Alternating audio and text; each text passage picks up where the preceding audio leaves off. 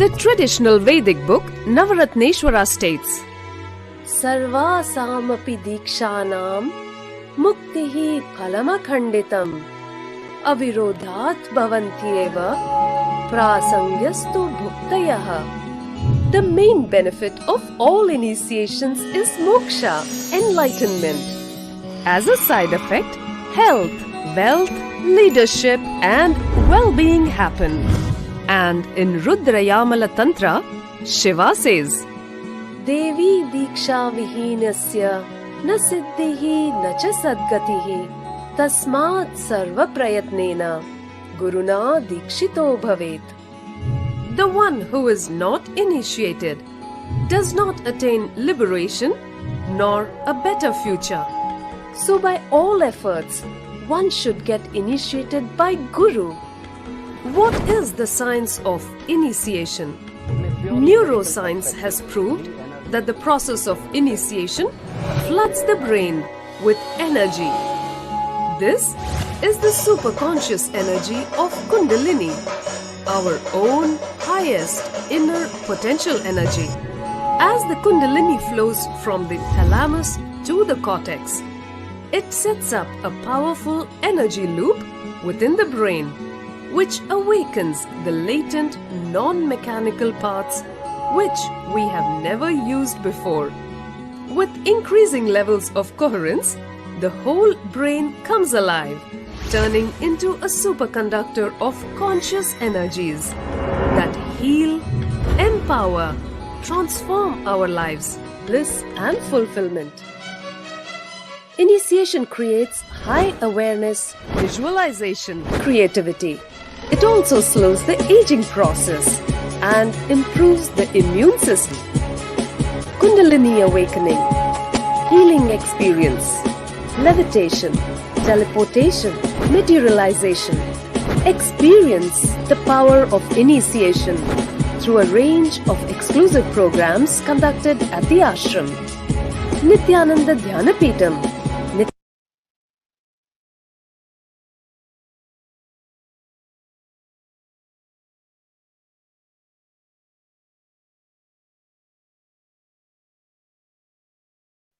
Yes, with that beautiful video, let us move on to learning what is the 4 aspects of evidences for the science of power manifestation.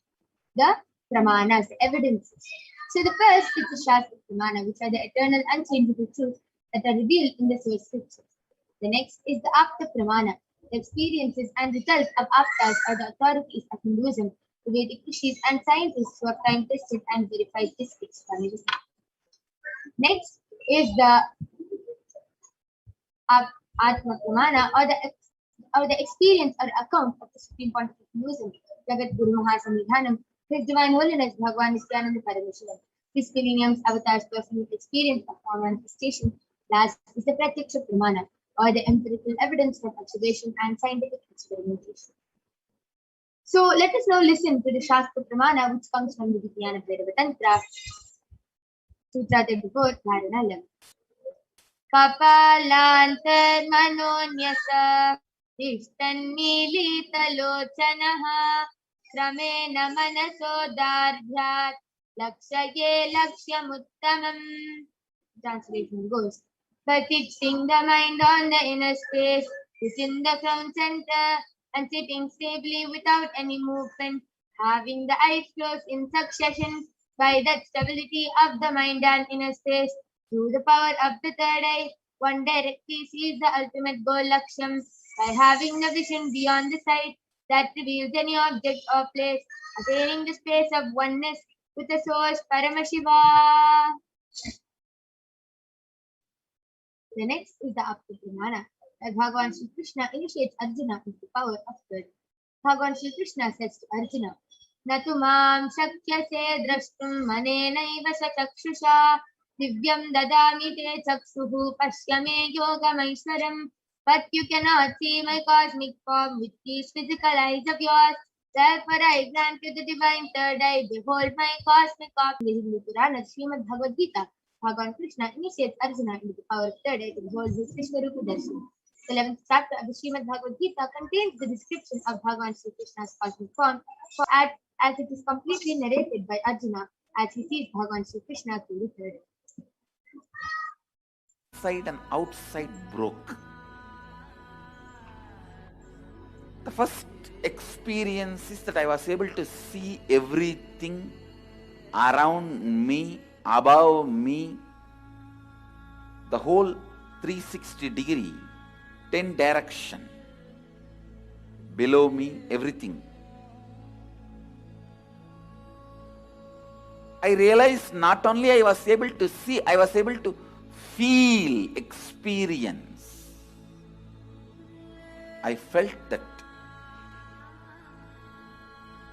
the skin of the stone on rock on which I was sitting and the skin of this body both carry me equally. In both I exist equally. The setting sun, rising moon,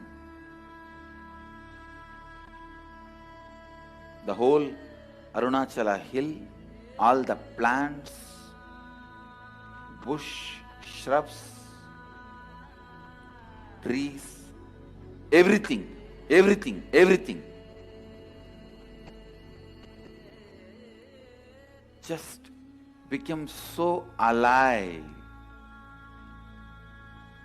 The idea, something is inside,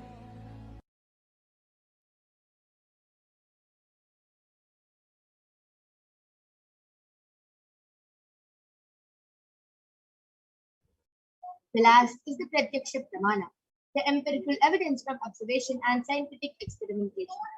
Study measures compare the metabolic cell activity of the brain in the conscious and meditative state of the third eye using the positron emission tomography, the PET. When doing daily activities, high activity is measured in the brain where the third eye is located, and when in the deep state of samadhi, only the third eye region is active and almost 90% of the rest of the brain is active. So let us now witness the live Saksha Pramana, the live demonstration of the power of third eye being manifested by the Balasam of the Nithyananda Guru. So we'll be back right after a short break. I request all of you to stay tuned for the power of third eye, which is going to be demonstrated in front of all of you today.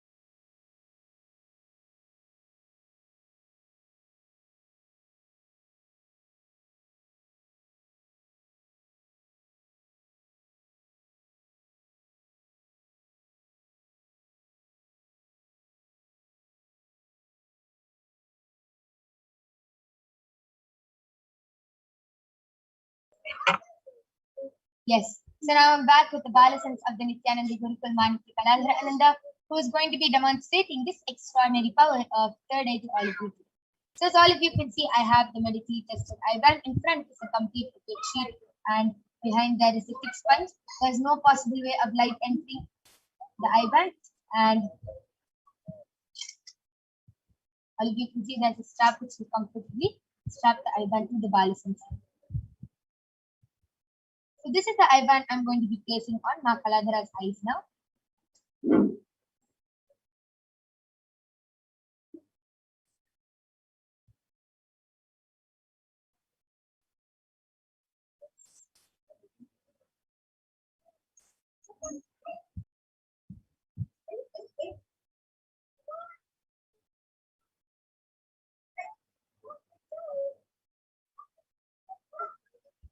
Ma Kaladhara, are you comfortable?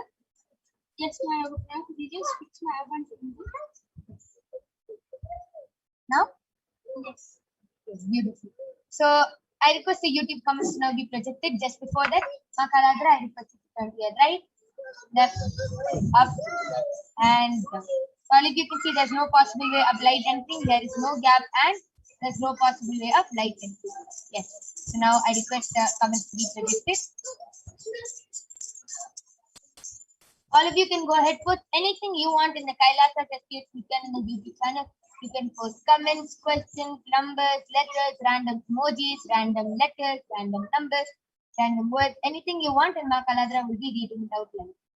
Yes, the first and the only comment which is there till now in YouTube is from Alankrita Yadav, and she has posted Nithyananda. Beautiful. Amazing. I request all of you to continue and go ahead and post any comments you want in the Kailasa HDH Nithyananda YouTube channel. Ma Kaladhara will be reading it out live.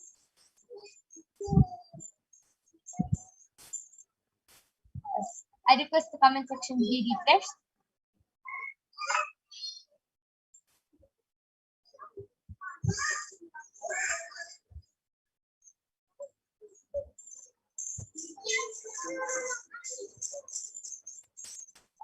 Yes.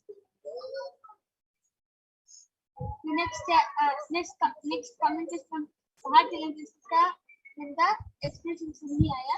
She has posted Nithyananda, Yoga Prana, and amazing Kaladhara with an exclamation mark.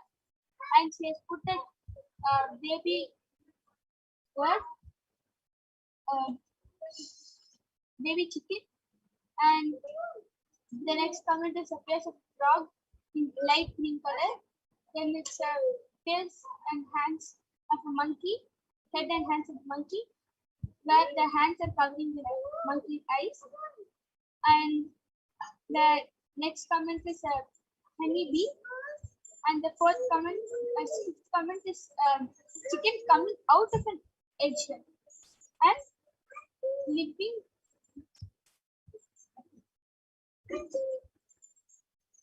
LOVING blessings, etc. Amazing. Nithyananda, and thank you for the comment. I request you, Ma, specifically you, to go ahead and post any comments you want. You can, okay, yes. Ma Kaladhara, you can go ahead and read the next comment. I will start to share more.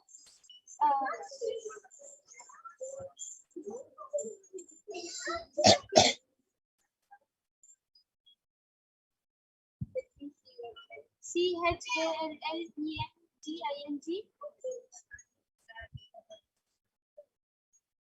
sentences with you, Ma Kaladhara, with a purple color heart and a pink color heart with 5 diamonds on it, with the purple color heart as well.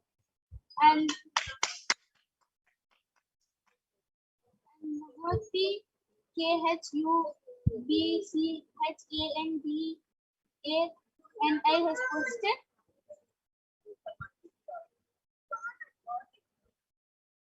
SPATIC matter DITYNAMIC diastatic matter dianic activity static existence one, always in oneness. Amazing, beautiful. And BIGYANCHAPAGAIN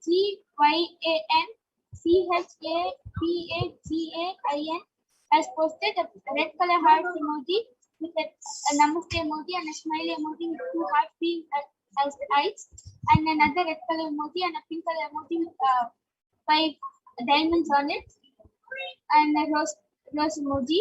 And the next comment is from Kaushik Patel. He has posted, Nithyananda, please body scan of my uncle.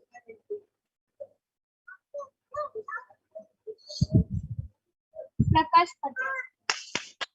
Beautiful, amazing. All of you saw how so fluently Ma Kaladra was able to read out all the comments.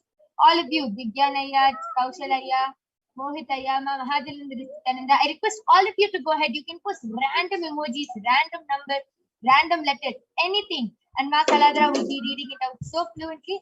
And yes, Kaushal Patel, to answer your question, we will definitely be doing the body scanning of your uncle Prakash Patel.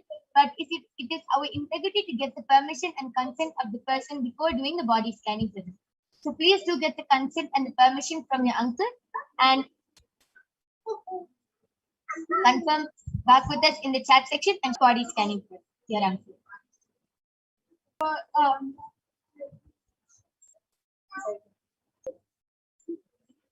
The next comment is NDRAYARSHIVAM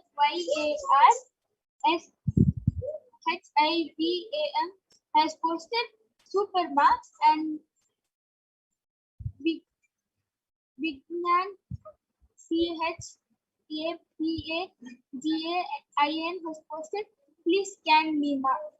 Yes, Vigyan Chapaganaya will surely be doing the body scanning for you, but we'll be doing it in the next segment, right after this, right after the demonstration of the power of third eye. And Kaushalaya has gotten back telling okay, ma'am. Yes, beautiful. That was an amazing demonstration of the power of third eye. And the next there is a comment which just came from Mohitaya, and he has posted super. Amazing. So all of you saw how Ma Kaladra was so fluently able to manifest the power of third eye, and it is all with the grace and blessings of the Supreme Court of Hinduism, Jagat Guru Mahasanghanam, who is divine holiness, Bhagwan Nithyananda Paramashivam. So before we move on, I'll just read the last comment from Peter Vajraya, and he has posted Nithyanandam with the namaste. Yes, Nithyanandam Paitaya, we welcome you to this Parashakti Akashic readings program. And yes, finally, with this, we will be concluding the third eye segment, and we'll be moving on to the next power, which is the power of body scanning. Now I'm going to be removing the eye band of Ma Kaladra. All of you can see that the eye band is completely intact. There is no change to the eye band, and there's no possible way of light. Beautiful. That was very amazing, Ma Kaladra. And we'll now be moving on to the next segment, which is the power of body scanning. So we'll be back right after a short break.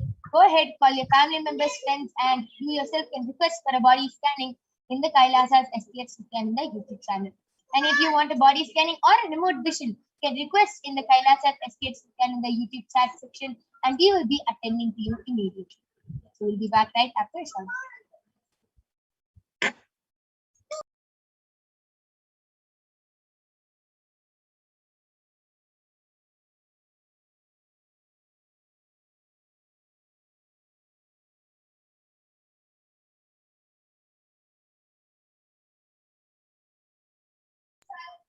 So in this power of body scanning, one awakens the ability to scan illnesses, diseases, medically diagnosed issues, and provide solutions through the third eye. So let us now see the Shastra Pramana for the power of body scanning, which comes from the Vijnana Bhairava Tantra. Swadehe jagato vapi sukshma sukshmatarani cha tatvani yani nilayam Dhatmante vyajyate para. Bhagwan Parameshwara said, cognize deeply that from the subtle to the subtlest constitutive principles of your whole body, Swadeha, or of the whole universe, simultaneously exist of the essential reality. They are being absorbed in their source cause, Paramashiva, and by the experience of such restful awareness, one becomes complete from all the thoughts and the ultimate universal divine power, Paradevi, Adishakti, is revealed and the supreme power manifestation happens. The next is the Apta Pramana, which comes from the life of a Siddha named Teriyar.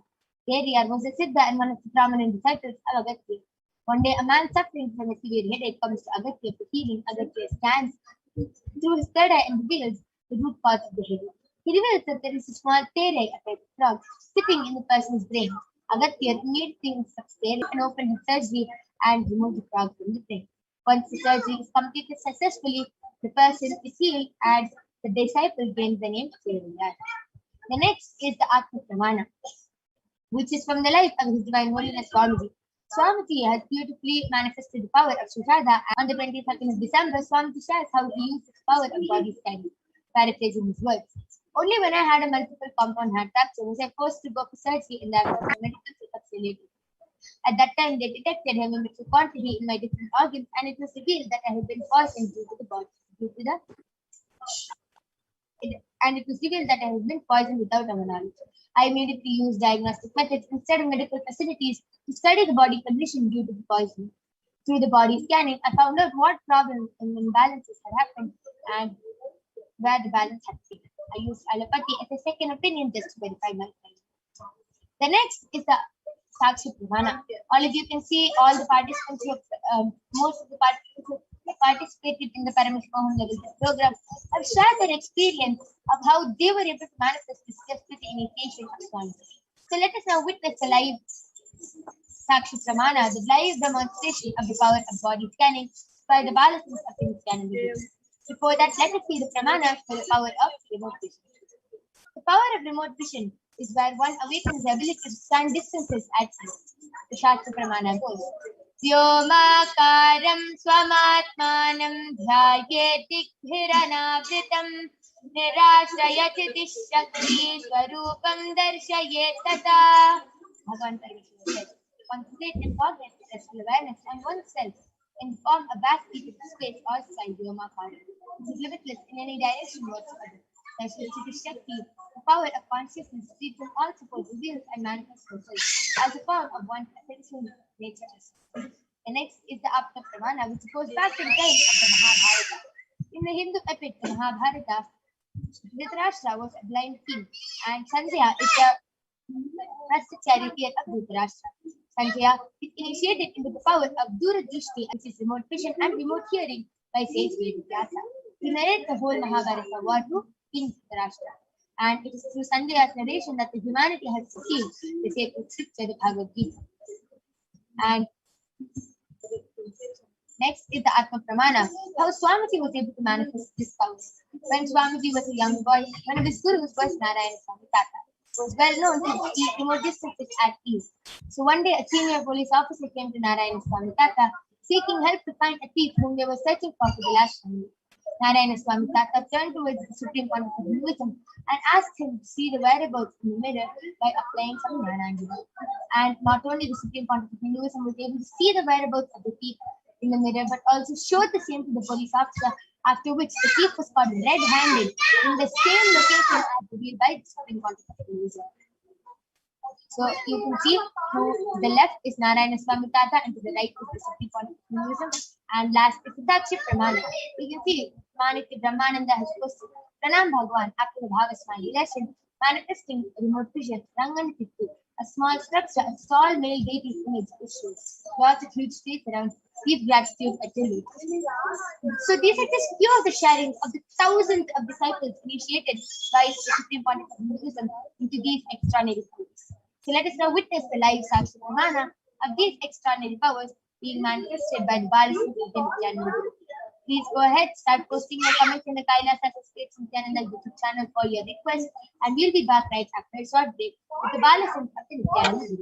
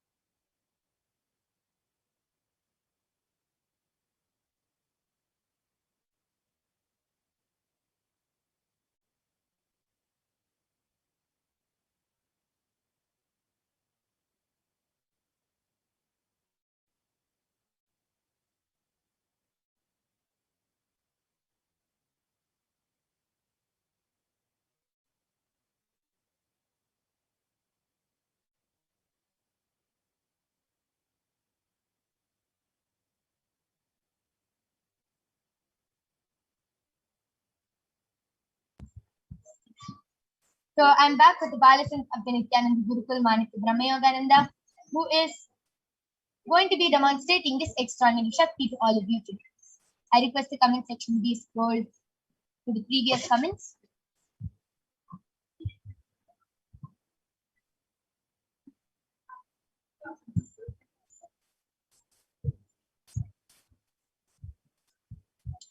Okay, so I request the comment section to be scrolled with Moda. Vigyan Chapagain Aya has requested for a body scanning. Sama Brahmayoga, you can do the body scanning for Vigyan Chapagain Aya.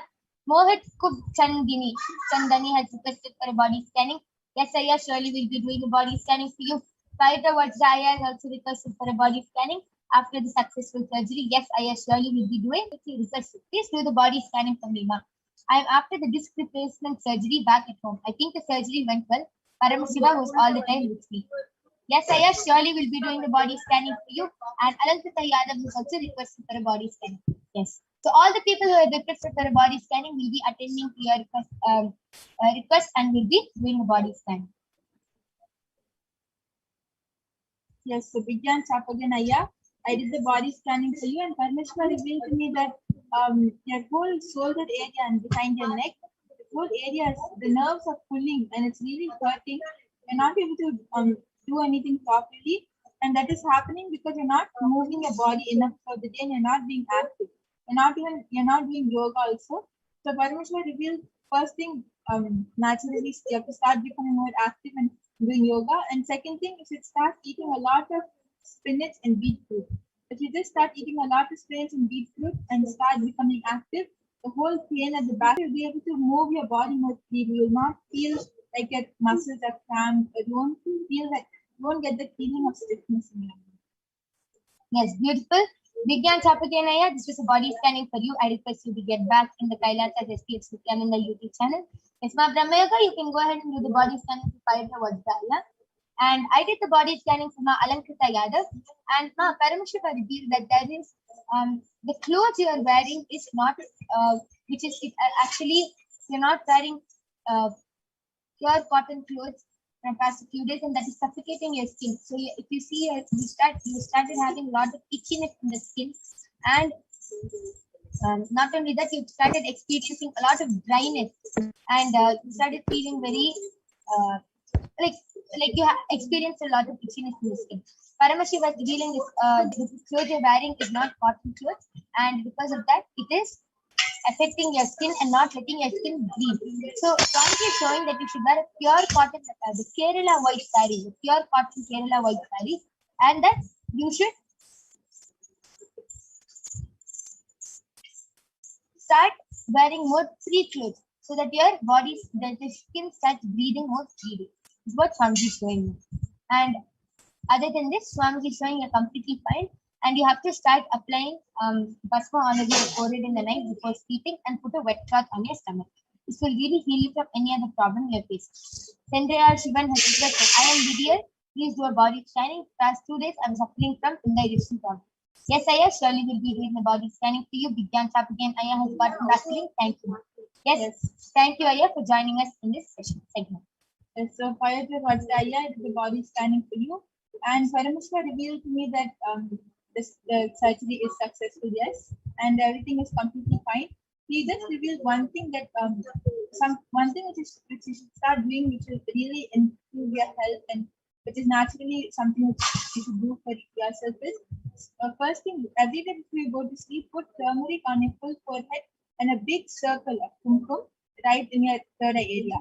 That will really help you, and you'll see a lot of toxins in your body get clean when you do that. And second thing is, you have to start eating a lot of corn. Just any form of fine, you start eating a lot of corn, and that will also really help. Okay, beautiful. That was a beautiful body scanning for Paita Vajraya. Yes. Vigyan Chapagan has gotten back telling, yes, I was not doing yoga for last 1 week and my shoulders are hurting. Yes, thank you, Aya, for getting back, and beautiful Mamram Yoga. Paita Vajraya, I request you to get back in the chat section, and Alankita Yadav has gotten back telling, thank you, ma. Yes. Etc. Thank you so much. And I did the body scanning for Mohan Iyer just before that. Now, Brahma, you can go ahead and do the body scanning for Vidiyal Iyer.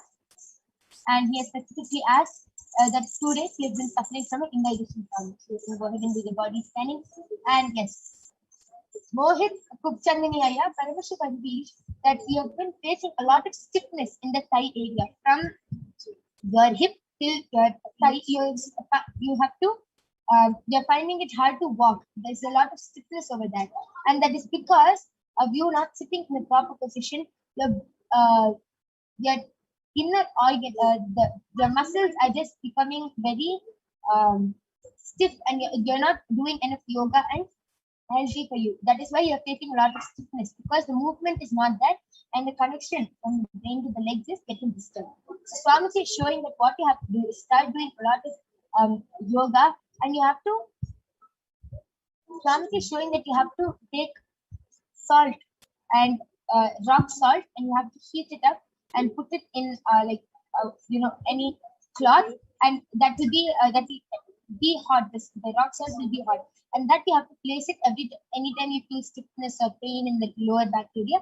You can place the hot salt in the cloth. It will be like a hot pack, like that on your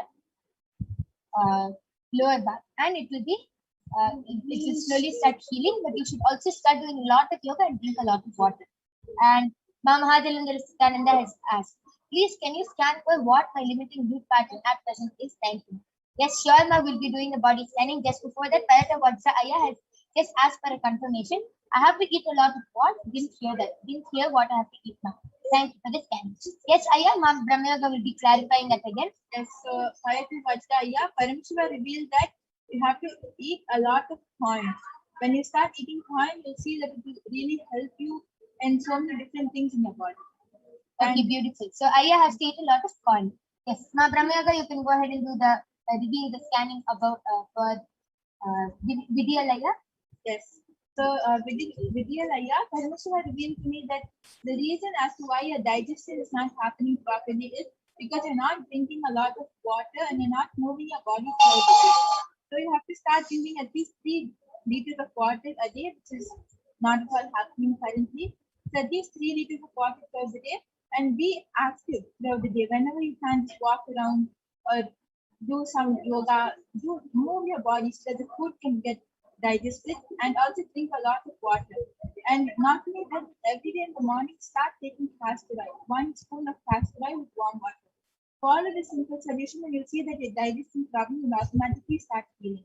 And yes, I have even Anil Yadav has posted, please scan my wife Kavita having her permission. Yes, I did the scanning for your wife Kavita, and Parashakti revealed to me that she's starting to get overweight, and that is only happening because first thing, she's having too many incompletions and too many like if any incidents happen throughout the day, she's holding on to it for the full day. She's not able to unplug from it, and not only that, she's starting to eat, like even though she's full, she's eating little. She's continuing to eat after that. So the solution is, first thing, every day before going to sleep, she should start doing the unstretching process, which everything that she has gone through throughout the day, she should just start reliving everything, going back to that memory and reliving it, and just dropping it and completing with it. And then she should just read 1 page from the Living Enlightenment book and go to sleep. This will really help her. She'll feel so much of completion, and also you'll see that the change in her body also. And second thing, Parmeshwar revealed she should start doing the Nithyananda Nirahara Samyama for the next 1 month. If she follows this solution, she will become completely fine. Yes, and I also did the body scanning for Ma Kavita. And Paramashiva revealed that you have been having the irregular menstrual cycle now. And Paramashiva revealed the solution, the reason, the root cause of that is too much heat in your body. As Ma Brahmayoga revealed, you started becoming overweight. So that is also causing a lot of heat and toxins inside of your body. So really a lot of detoxing has to be done. So automatically the menstrual cycle will also get aligned. So Paramashiva revealed what you have to do from that is every alternative day you can do the termite mud pack along with all the solutions Ma Brahmayoga revealed. You can take the termite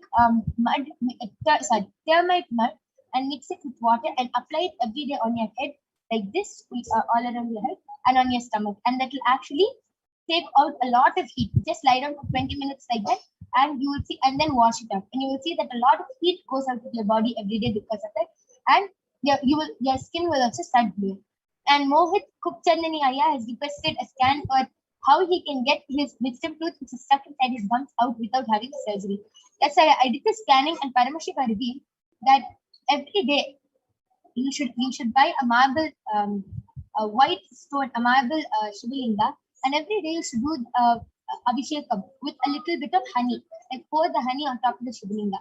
Take that honey and apply it nicely in that area after doing the Abhishekam, and you will start getting healed. And every morning, instead of brushing with paste, Paramashiva revealed you should start brushing with Haritaki, the Karekai Podi area, and you will be healed from this. Chandraya Shivan Vidiyal Aya has gotten back to me. Thank you so much, Ma. Yes, thank you, Aya, for getting back. And yes, so with this, we would like to conclude this power manifestation session.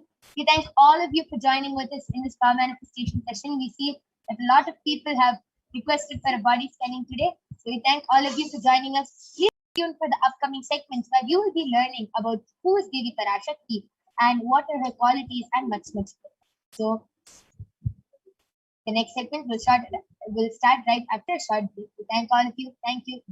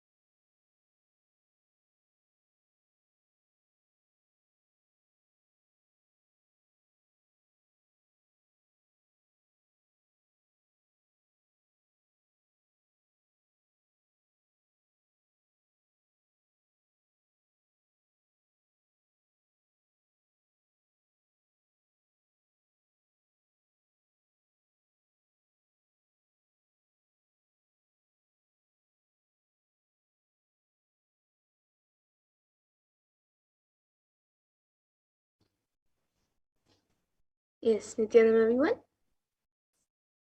Yes, Nithyananda, Madhura, you can go ahead. Yes, so that was a beautiful demonstration of the powers of third eye that all of us just witnessed. So now let us move to the next segment of this program where all of us will be learning more about who is Devi Parashakti, the divine feminine consciousness.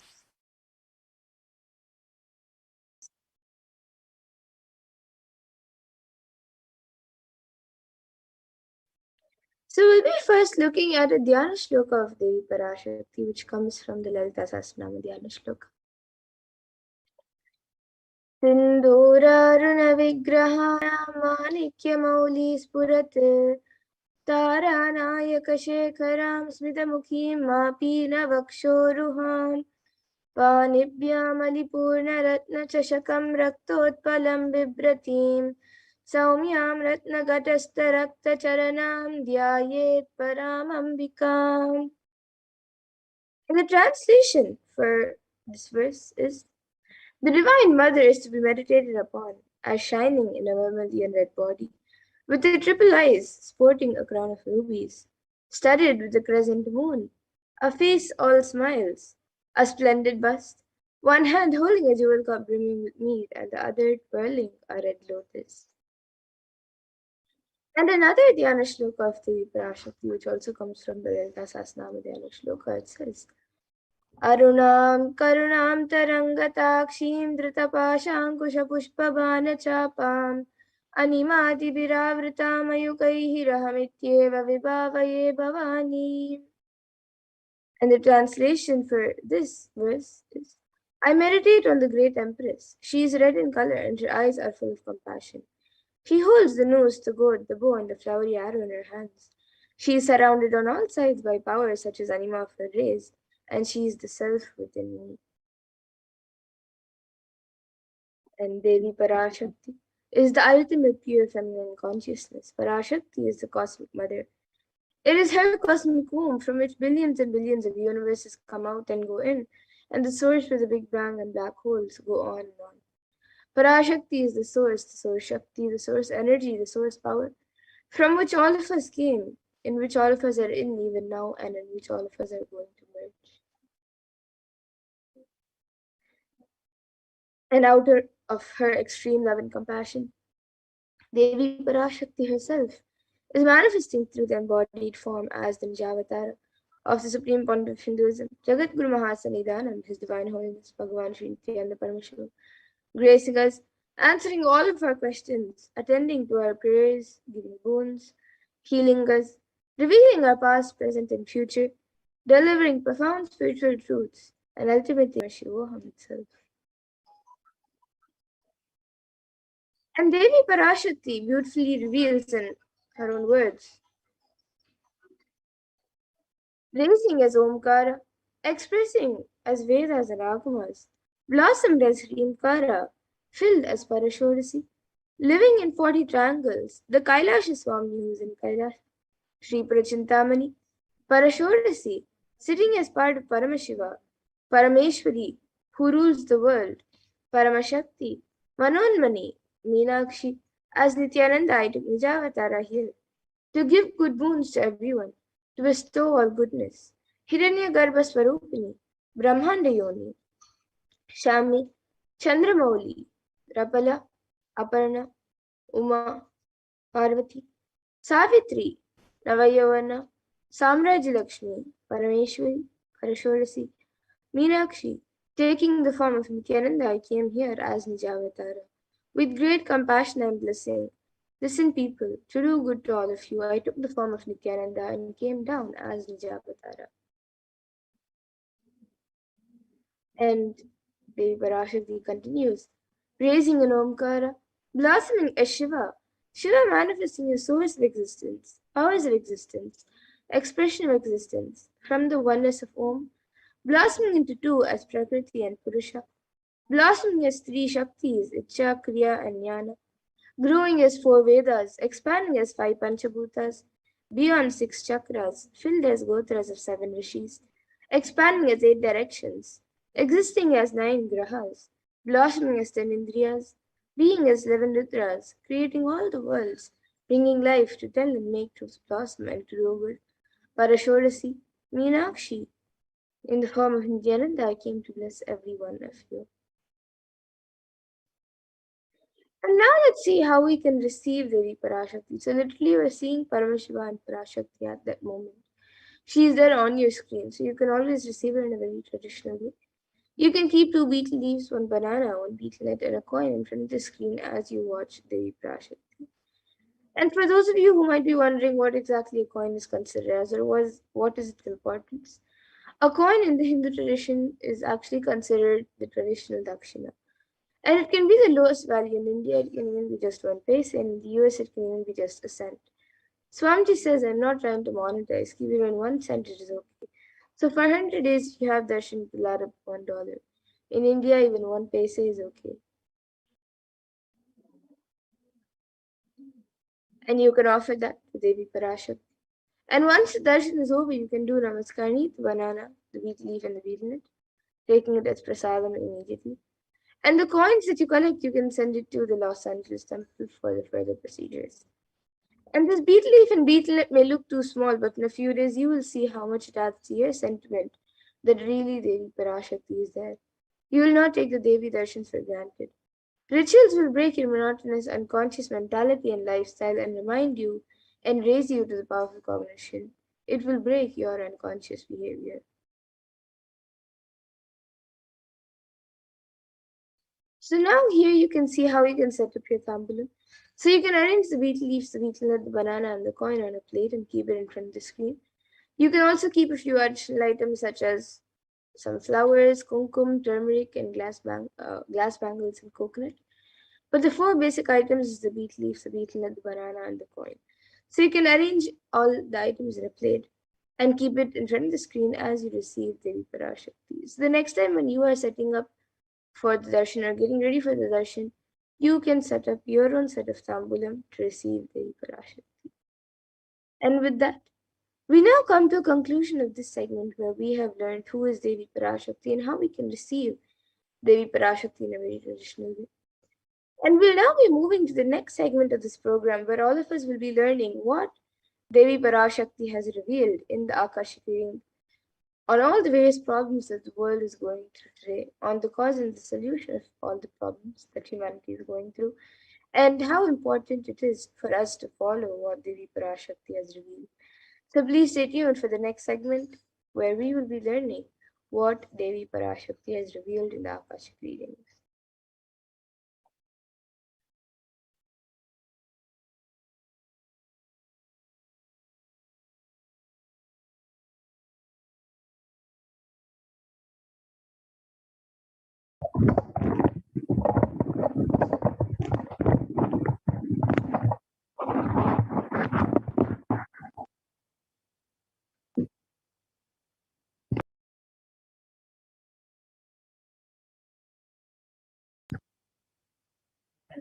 Now let us enter into this next segment where we will understand Devi Parashakti's revelations on the rising sea level. So as we know, Devi Parashakti has been continuously guiding and blessing the whole of humanity with various sacred revelations. Now let us look at some of those revelations.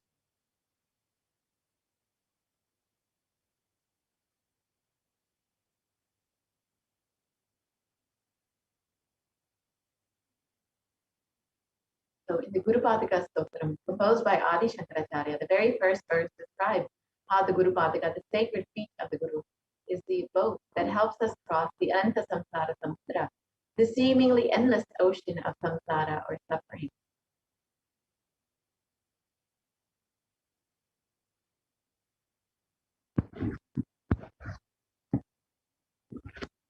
And in this verse, Adi Shankaracharya describes the greatness of worshipping the Guru's feet. Salutations to the sandals of my Guru, which is a boat, which helps me cross the endless ocean of life, which endows me with the sense of devotion to my Guru, and by worship of which I attain the dominion of renunciation.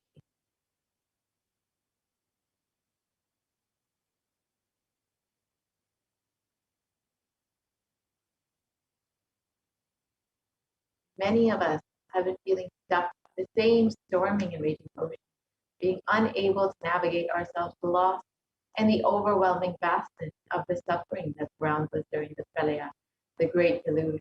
Our loved ones are dying due to the pandemic. Our homes are being destroyed due to natural disasters, and social institutions are crumbling around us. The whole of humanity is in a desperate and dire need for hope.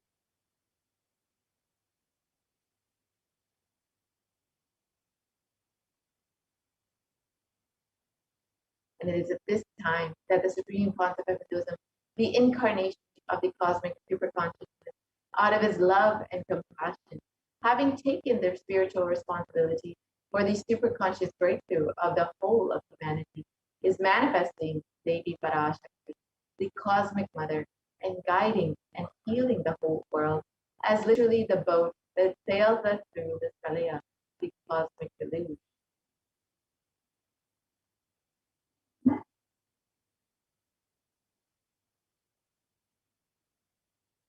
And Devi Parashakti has guided the whole of humanity in the form of revelations of profound sacred secrets of Sanatana Hindu Dharma, and by showing us the future regarding global issues, the COVID pandemic, natural disasters such as fires, floods, and more, and even the twisted human conspiracies and underground wars which have not surfaced common knowledge as yet.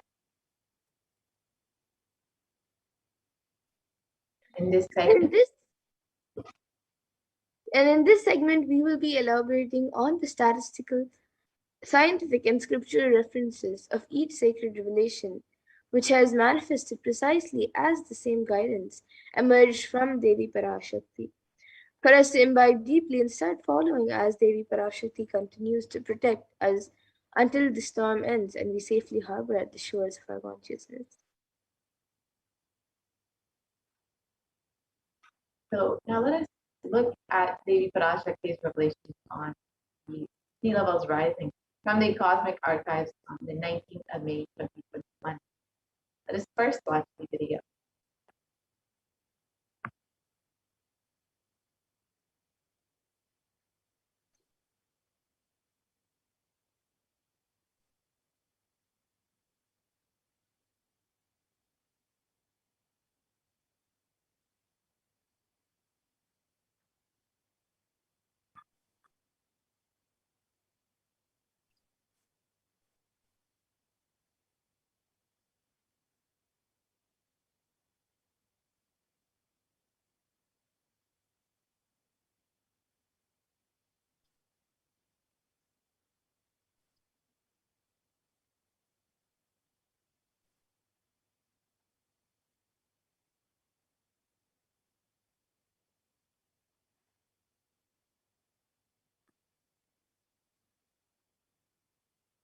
Om Andreas கல் மூன்றாம் உலகப் போரிலிருந்து தப்பிக்க எந்நாடு பாதுகாப்பென்று கேட்கின்றாய், கேட்டுக்கொள் சொல்வதை எல்லாம். மத்திய கிழக்கிலே போர், இந்தியாவில் corona கொடுந்தொற்று மற்றும் கடல் உயர் எழும்பல் எனும் மூன்றில் இருந்தும் காவல் கைலாசம் ஒன்றே. வாழ்விற்கு அதுவே நன்றே. முடிந்தால் வந்து சேர்ந்திடு. ஓம் ஓம்.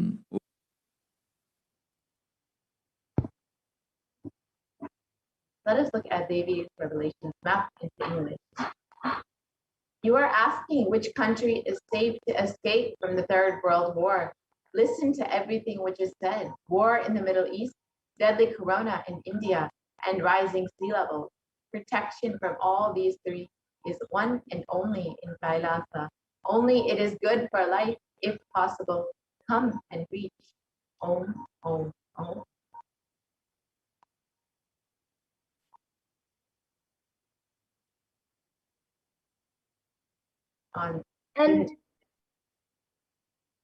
And on the 19th of May 2021, while answering the prayer of one of the devotees, Devi Parashakti manifested through the Supreme Point of Hinduism and warned about the sea levels rising and the cascading effects of climate change crisis on humanity. And exactly as they revealed, the very next day, on the 20th of May 2021, the biggest ever iceberg broke, which was 70 times the size of Manhattan, posing a huge threat to humanity, causing the sea levels to drastically rise. So let us now see the scientific articles about sea levels rising as per Devi's revelations. So yes, here is the article published in the news, and it clearly shows that on the 20th of May 2021, the world's largest iceberg broke off an Antarctic ice shelf. This is exactly one day after Devi Parashakti revealed about sea levels rising and the cascading effect of climate change. And so many of us have been hearing about the climate change crisis, about global warming, about how the environment is damaged due to human activity. No one had ever thought that we would ever see the direct effects of it immediately. But as soon as Devi Parashakti revealed about sea levels rising, we saw immediately that the iceberg broke off of the Antarctic ice shelf. And it is predicted that sea levels will continue to rise, according to modern science, even in a best case scenario. The scientists expect that sea levels will continue to rise in the coming centuries. And the Earth's coastlines will be significantly affected by this. In a best case scenario, if CO2 emissions are completely reduced to zero, we will still see sea levels rising up to 1 meter. And if the CO2 emissions continue at the high rate that they are going right now, we will see that sea levels rise and the coastlines being affected up to 5 meters or more.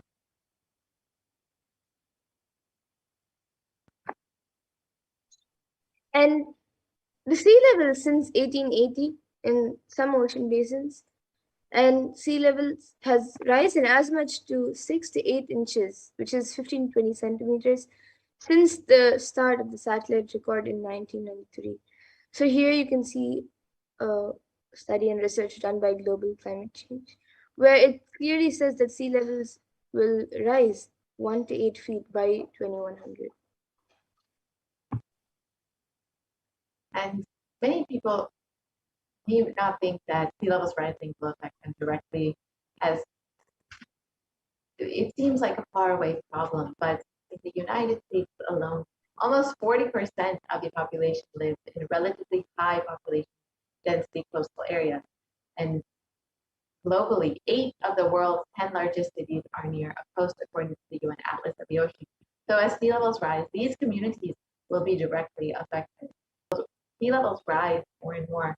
Communities more inland will also be affected, as we will see in the future how much the sea levels rising affects the various storms and other natural disasters that are created around communities that live in the ocean, near the ocean, as well as more communities living inland.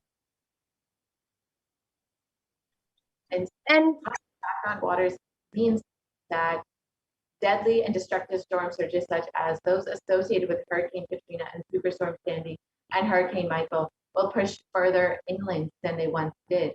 So this is exactly what we were explaining, that as the sea levels continue to rise, we will see more communities inland being affected. And higher sea levels also means more frequent high tide flooding, sometimes called nuisance flooding. So again, more and more communities will be affected. It's not just communities that are living directly on the coast, but even communities that are further inland. And nuisance flooding is up to 300, has increased up to 900% in the last 50 years, and we will continue to see this increasing as sea levels continue to rise. And here you can see what is the main cause for sea levels to rise. So global warming is causing a global mean sea level to rise in two ways. So the first is that glaciers and ice sheets worldwide are melting and adding water to the ocean. The second is the volume of the ocean is expanding as the water warms. And third, which is a much smaller contributor to the sea level rising, is the decline in the amount of liquid water on land. The aquifers, lakes, and reservoirs, river, and soil moisture. And this shift of liquid water from land to ocean is largely due to underground water pumping. And here you can also see pictures of the Parisian Glacier in 1917 and 2005. So you can see in 1917 how much ice there is, and in 2005 it has literally become This is in just less than 100 years that this glacier that was fully formed is almost fully melted into almost grassland. This is literally in one lifetime of a person that this glacier has completely been melted. And the pace of global sea levels rising has more than doubled from 1.4 millimeters per year throughout most of the 20th century, 8.6 millimeters per year from 2006 to 2015. So in most of the 20th century, the levels of the sea levels rising was pretty stabilized at 1.4 millimeters per year. However, in the last few years, the last 2 decades, we've seen it drastically increase as due to various human activity, including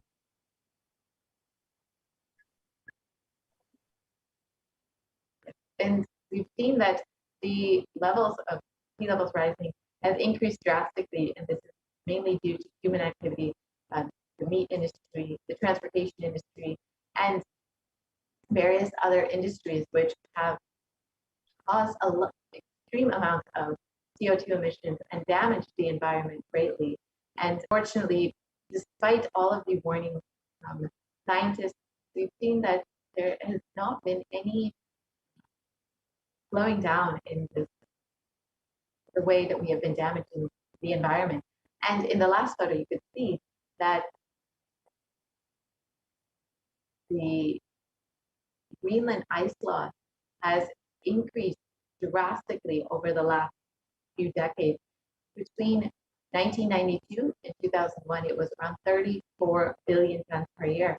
And between 2012 and 2016, it has increased to 247 billion tons per year. So it's almost 8 times as much, in just a little over a decade, it has increased. We are on a very high speed path of destruction at the moment. And Devi Parashakti has already revealed this, that no place will be protected from this except for Kailasa. The effects of sea levels rising and the effects of the climate change crisis will unfortunately be affecting many, many communities and many people all across the globe. And on August 2021, the UN publishes a code red warning of worsening global warming and rising of sea levels. So here you can see the code red warning where the UN scientists warn about the global warming. Yes, and in the previous article, it showed that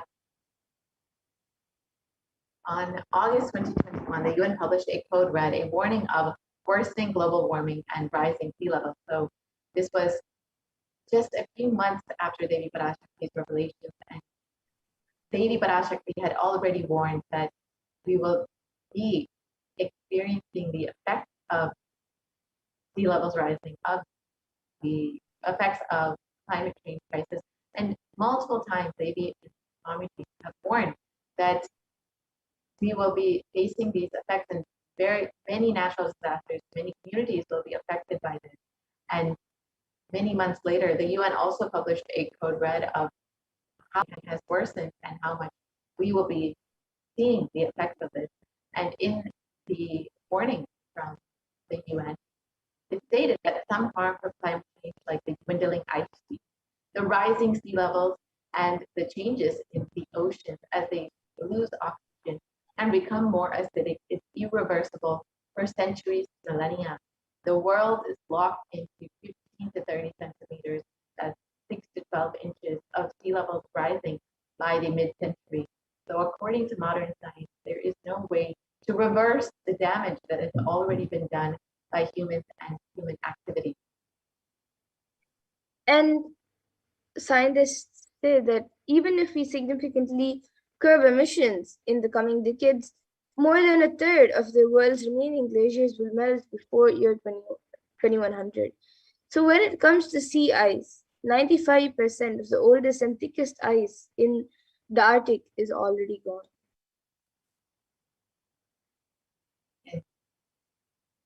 As Devi revealed, and as Supreme Pontiff was continuously been revealing, we will be seeing the effects of climate change crisis and sea levels rising, and we will be experiencing many natural disasters during this Pralaya especially. We've already seen that with the floods in China, floods in India, and the floods in Europe and Germany, and most recently these floods in the US. And in one article, it reported that there are 150 people still missing in the German floods, and unfortunately, it's unlikely that they will be found.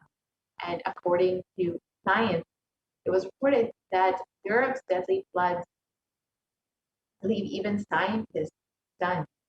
And the climate change crisis has made these deadly German floods up to 9 times more likely. So you can see even scientists were surprised by the enormity of these floods and the damage that they have caused.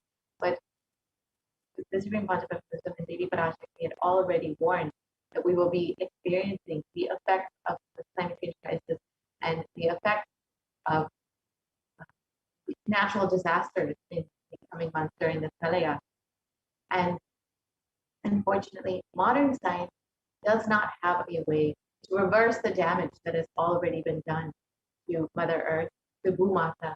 It is only the Supreme Pontiff of Hinduism and Hinduism that have a way to reverse damage and to heal Mother Earth, to reverse the damage that humans have done to her with the ongoing human activity, that various industries that have damaged Bhumata. And it is only through non-violence and through the experience of oneness that we can heal Mother Earth, reverse the damage that has already been done, and protect the earth. And in this video has revealed how Bhumata actually responds to you when you connect with her and experience that oneness with her. So let us now watch that video and understand.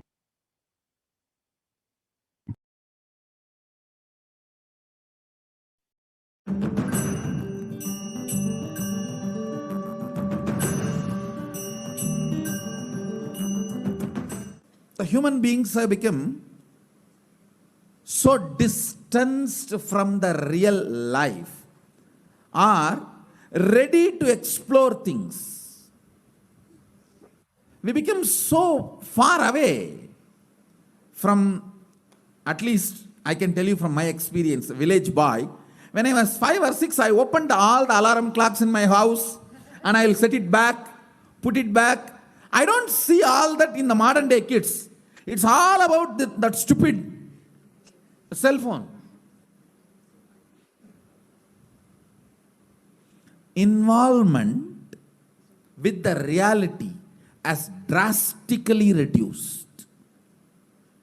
Our whole life is nothing but the screen. Whether your love, your relationships, even your sex, everything is limited to that screen. Am I right? Almost. No, almost. Everything has been reduced to that screen. Involvement with the reality has drastically come down. It is so unfortunate, especially the food, the plastic food dumped into your system. See, all the things which you eat, none of them have life. They are all not grown from life. My guru used to tell, please walk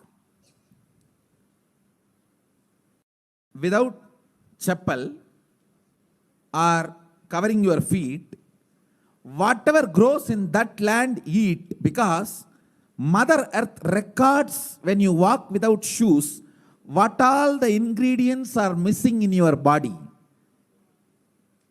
She records what you need for your body, nutrients or vitamins, whatever. Whatever is missing in your body, she produces in that food which grows in that land. And eat that and live. It is too mind-boggling concept. I tell you, only after I started doing it, I realized you don't need any external medicine if you know to live with the nature.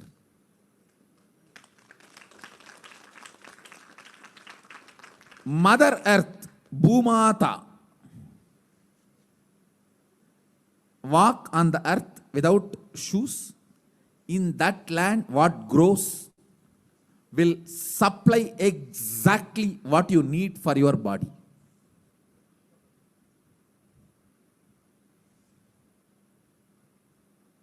Looks too difficult to believe. I realized it.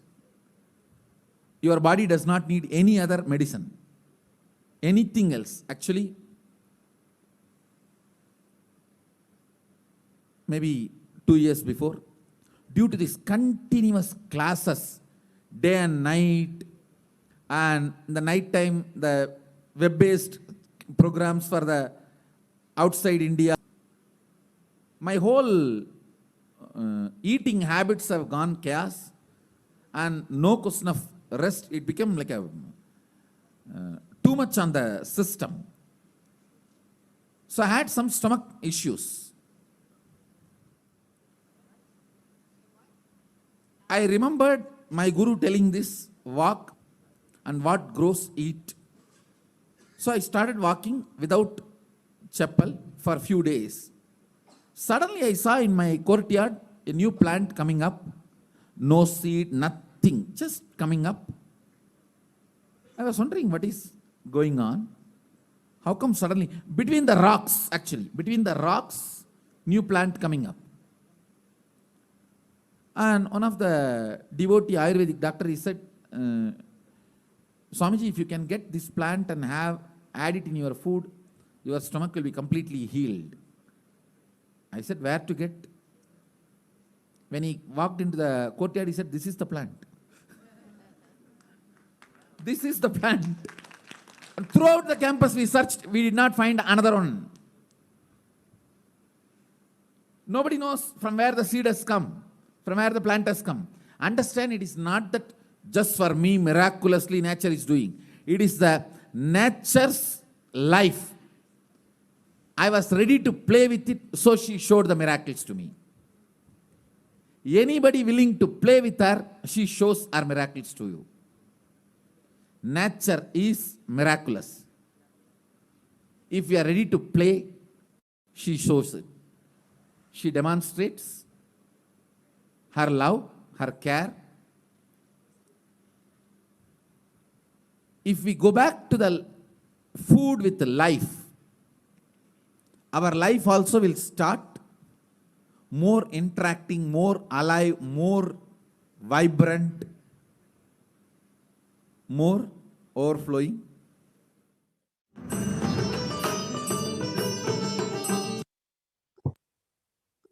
Now that we've seen how beautifully the Supreme Concept of Hinduism explains how nature responds to you and shows you miracles when you are ready to play with her, when you're ready to connect with her.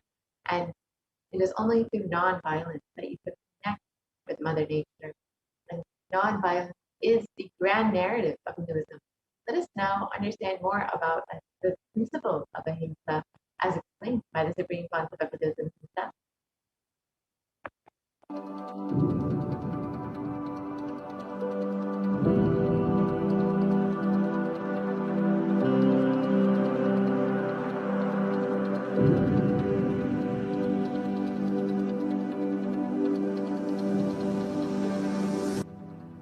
We often believe that exacting revenge is a form of emotional release and that getting retribution will help us feel better. Especially this modern day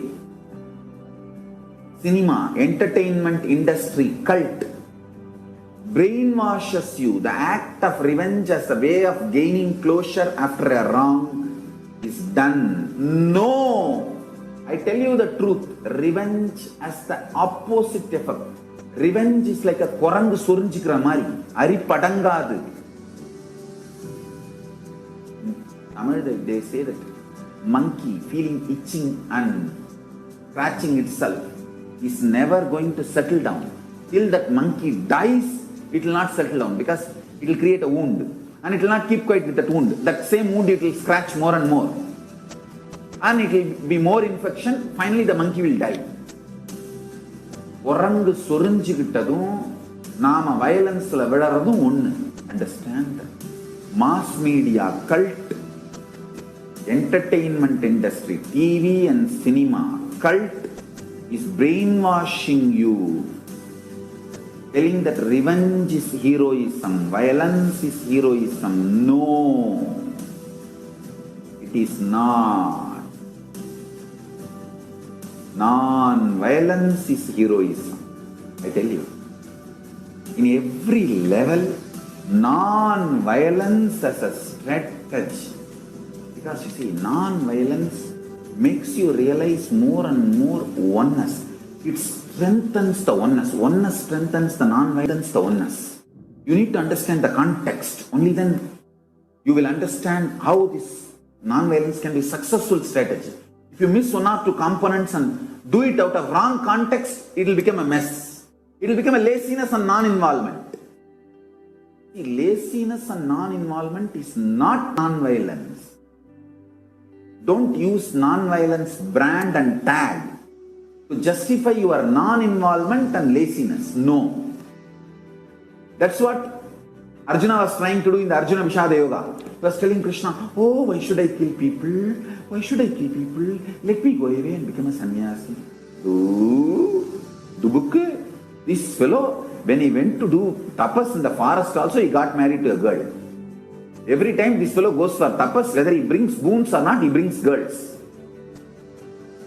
Alright, no disrespect to Arjuna, is incarnation of Nara Narayana. So no disrespect to Arjuna. Non-violence should not be misconstrued or should not be used to portray your non-involvement and laziness, tiredness and boredom. Hinduism is actively enriched world. Not only we are a non-violent tradition, we believe in consciousness, raising the quality of the humanity. We believe in it, we spread it, we live it. We be, live, believe. Let us all understand non-violence need to be actively lived, be lived, believed, and actively enriched. Actively enriched. All I wanted all of you to know what Hindus miss, Sri Kailasa should do. To Tyaga, to tell the world actively, enrich the world actively about Hinduism. Ahimsa paramo dharmaha. Ahimsa is the highest value as per Hinduism. Ahimsa paramo dharmaha. That is the grand narrative of Hinduism. Non-violence is the grand narrative of Hinduism. We need to tell that grand narrative to the whole world. Actively. Actively we need to tell that grand narrative to the whole world. Ahimsa paramo dharmaha. Tyaga, non-violence, unclutching, all these are not inactive, tamasic, inertia, lazy, tired, bored, withdrawn lifestyle. Non-violence means not only you will be non-violent, ahimsa, established in ahimsa, you will actively practice ahimsa and enrich everyone to live ahimsa. You will create an ecosystem where ahimsa can be practiced with integrity. Understand? All the infrastructures needed to keep the non-violence ahimsa alive. Media is the non-violent way of reaching out to people and telling the real truths and facts. Like media, education mechanisms, everything should be actively filled with the truths, ideas about yoga, spiritual strength, powerful cognitions, all these great truths. Listen. Again and again and again, many are trying to harass me through the social media and all other way, saying that, oh, you are teaching constantly non-violence, ahimsa, peace. Don't you see you are making Hindus weaker and weaker? Understand? If Hindus listen to what I am saying sincerely, they will understand I am trying to make them really stronger. Understand? Strength is intelligent way of existing.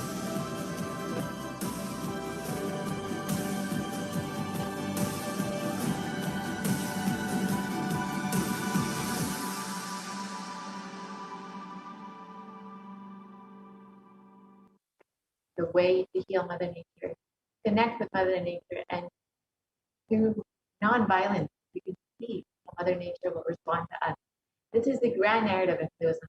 Hinduism has so many of these beautiful teachings, and the Supreme Concept of Hinduism is reviving this whole science and sharing it with the world. So if you would like to learn more, you can visit kailasa.org and sign up to be an e-Kailash today and learn all that Hinduism has to offer to the world and what all the Supreme Concept of Hinduism is doing in the field of environment and climate change over the last 26 years. The Supreme Concept of Hinduism has been continuously working to heal Mother Nature, to bring these teachings, and through these teachings, reverse the damage of global warming and climate change.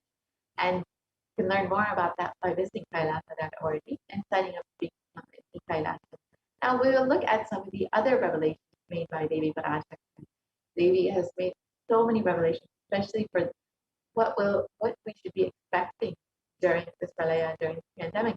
So we will look at some of those revelations. Now Devi has spoken extensively about how our mental health will be affected during this pandemic, which most of us can directly relate with. So let us look at some of those revelations and understand them a little bit more.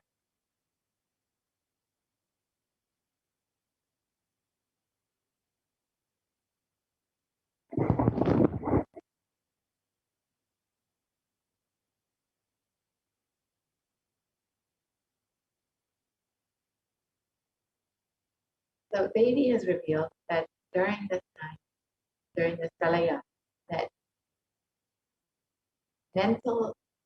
that minds will get collapsed and that our mental health will be directly affected by the pandemic. And now we will look at some of the research which has shown this.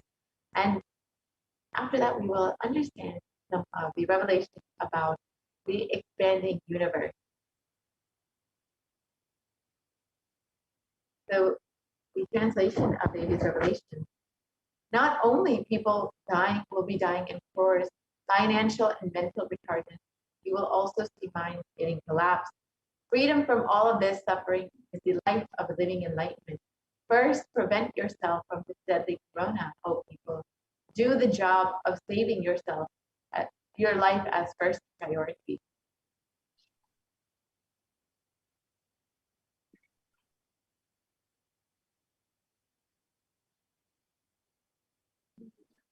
And many articles, research has shown that the mental health of people has drastically declined since the beginning of the pandemic. And in global news, it was reported psychiatric symptoms like depression, anxiety exhibited by COVID-19 patients. It showed this study. And according to this new study, neurological symptoms like depression and anxiety are also showing to be common in those who have contracted COVID-19, even in more mild cases.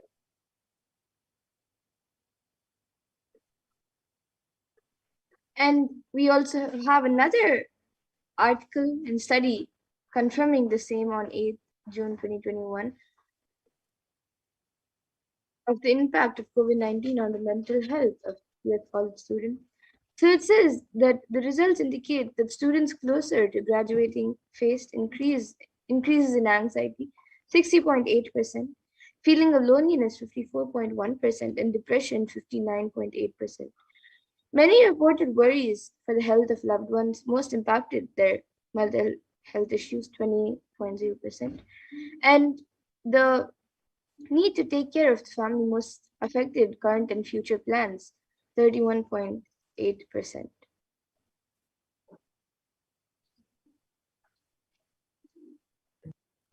Another study, it shows that rate of anxiety and depression among college students continues to soar according to research.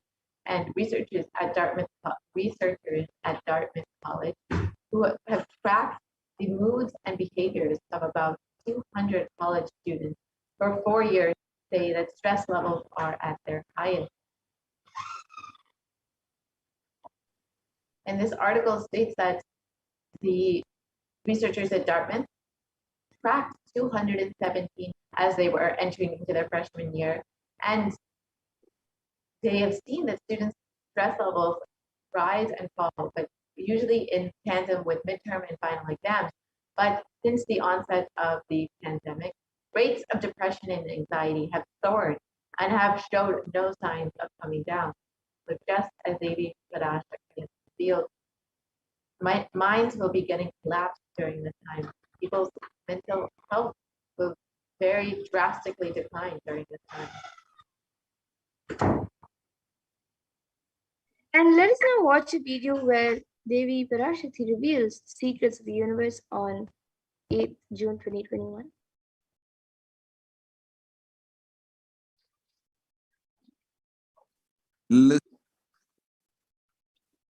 Listen intensely. I will reveal the secret of the universe and its expansion. Life, consciousness in you does not end while your body drops dead.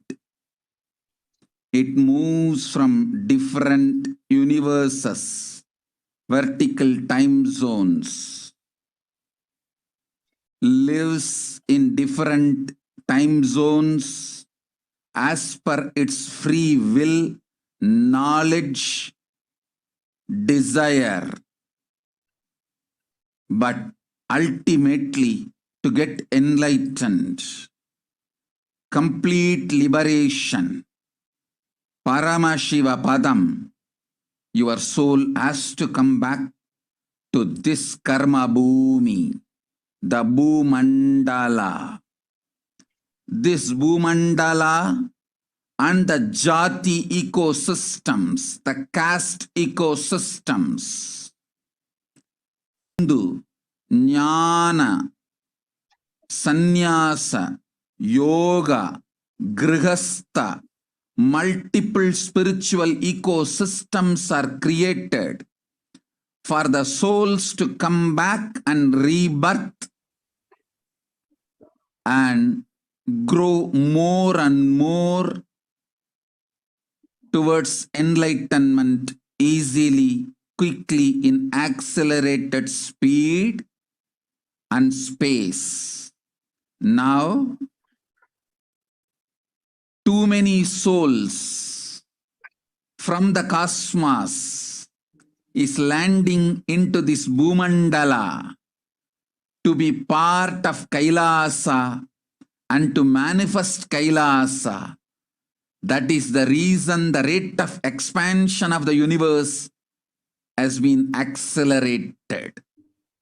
An intense ecosystem for great enlightened beings and incarnations to land is being manifested by me through my Nijavatara Nithyananda and this Kailasa. All the blessed fortunate beings will be attracted to Kailasa and experience liberation. Kailasa is the space where Sanatana Hindu Dharma, cosmic science is nationalism. This cosmic law is the country law. Sanatana Hindu Dharma is nationalism. These cosmic truths will be the truths of the country, society, ecosystem.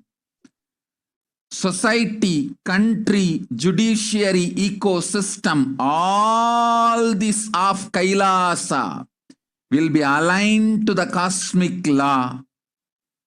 The cosmic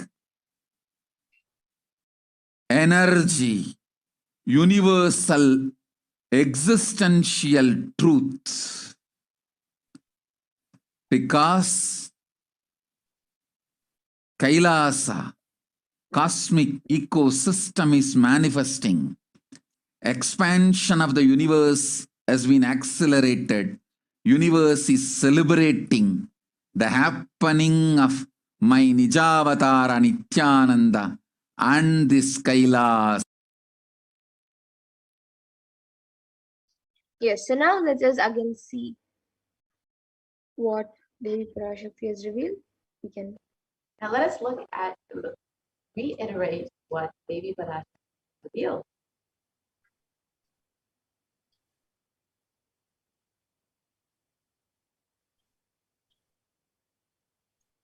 Listen intensely. I will reveal the secret of the universe and its expansion. Life, consciousness in you, does not end while your body drops dead. It moves from different universes, vertical time zones, lives for its free will, knowledge and desire, but ultimately to get enlightened, complete liberation, Paramashivoham. Your soul has to come back to this Karma Bhumi, this Bhumandala. this Bhumandala. Yes, we can go back to the previous slide. This Bhumandala and the Jati ecosystem, the caste ecosystem, Hindu, Jnana, Sannyasa, Yoga, Grihastha, multiple spiritual ecosystems are created for the souls to come back and rebirth and grow more and more towards enlightenment quickly, easily in accelerated speed and space. Now, too many souls from the cosmos is landing into this Bhumandala to be a part of Kailasa and manifest Kailasa. That is the reason of the rate of expansion of the universe has been accelerated, and the intense ecosystem for great enlightened beings and incarnations to land is being manifested by me through my Nijavatara Nithyananda and this Kailasa.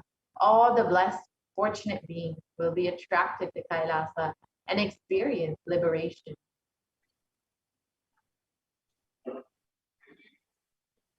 And Kailasa is the space where Sanatana Hindu Dharma, cosmic science, is nationalism. The cosmic law is the country law. Sanatana Hindu Dharma is the nationalism, the cosmic truth. This cosmic truths will be truths of the country, society, ecosystem.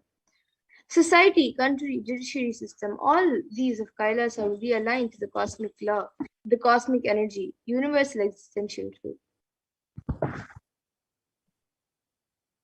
Because Kailasa, the cosmic ecosystem, is manifesting. Expansion of the universe has been accelerated. Universe is celebrating the happening of my Nijavatara and this Kailasa.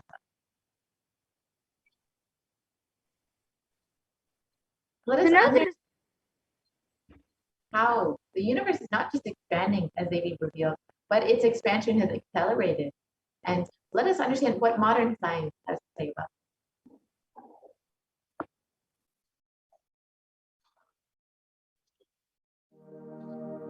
You are looking at the most detailed three-dimensional map of the universe known to humankind, and it's called the Sloan Digital Sky Survey. Scientists from around the world have just completed a 20-year-long survey of the night sky, measuring the positions and distances of more than 4 million galaxies and quasars. This detailed map will help scientists shed light on the remaining mysteries of the universe. Let's go on a journey from the local stars to the largest scales of our universe. Beyond the local stars that draw familiar constellations in the night sky in the neighborhood of the Earth, in addition to our own Milky Way, billions of galaxies are spread throughout the observable universe.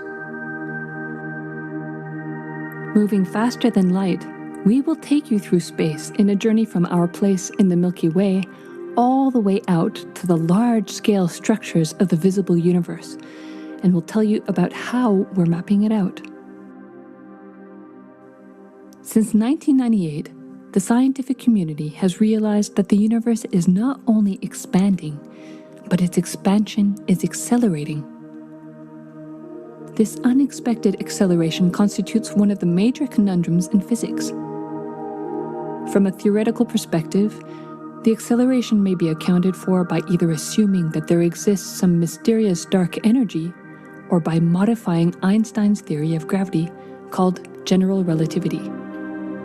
In the same year, the Sloan Digital Sky Survey was launched to tackle this enigma of the accelerating expansion of the universe. The Sloan Digital Sky Survey is a vast collection of the angular positions of galaxies observed in the sky, as well as their distances from us, determined by observing the systematic shift of galactic light induced by the expansion of the universe, the so-called redshift. In this new map of our universe, the large dark patches are mostly regions obscured by the Milky Way that cannot be observed.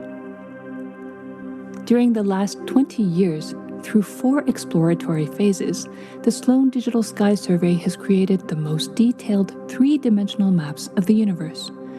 To achieve this, it focused on different classes of galaxies: nearby galaxies, red galaxies, more distant star-forming galaxies, and superluminous distant active galaxies called quasars. The 4th and latest Sloan survey took place from 2014 till 2020. During this time, the new project called Oscillation Spectroscopic Survey, or EBOS for short, continued previous Sloan mapping of the extragalactic sky and just recently finished measuring distances for 1 million galaxies and quasars. These successive surveys allow scientists to trace the large-scale structures of the universe up to a fraction of its horizon, represented by the cosmic microwave background emission, seen here as a colorful pattern projected onto a sphere. The cosmic microwave background is the thermal relic of the universe, which dates back to about 400,000 years after the birth of the universe, also known as the Big Bang. Adding the EBOS data to the previous Sloan exploratory phases 1, 2, and 3, the Sloan Digital Sky Survey now has a database of 4 million galaxies and quasars, assembling the largest and most complete 3D map of the universe to date. This unprecedented achievement provides scientists with new tools for shedding light on dark energy and also for constraining the theory of general relativity, leading to a better understanding of the fundamental laws that rule our universe.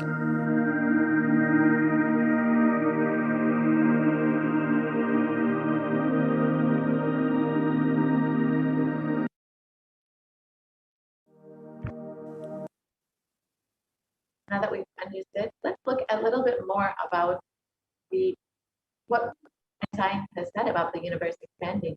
In National Geographic, it was reported that the universe seems to be expanding faster than all expectations, and new evidence deepens a mystery around the Hubble constant, one of the most important numbers in cosmology. And the fresh evidence suggests that the universe is expanding faster today than it did in its infancy. A difference has set off a search to understand what cosmic forces could be at play. It confirmed the changing rate, which is 9% faster than had been projected, would force us to reconsider a fundamental aspect of the cosmos. Yes. And despite modern science not understanding what cosmic forces could be at play, Devi Parashakti has beautifully revealed to us that it is because of this Kailasa and the Nijavatara of Swamiji happening that has made all the beings of Kailasa come down, and that is the reason that the universe is expanding at an accelerated rate.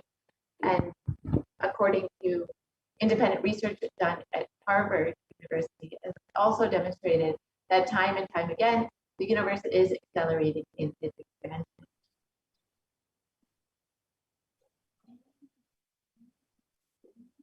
Let us now understand what the Supreme Conceptualism himself has revealed about the expanding universe and how it is accelerated.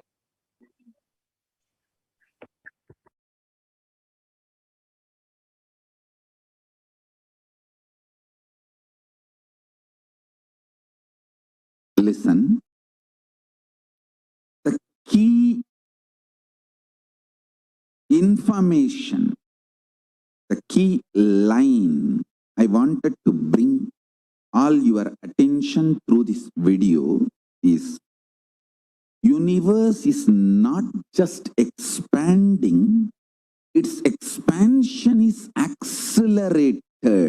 Please understand. Last few years, I am screaming in top of my voice that superconscious breakthrough is. Please understand. It is not only just the physics level. The universe expansion is accelerated. It's a dark energy, the dark matter in that level, the unmanifest, in avyakta, unmanifest level itself, the expansion is accelerated intensely. Please understand. The expansion is accelerated intensely in the dark energy, in the dark matter, unmanifest, avyakta swarupa of Paramashiva. See, Paramashiva's manifest form only is this world which we are all enjoying, experiencing. There is an unmanifest form of Paramashiva, dark matter. What we call dark energy, dark matter. The triggering of expansion, not just expansion, acceleration of expansion is happening from that dark energy, dark matter. Because scientists are using the word dark energy, dark matter, I am using the same word. But if you ask me to give a right word, I will say Swatta Sutta Swayam Prakasa Jyoti. I will call it a superconscious energy, superconscious matter. See, because the human eyes can't cognize, human beings are calling it as a dark matter. But because human eyes can't cognize, but third eye can cognize, I am calling it as a Swayam Prakasa Jyoti. Jyoti, light, superconsciousness is the word rishis, enlightened beings will use. But unfortunately, scientists have their own limitation. With the two eyes, when you see something which is not seen, you call it as dark. With three eyes, when you see something and you know it cannot be seen by the two eyes, you call that as Jyoti. Sutta Swayam Prakasa Jyoti. Jyoti Mandala. What we show as Jyoti of Arunachala, what exists as unmanifest of Paramashiva is one and the same. Please listen. This acceleration of expansion is from the unmanifest, avyakta, sarira of Paramashiva, the unmanifest space of Paramashiva. From that, the acceleration of expansion is happening. Now, the superconscious breakthrough is imminent. It has to happen. It is happening. I have been sent to planet Earth to facilitate this only.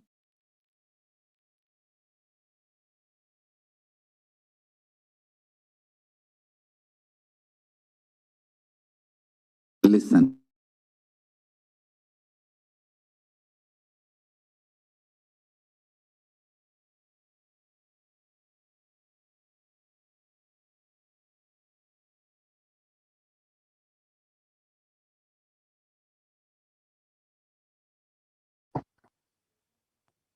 sorry for the technical glitch.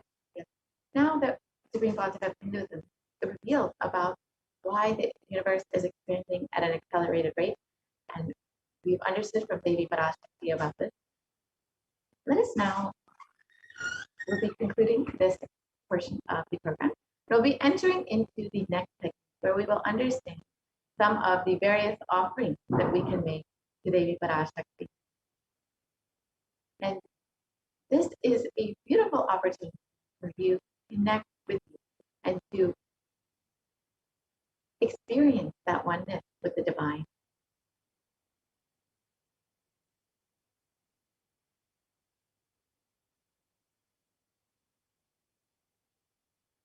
So an offering is a giving of a divine gift of pure love, devotion, and oneness. And it consists of two parts, the giving and the accepting. And only when the divine accepts what one offers, the offering becomes complete. Offerings are not made out of greed nor out of fear, but they are, when an avatar lands, the offerings are purely a part of the grand Leela played out for the only purpose of enlightenment.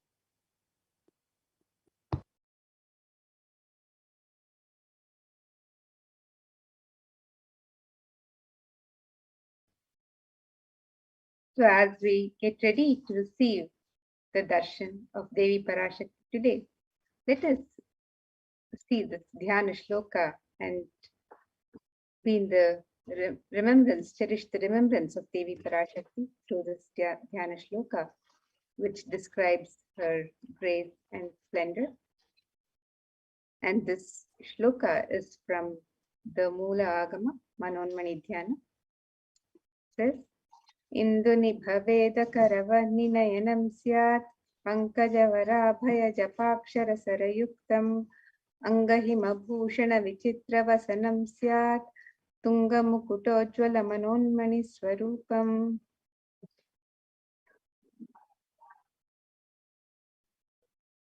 And the meaning of this verse: moonlight face holding Veda books on hand, fire and ice with lotus flower, gracing and blessing hands, and one hand with japamala, beautifully decorated with wonderful clothes and shining crown. Her name is Manonmani. And another dhyana shloka on Devi Parashakti describes, Dhyayet Devim Trinetram Shashinibhavadanam Vedahastam Dadhanam Savye Padmam Varadam Apare Chabhayam Chakshamalam Divyairabharanair Vibhushita Tanum Brahmadipit Pujitam Devi Meva Manonmanim Pratidinam Kamarthadatrim Shubham.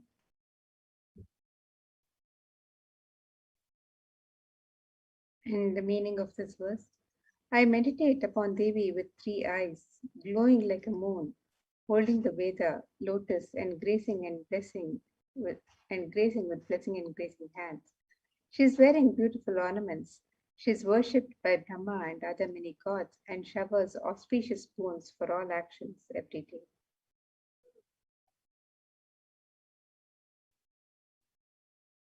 And in the Hindu tradition, various offerings are made to the divine in the element of gold, for gold is considered to have great spiritual significance and is used in abundance in the Hindu tradition, in the Hindu rituals. So let us look at the Shastra Pramana, a verse from the Atharva Veda, which describes the significance of this divine element.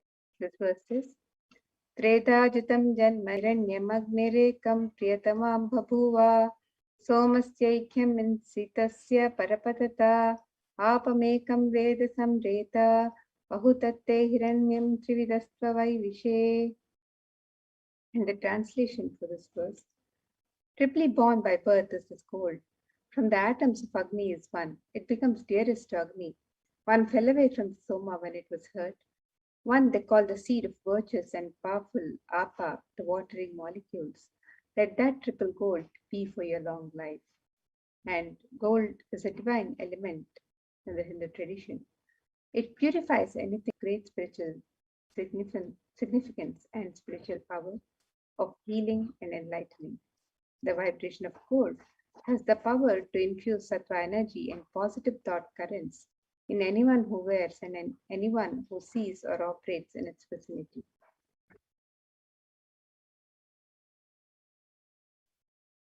And gold is mentioned in abundance in all the Hindu scriptures, agamas, Vedas, Shrutis, Smritis, Itihasas, Puranas. In all Hindu scriptures, it is abundantly displayed that gold is the most auspicious and purest metal, which purifies our being. In the Hindu civilization, everything was built in gold, exchanged in gold. Ritual feasts were offered in gold bricks. And when one was to be saved from life-threatening illnesses, gold was offered as a ritual fee.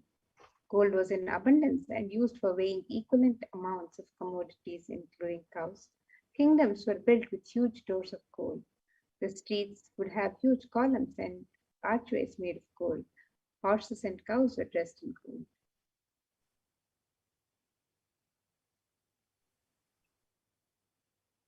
The Hindu civilization thrived on the banks of rivers of gold.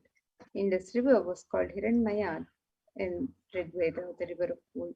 The river Saraswati was called Hiranyavartini in Atharva Veda. Gold is the supreme element for offering gifts to the ones you love and revere. Temples are constructed and paved in gold.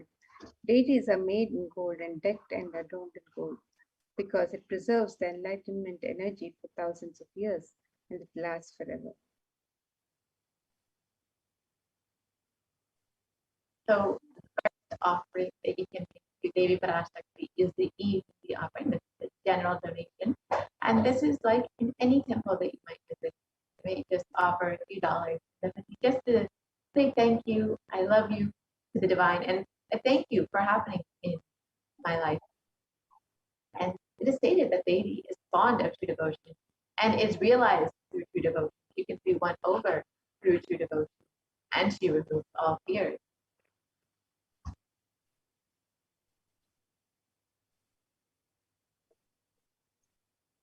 If there's any fear in the minds of the devotee, or to remove that fear, it is stated that Devi likes to be worshipped in autumn. And this is not the autumn, the season, but rather the autumn of our lives, when our thoughts turn more and more inward, and the role of the divine becomes much more known and clearly understood. And the need for Devi worship becomes much stronger. And Devi is the one who bestows happiness on her devotees. So you can offer your gratitude and devotion to Devi Parashakti. And by offering your kanika, and your name shall be chanted out during the puja to Devi Parashakti.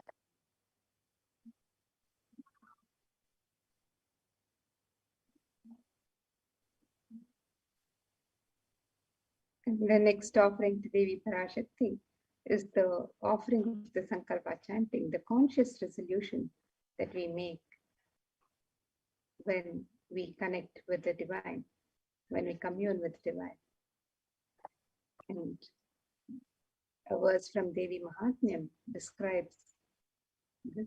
It says, Tayaitan mohyate vishwam shaivam vishwam prasuyate saya chittaja vijanam tushtaruthim prayaschati. The meaning of this verse, the goddess enchants this universe and she herself gives birth to this universe. That goddess being prayed without interest in anything gives that knowledge that leads to salvation and gives wealth in the materialistic world. And when you offer the conscious resolution, Devi Parashakti blesses with the fruition of all the desires and wishes, your asked and unasked prayers.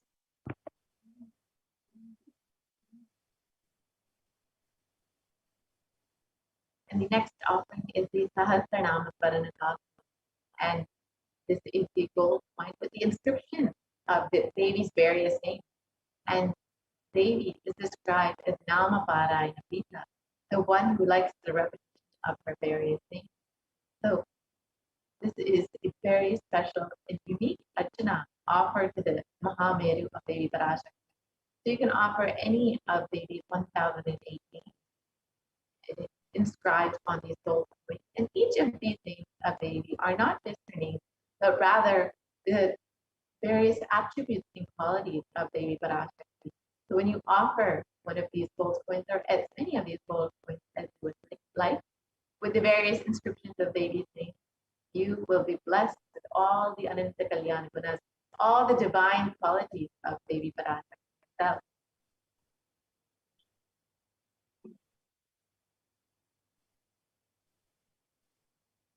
And the next offering to Devi Parashakti is the offering of the Mukta Anguti, the embedded with a pearl. And Devi is fond of pearls and is adorned with pearls.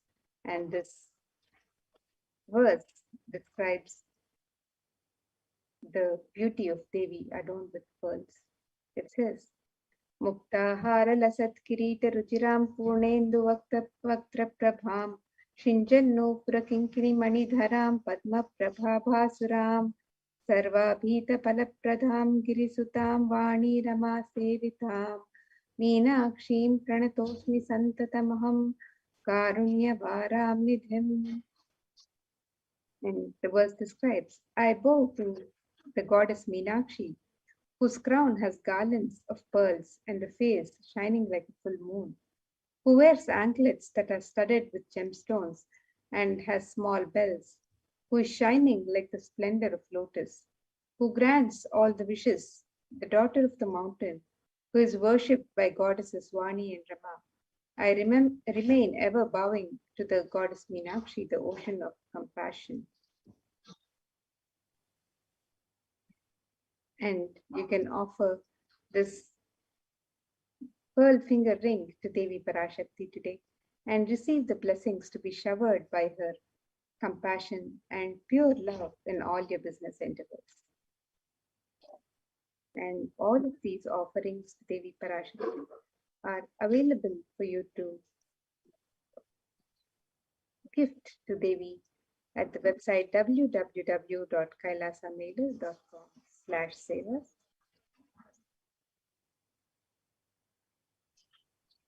Next offering is the Svarna Padma Pushpa, the golden lotus. And in the Kamikagama, it describes that all the kalashas should be wound around with suitable thread and covered with a new cloth. They should be adorned with a lotus flower made of gold. So you can see the significance of the golden lotus, which is used in many rituals to adorn the kalasha.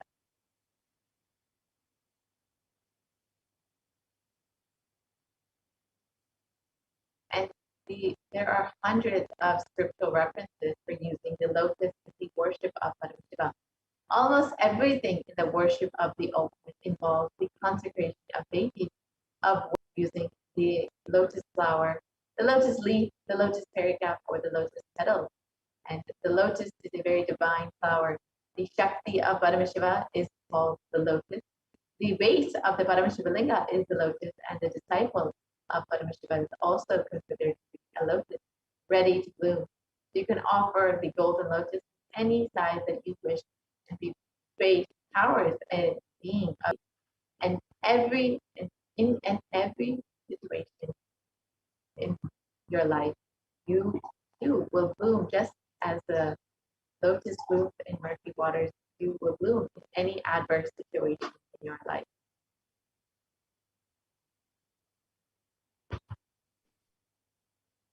And the next offering to Devi Parashakti is the Swarnametti, the offering of the gold toe ring to adorn the lotus feet of Devi Parashakti.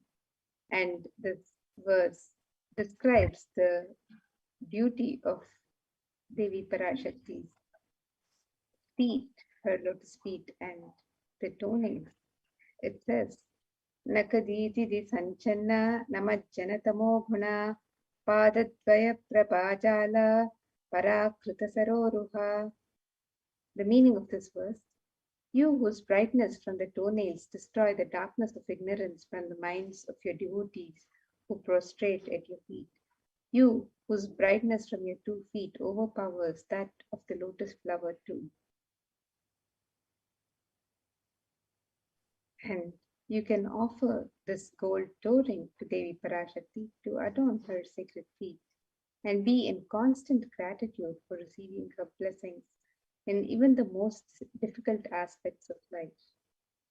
We can make this offering on the website www.kailasamailer.com/savers. Next offering is the Swarna Mantika, the gold hairline jewelry. And the Mantika represents the nectar flowing from the Sahasrara Chakra, which is fully open. And Devi is described as the one who makes the nectar flow in all of our nerves from the Sahasrara. She gives the very pleasant experience of the ultimate. So when you offer this Swarna Mantika to Devi Parashakti, you will be blessed to have your Sahasrara Chakra fully open and to experience the blissful state of overflowing gratitude, the state of complete peace.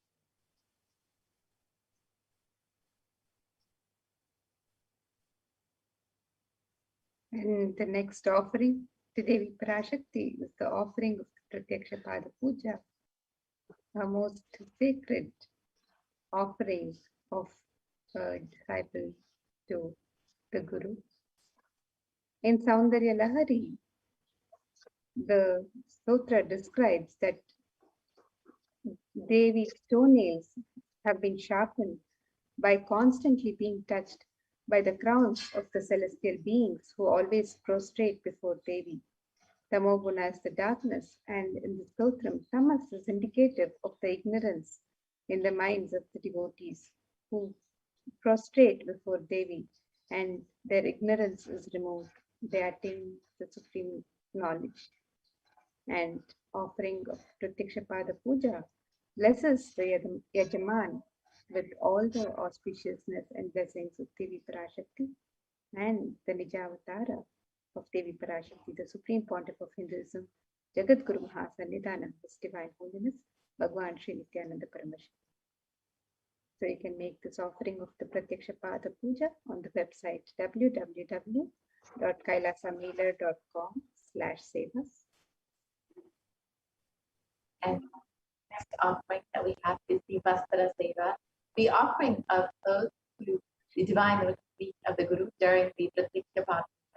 And when you offer this Vastra Seva, you will be blessed with all the auspiciousness and complete his path to enlightenment with full protection from Swamiji and Devi Parashakti.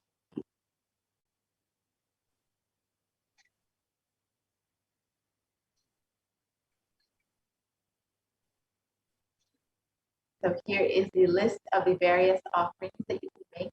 The E-Hundi offering, the general donation, the Sankalpa chanting, the offering of your conscious resolution, the Pranam Swarna classes, the gold coin with the inscription of baby's various names, the Mukta Anguti, the finger ring with a pearl, the Swarna Padma Pushpa, the golden lotus, the Swarna Meti, the gold toe ring, and the Swarna Mantika, the gold hairline jewelry, the Pratyaksha Pada Puja, the offering of worship to the feet of Swami, and the Vastra Seva, the offering of clothing to the feet of Swami.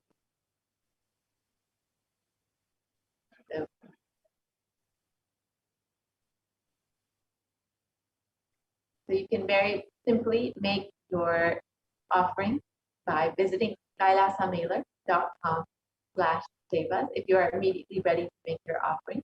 Or if you want to fill out an intention form, if you're interested but you still need some help manifesting, or you want more details, you can fill out an intention form and you will be contacted to guide you through this offering and how to manifest your offering. And then if you are immediately ready to make your offering, you can go to the link that is provided. That's kailasamailer.com/sevas. And you can go ahead and click the make an offering here. And once you do that, you will be directed to this.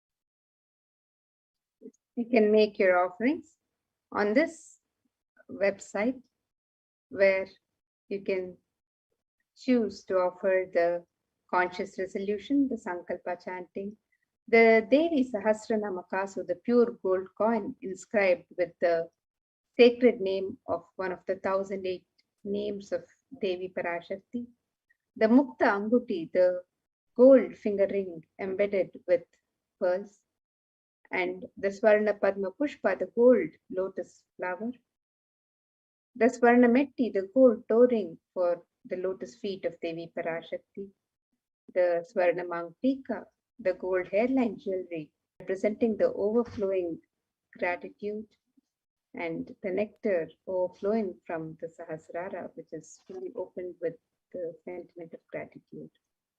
The Pratyaksha Pada Puja, the offering of the ritualistic gratitude to the Guru. The Vastra Seva, offering of the sacred cloth.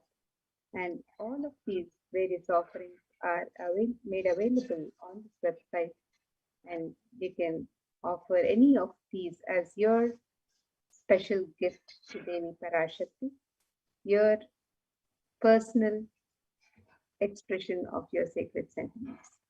You can make all of these offerings.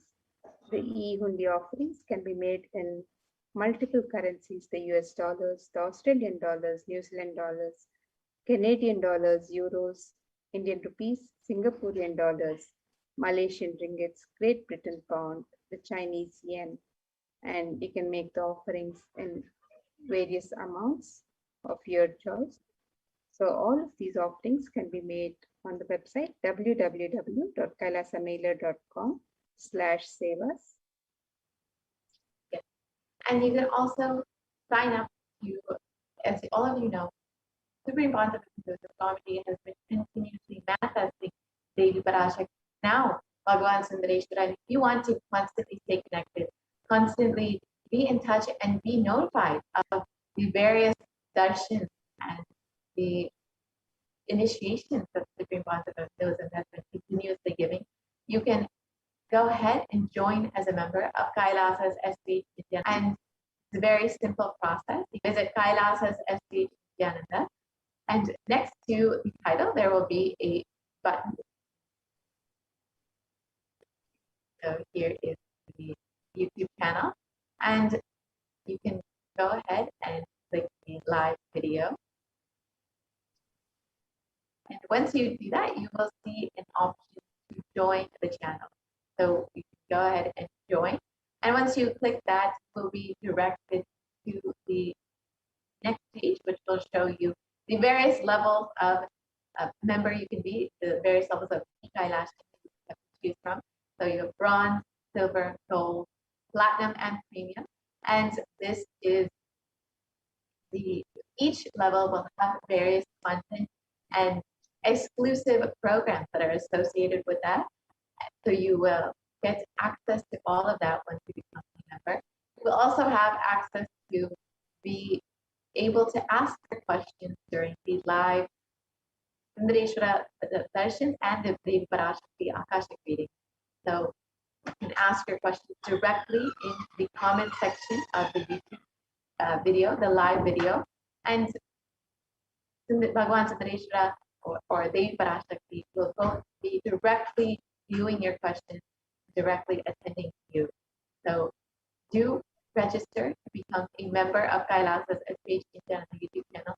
And if you, as you are watching the live darshan, the live Parashakti Akashic reading, the live Paramashiva Sayujya Samadhi darshan, you can offer your gratitude directly in the YouTube comments. So you can use the super chat or super sticker option in YouTube and directly comment and offer your gratitude and offer a few dollars, how much ever you would like to offer, just to say thank you, to offer your love, your devotion to Swami for continuously manifesting Devi Parashakti and continuously manifesting Sundareshwara Paramashiva just for you, to guide you, bless you, and heal you during this time.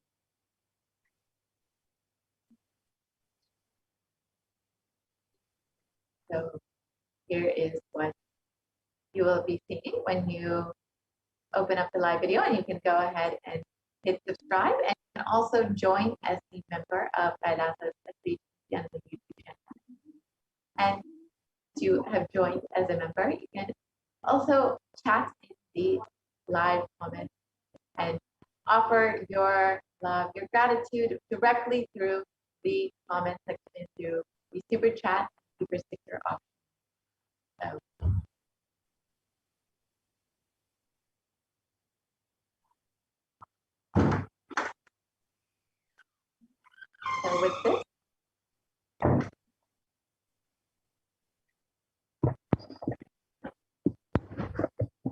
So with this, we'll be concluding this portion of the program. We'll be entering into the next segment very shortly, where we will be understanding the activities that are happening in Adi Kailasas of India. As all of you know, the Supreme Pontiff has opened up all of the Kailasas in India as Kailasa COVID care centers for the sake of protecting humanity during this time, protecting Indians during this time who are suffering with the effects of the pandemic. And as Devi Parashakti and the Supreme Pontiff of Buddhism have been continuously warning, the only priority for this year is to keep yourself alive. That is the only profit for this year. So out of his deepest compassion, the Supreme Pontiff of Hinduism has opened up all of the Kailasas in India for anyone who wants to protect themselves and their families. It does not matter whether you are a devotee or not, or if you are an initiated disciple or not. Anyone is welcome to become a resident of one of the Kailasa COVID care centers. And you can very easily sign up at kailasa.org/Kailasa care. And it is not just that Supreme Pontiff is providing multi-layer quarantine and protection in the physical sense, but the Supreme Pontiff of Buddhism is also providing free organic sattvic food for all the residents of the Kailasa COVID care centers, as well as free internet services, free accommodation, and various activities and programs to make sure mentally engaged and are not falling into the delusion and the suffering that is coming during the Pralaya. As Devi Parashakti has revealed, during this time, minds will get lapsed in order to prevent this, in order to continuously attend to the Supreme Pontiff has made so many various activities available in all of the Kailasas, and also, of course, the ongoing Paramashivoham program, which has been continuously running since March of 2020, non-stop, where devotees, disciples, and participants are able to continuously stay in this high state, continuously work on their self and their consciousness, their own expansion. So if you would like to sign up for the Paramashivoham program, you can also go ahead and visit kailasa.org to sign up for that. So now we will be taking a very short break, and before entering into the next segment. Most easiest, most powerful, most inspiring, most exciting way to connect with life as the form of mother. Navaratri is the time to connect with Cosmos as mother. Celebrate Cosmic Mother. These 9 days, we worship Mother, worshipping Divine Feminine.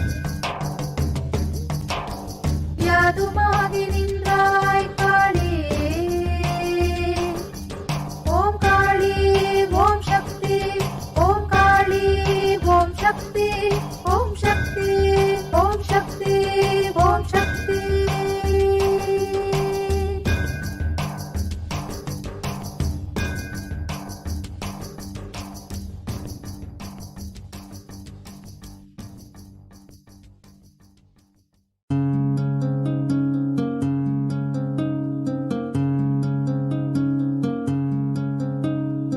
There are some gods, 9 unknown gods. The moment you call, they will be there. Venkateshwara, Balaji. I tell you, people give so much for Venkateshwara because he does the job. He's the 9 unknown god. There's a village full story where Venkateshwara borrows from Kubera for his marriage and he is still paying the debt. Venkateshwara takes the responsibility of reserve to reserve. This whole story, beautiful story of Venkateshwara is an amazing concept. He is making Yaksha into Lakshmi. He is making the reserve to reserve. It's an amazing truth.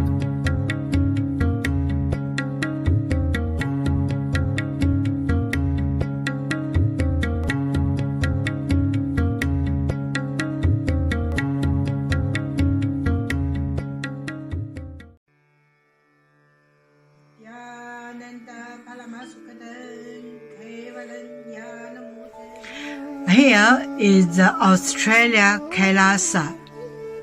How can I be so lucky and have a happy life in Kailasa?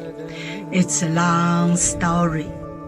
My name is Li Qi. His Divine Holiness Paramashivoham.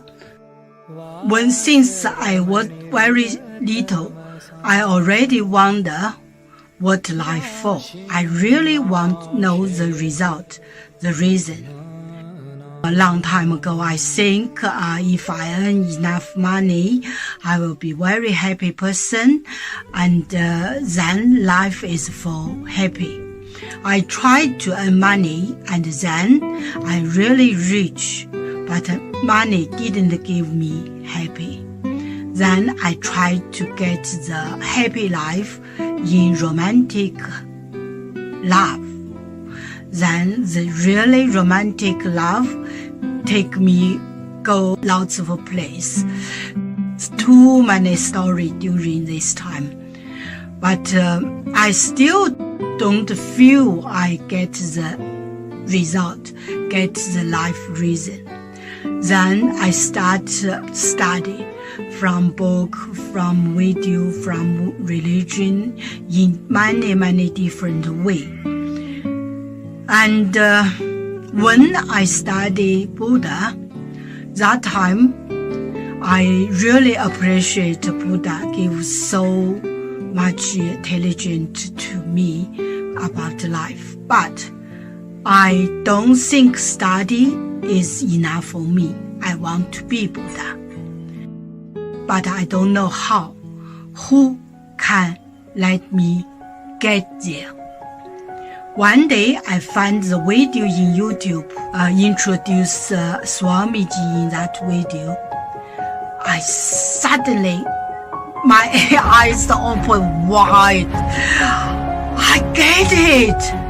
He must be my guru. I can get there. He can let me get what I want to know, and he can take me home, real home.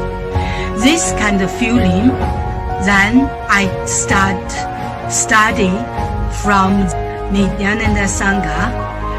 One day, Swamiji Satsang said he need people devote land, home, money to build up Kailasa. Then I discussed with my husband, decide to give the whole farm to Nithyananda. That time, because both of us believe help Swamiji means help whole world. It's a big decision, but we just discussed so short time already. Decide. I really appreciate my husband. Love me so much and believe me, trust Swamiji so much.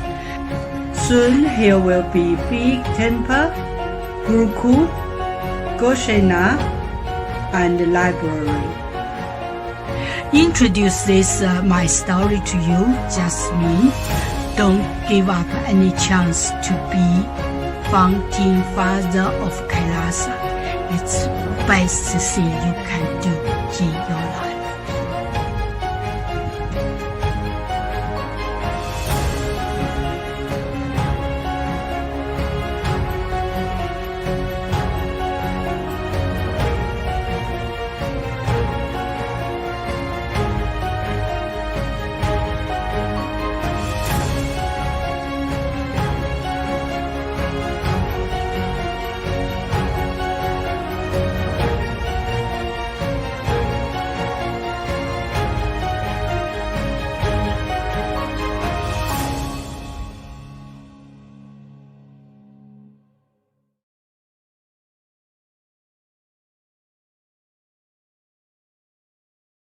Just be alive for next 3 years. Don't die within next 3 years.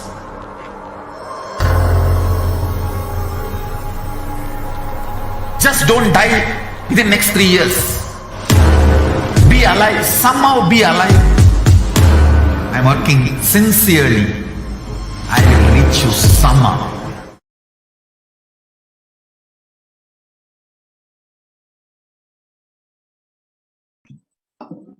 Welcome back. So the next segment of today's program is on multi-layer quarantine COVID care protection centers and de facto embassies of health. Today, people around the world are trying to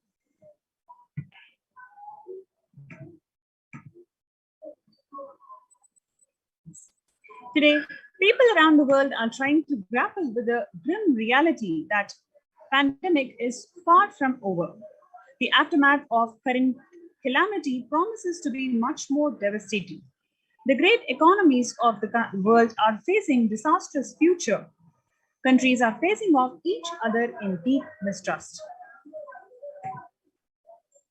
The World Health Organization on Tuesday said that the Delta variant of COVID virus have elbowed out all the other strains or the variants of concern. Less than 1% each of alpha, beta, and gamma are currently circulating. It is really the Delta virus around the world.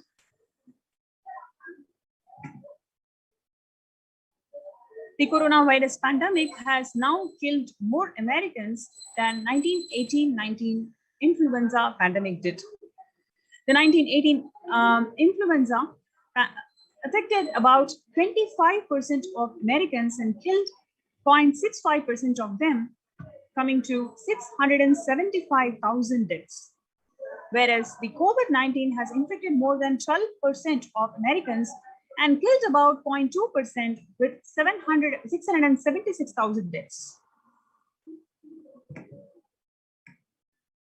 The University of Maryland researchers suggest that the need for better ventilation and tight-fitting masks, in addition to widespread vaccination, is to help stop the spread of the virus. Physical distancing of 2 meters, about 6.5 feet, may not be really sufficient to prevent the transmission of virus carrying airborne aerosol indoors, according to a study. Even with the emergence of new MU COVID-19 variant, the Delta strains remain the top concern globally, appearing to be outcompete others. This is from the World Health Organization. And we have the Chief Medical Advisor, Anthony Fauci of United States, who says that right now we are still in pandemic mode because we have about 160,000 new infections every single day. That's not even modestly good control. Therefore, the US has reported about COVID-19 since the outbreak of the virus, with over 4 million infections adding up to past weeks. You can also see that COVID-19, how it has made the world less peaceful, whether it is in terms of ongoing insecurity amongst the nations or multilateralism. Now, we have the young adults, especially from the age 18 to 24, about 56% of them have experienced either an anxiety or depressive disorder during the COVID-19. If you try to compare the average share of adults reporting the symptoms of anxiety disorder or a depressive disorder between 2019 and 2021, we can clearly see there is a threefold increase. In 2019, it was 11%, and in 2021, it is 41.1%. Nearly 8 in 10 Americans say that the coronavirus is a significant source of stress in their lives, whereas 7 in 10 Americans say that they've experienced increased stress over the course of the pandemic.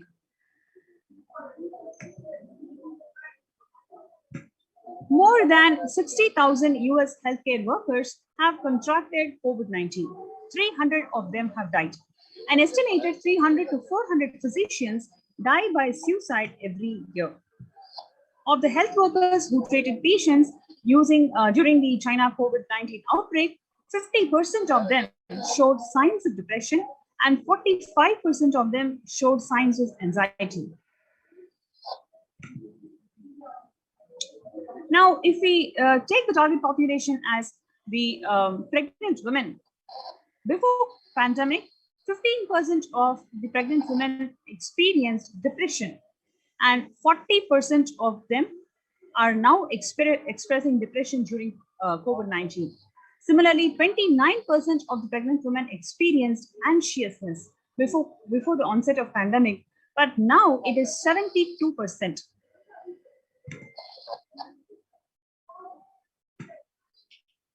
Eight in 10 students are struggling with focus on school or work and avoid distractions. Students are interacting mostly with parents during COVID-19, physically distancing themselves. The parents can be spending time with them ranked much higher than talking about the COVID news. 55% of all the students do not know where to go for help, whether it is physical health or especially the mental health. Nearly 82% of women surveyed say that lives have been negatively disrupted by the pandemic. Nearly 70% of women who've experienced disruptions are concerned their career growth may be limited as a result.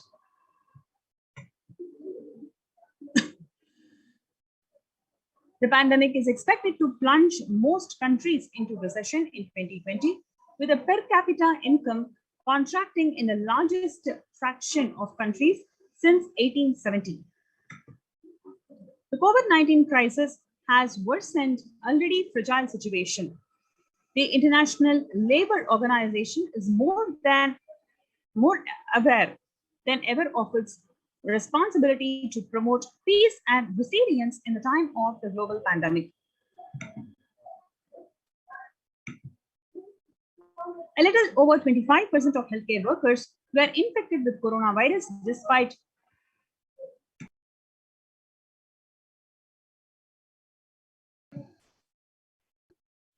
getting fully vaccinated.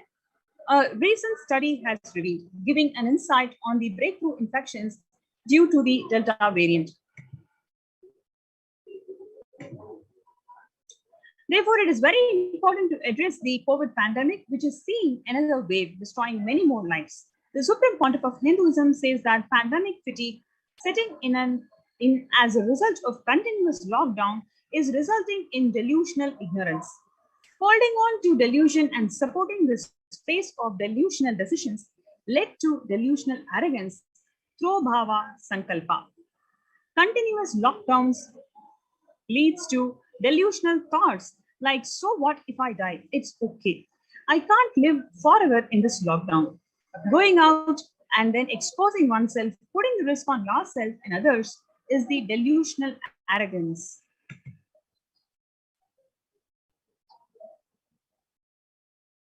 The global COVID virus pandemic has left the whole world desperately looking for answers. Life as it had been experienced even back in February 2020 is no longer recognizable.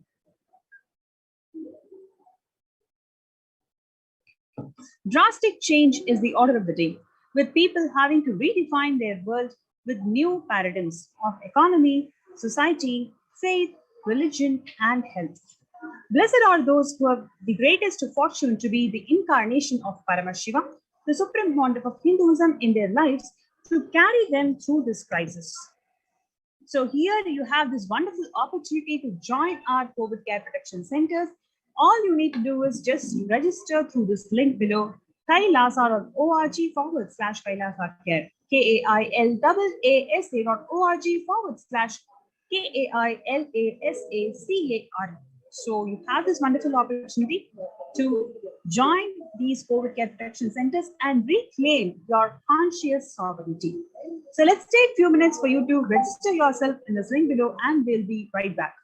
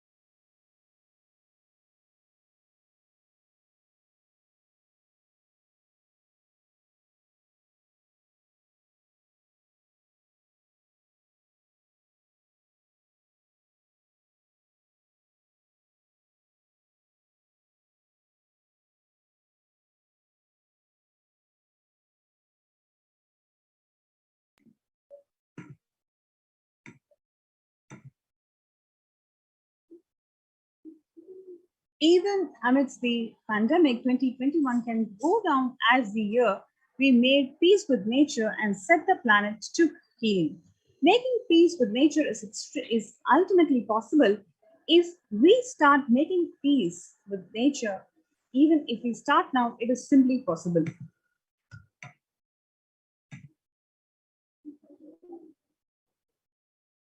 The World Health Organization Health and Peace Initiative.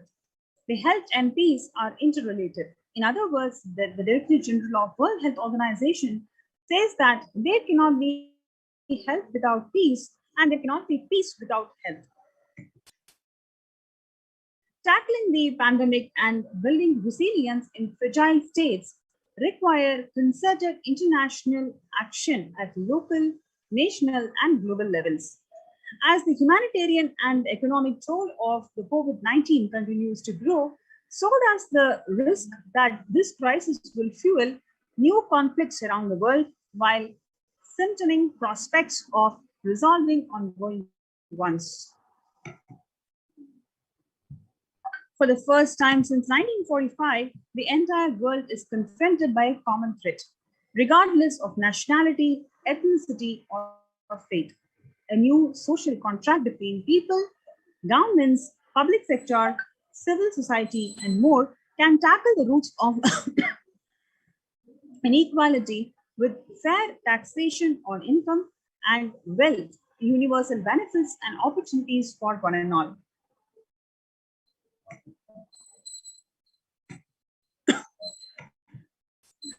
Our contemporary world is showing no signs of decline in the intensity of violent conflicts, crime, displacement, and prevalence of continued state of tension in many regions of the world. According to a UN report, in the year 2019 alone, about 55% of 358 political conflicts worldwide involved the use of violence. The geopolitical tensions, which have been on rise even before the COVID-19 pandemic, have only prolonged violent conflicts, making it difficult for policymakers to come together and resolve their differences peacefully and amicably. The last decade witnessed the highest number of people internally displaced by conflict and violence. So now let us look into the contributions of the Supreme Pontiff of Hinduism. Global peace is a product of individual bliss, says the Isa Upanishad. Whenever an individual goes through a spiritual bliss, he manifests a beautiful, peaceful life for him and everyone around him. If he is powerful enough, he moves the whole city and manifests peace. He is more powerful, he moves the whole village or the whole country itself. If he is powerful enough like incarnation, he moves the whole world and manifests peace for them. The individual bliss is a source of global peace in the level of Om, the microscopic and macroscopic universe. Whatever level it may be, understand global peace is a byproduct of individual peace.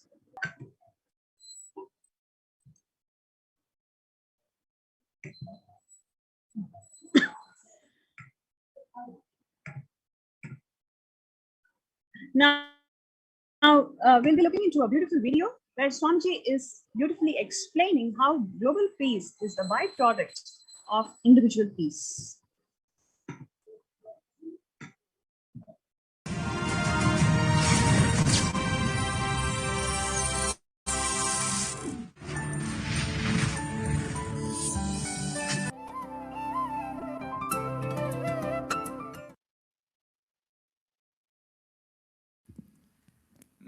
नित्यानन्देश्वर समारम्भाम् नित्यानन्देश्वरि मध्यमाम् अस्मदाचार्यपर्यन्ताम् वन्दे गुरुपरम्पराम्.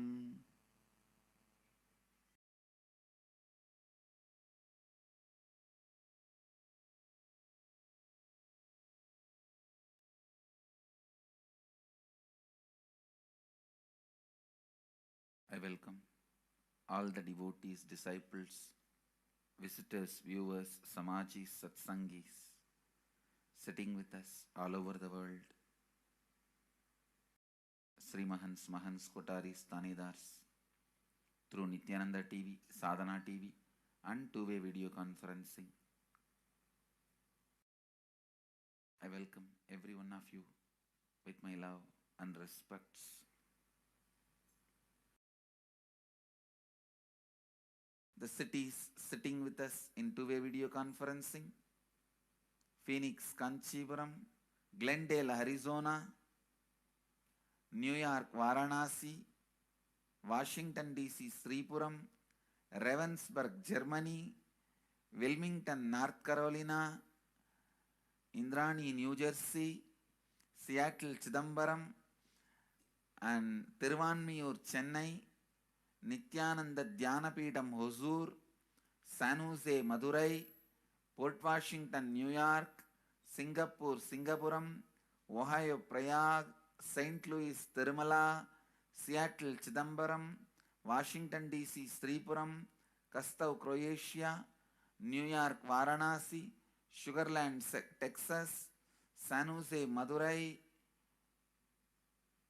Hebal, Bangalore; Ravensburg, Germany; Wilmington, North Carolina; Hong Kong, Sirgari, Enriching Temple, Biddi, Oman, Sivagangai; Hyderabad, Guptakashi; Nithyananda University, Los Angeles; Nithyananda University, Los Angeles, Hollywood; Toronto, Kailasam; Scottsdale, Arizona; Charlotte, Srisalem; Vancouver, Canada; Houston, Kalahasti, Enriching Temple, Biddi; Kathmandu, Nepal; Oman, Sivagangai;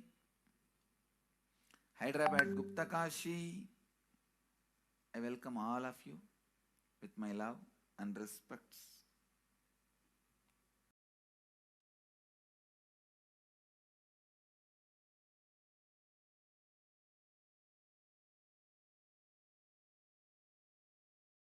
Today I wanted to expand on the science of completion. How the science of completion can directly impact the consciousness you are carrying and the consciousness embodied in many bodies. Please understand, the more deeper you go inside you, means more deeper space you go inside you, more expanded you become, more one with everything, more oneness you experience. Because the more deeper you go, the more you experience the unified field of consciousness. Various words are used.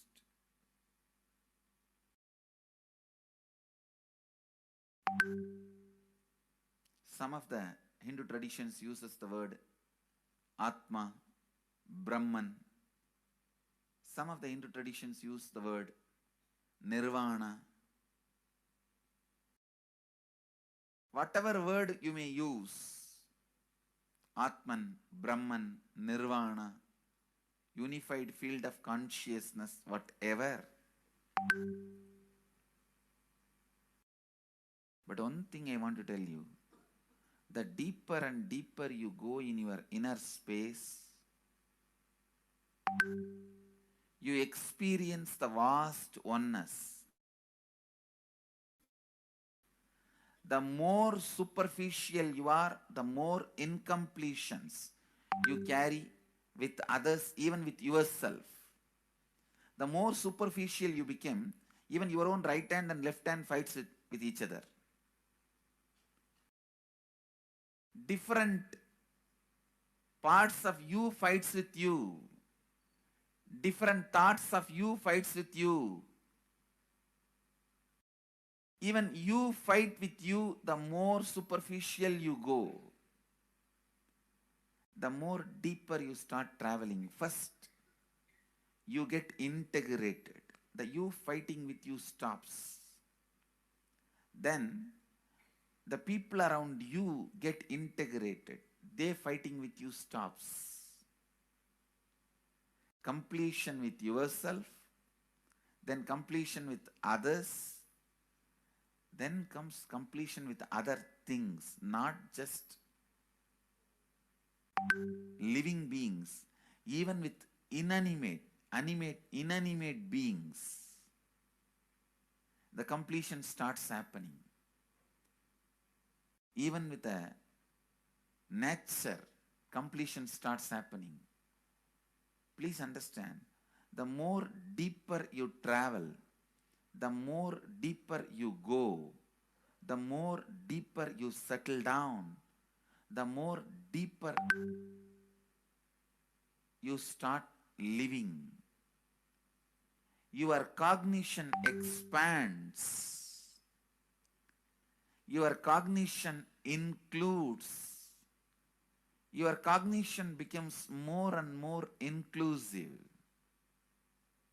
More joy, more bliss, more knowledge, more enlightenment. Please understand.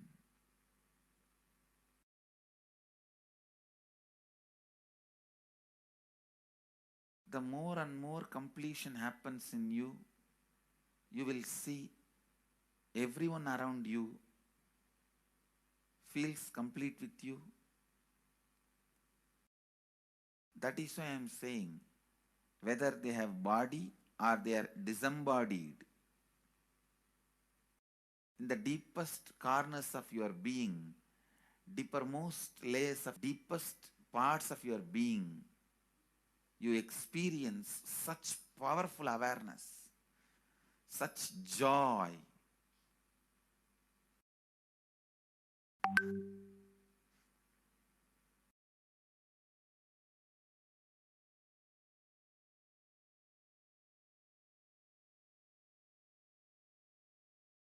Going into the deepermost corners of your being not only is a joy, it's a power. Because suddenly you will see everybody around you, everything around you listens to you. It really becomes a vibrant power where the tendency to exploit is not there. Listen, that's a very important thing. Power without the tendency to exploit. Because as long as you feel the other person is separate from you, when you get the power, it will always be used for exploiting. Because the other person is separate from you, then naturally what you will feel? Let me suck all the possible energy, intelligence, time, talent, treasure. But when you feel the other person is your own extension, you will see, you will be showering so much, enriching so much. The power you have will not be exploiting, it will be enriching. I tell you, even if death comes at this moment, I can tell you very clearly, I can face the death directly and tell the death, I have enriched every human being more than what I received from anybody. I have given to every human being whom I met in my life more than what I received from them. My accounts is clear. I am ready. Come on, let's go. My accounts is clear. I don't have debt. No credit card money to be paid, loans to be paid, no debit card, no credit card. My accounts is clear. Understand, when you feel everyone is your extension, the power given to you, the power you gain, see, any living is power. Powerful way. Even in that, you will become powerful. So any lifestyle you choose, you will get power in that field. Whether it is exploiting or enriching, murdering or raping or go on serving. Whatever lifestyle you choose, living is power. When you go into the deepermost core of your being and start living based on completion, I tell you,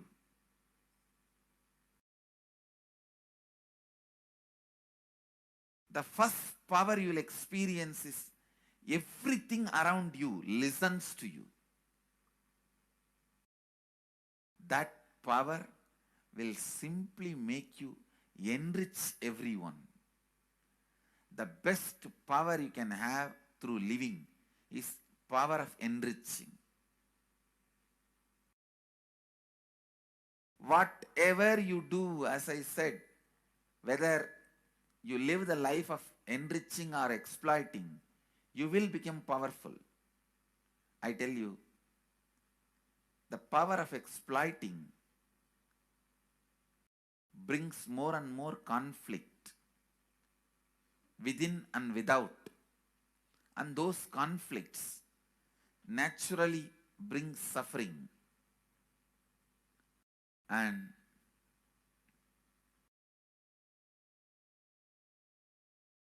the power of enriching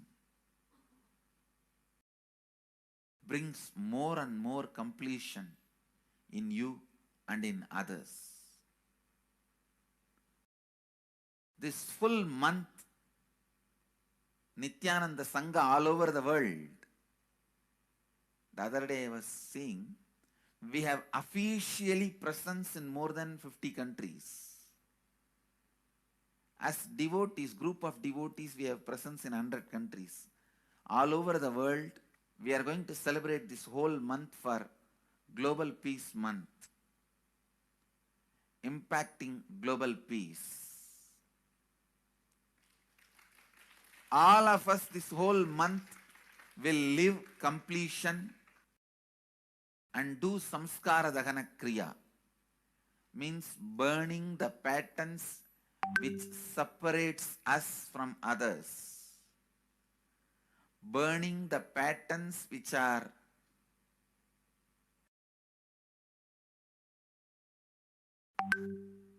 constantly keeping us in a superficial level. All over the world,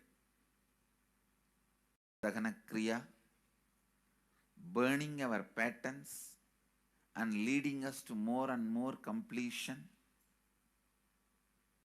And we also have special 3 Nitya Dhyana Yoga program teaching people science of completion and facilitating Samskara Dahana Kriya. This month, 20th, 21st and 22nd,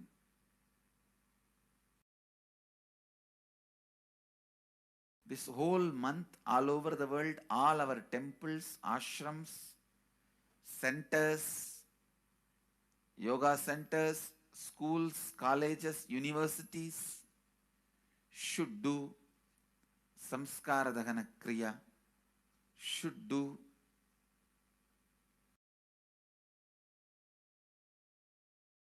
the practice of burning all the incompletions and patterns which leads to conflicts, bringing more and more peace inside us and outside us, spreading peace. This whole month, let's impact global peace. Let us really contribute to the global peace, not just talking about it. Let's do it. Let's do it. not just talking about it. Let's do it.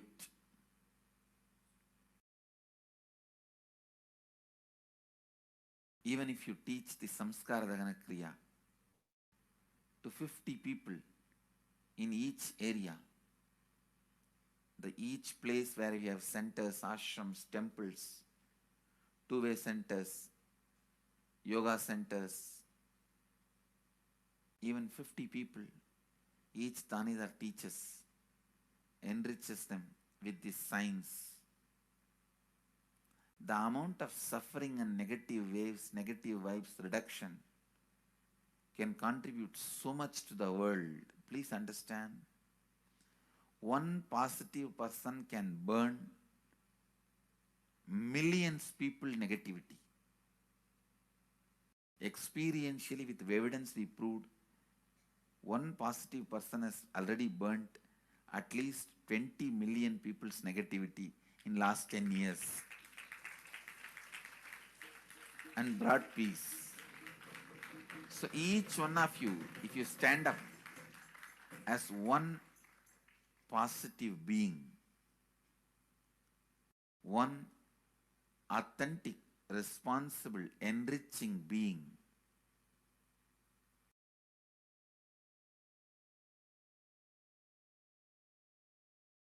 I tell you,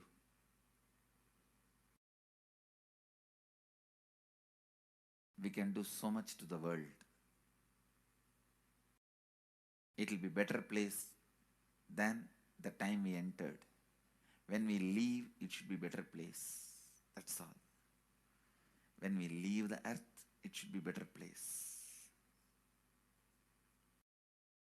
So understand, inner peace, right? Go to the depths of your being. Bring more and more completion into you. Completion with others. And start living Advaita. Today in the Inner Awakening session, it's all about completion with others. So last 6 days, literally, you worked so much, one by one by one by one by one, layer by layer by layer by layer. The completion with yourself. Now comes completion with others. Today, we are starting the science of completion with others.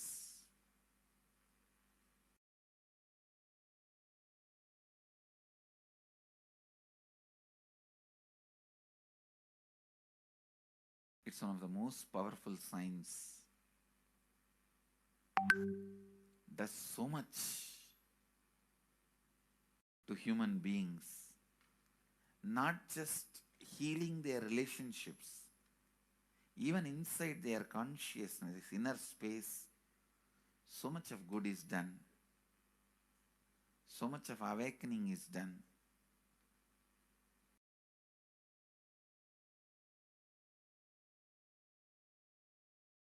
See, when you have completed with others, the kind of strength you feel is the power of Advaita.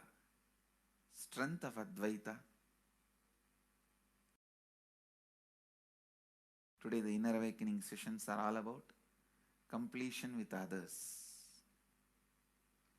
We have long session today working on completing with others.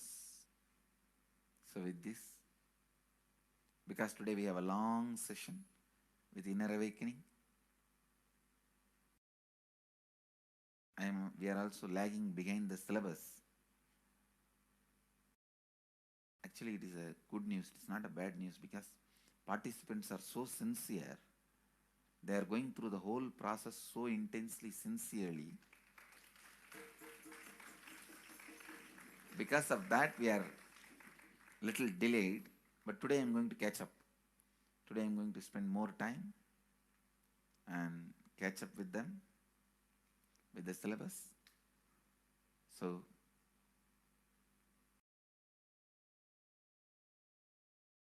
conclude today with this. I'll move to the next sessions, IA sessions and all that. Because never I conclude. There's no conclusion for satsang. It goes on and on and on. Only the audience change.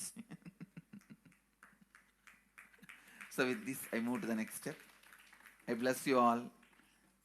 Let you all radiate with integrity, authenticity, responsibility, enriching and causing eternal bliss. Nithyananda. Thank you. Nithyananda Dhyanapeetham, Nithyananda Nagar, off Mysore Road, Bidadi, Bengaluru. Phone 0.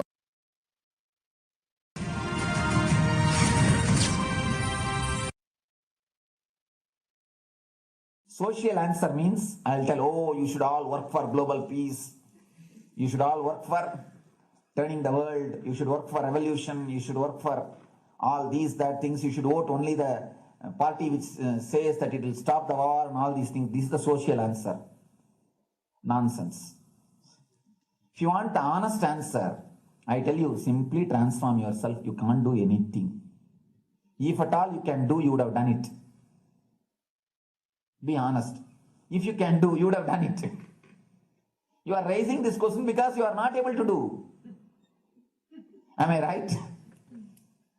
So let us be very clear. Let us be honest. We are not able to do socially.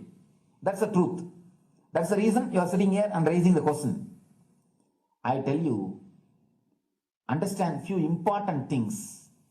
There are a lot more attached to this question. There are many things which is attached to this question. We always feel the present is the world is totally spoiled. It is not going according to the rules or how it is supposed to be. It was wonderful once upon a time. In ancient time, things were going properly. Everything was well and great. And I tell you, 10,000 years ago, they found some writings on stone in Harappa Mohenjo-daro culture. Some stone writings have been discovered. The other day I read a beautiful book about that stone writings. That writings, it says, oh, nowadays the society is not as it should be. So much of war. There is no peace. In the early times, there was so much of peace. Society was really great. Things were as it should be. And it almost looks like a today newspaper editorial. 10,000 years ago, the same thing carved on a stone. Then understand, there was no such time as only good prevailed. It is just a fantasy. Hinduism, they call it Satya Yuga, the age of truth. There was a time only truth prevailed. And every religion, Christianity, they say the Garden of Adam and Eve. There was a time everything was wonderful. Every religion has got the fantasy. The past was great. There was golden past. Always the idea of golden past exists only in the past. The more you go back, again you say the past was great. And I tell you one thing, it is a wonderful way of postponing. Otherwise, I can be sure the world was same as it is today. Whether it is 5,000 years ago or 10,000 years ago. Maybe one thing, there was no CNN channel that time. So the news did not reach you so quickly. That's all. The news did not reach you so quickly. That may be the only difference. But otherwise, I can be sure the good and the bad was equal. Good and the bad was equal. The same amount of wars were there. All the other things were there. If you read the Puranas, the mythological stories of India, you see enough of things. Enough of dirty things. I think sometimes I find a little more. And if you read completely the Puranas or the Hindu scriptures, there are a lot of things much worse than modern day. The criminal activities or bad things or negative things, whatever you say, all this stuff. And never think Never think only present day is corrupted or violent. In the ancient days also, all these things were there. Only one thing was not there, the CNN news or the internet. So the news did not reach you. But otherwise I can tell you, enough the good and bad was there. It always will exist.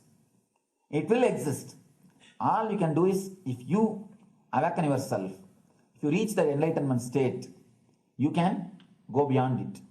And I tell you, enlightenment is the only service you can do to the society. Just become enlightened so that you will reduce the negativity. Now, as of now, you are also the part of negative group. Naturally, we will be a negative group. As long as we are unenlightened, we will be the part of collective negative consciousness. So if you become enlightened, at least you will reduce your weight. That's the only thing we can do. Nothing else can be done. So all I request you to do is just become enlightened. Realize that you are a lion. That's the only way to help yourself and the society. Otherwise, all revolutions, you see, all revolution again end up as one more tradition. In last 2000 years, 3000 wars have happened in the humanity. In 2000 years, 3000 wars. Human beings have not done anything except doing wars, except fighting. Everybody claims he wants to do revolution. He wants to spread peace. You see, every country claims their army is a defensive army. Then who is offending? Tell me. Every country says defensive army. Then who is offending? These are all just, games. The idea of peace is a pure game. Everybody wants to spread the peace according to them, not according to the other person. They want peace according to them. The other day I was in one interreligious gathering. One guy is preaching, let all of you convert to my religion so that we will not have fight. He wants peace the way in which he wanted, not the way in which. And there's a beautiful saying, the sword of Muhammad, it is written, peace alone should survive, something like that.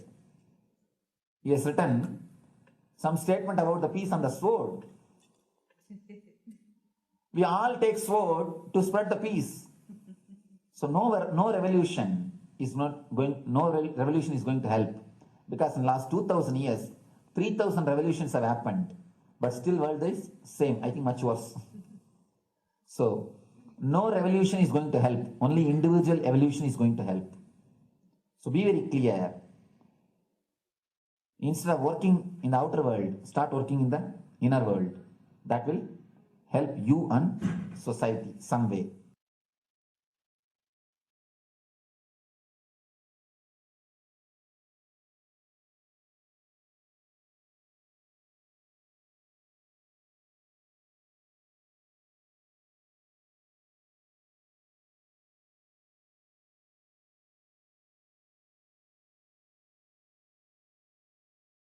Listen carefully. The space of Shanti,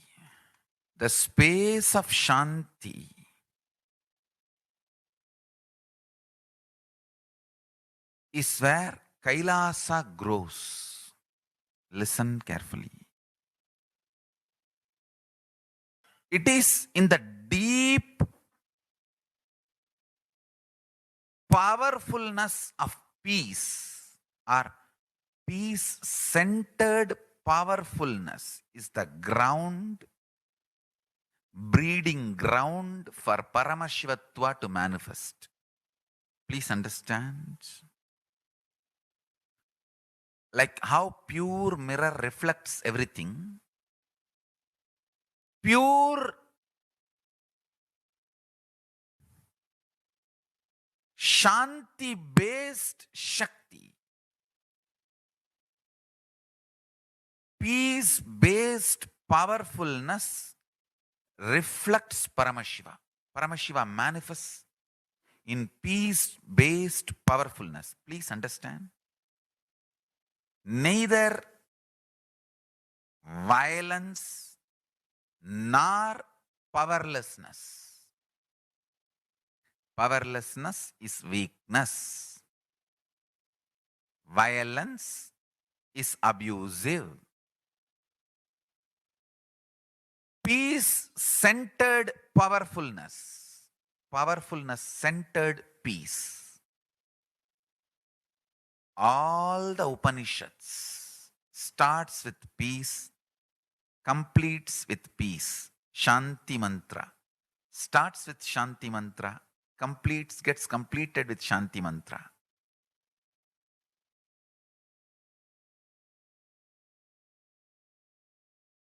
Peace-based powerfulness is a fundamental requirement for Paramashivatva to manifest. That is why people who don't want us to manifest Paramashivatva or power manifestation do not want to allow the peace in our life or do not want peace in our campus. Understand? But only if you are peaceful, which cannot be shaken even by the demons and devils and rakshasas, we can be in eternal peace. So, remember this very clearly.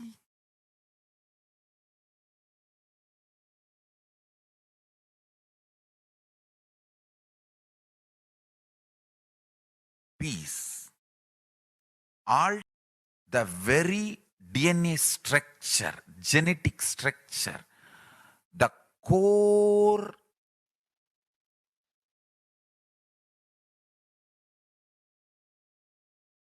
Anu Mahat structure. Understand? Anoraniyan Mahato Mahiyan. The consciousness in you is atom inside the atom, Mahat, more than Mahat. That Anoraniyan Mahato Mahiyan. That consciousness starts growing in you with more and more peace-based powerfulness developing in you. Nothing can be compared to unclutching. Spend more and more time, energy in unclutching. It will never be wasted. Time spent on unclutching is the most productive time for you in your life, because unclutching completely makes you altogether a different material. Understand? It makes your very biomemory, muscle memory, core structure, molecular structure, genetic structure, DNA structure, everything. All the 8 energy flow circuits, 7 energy flows, 1 the pure conscious explosion. So totally 8 energy flow circuits exist in you. All the 8 explodes when you unclutch. Understand? Unclutching is the space of Sri Kailasa.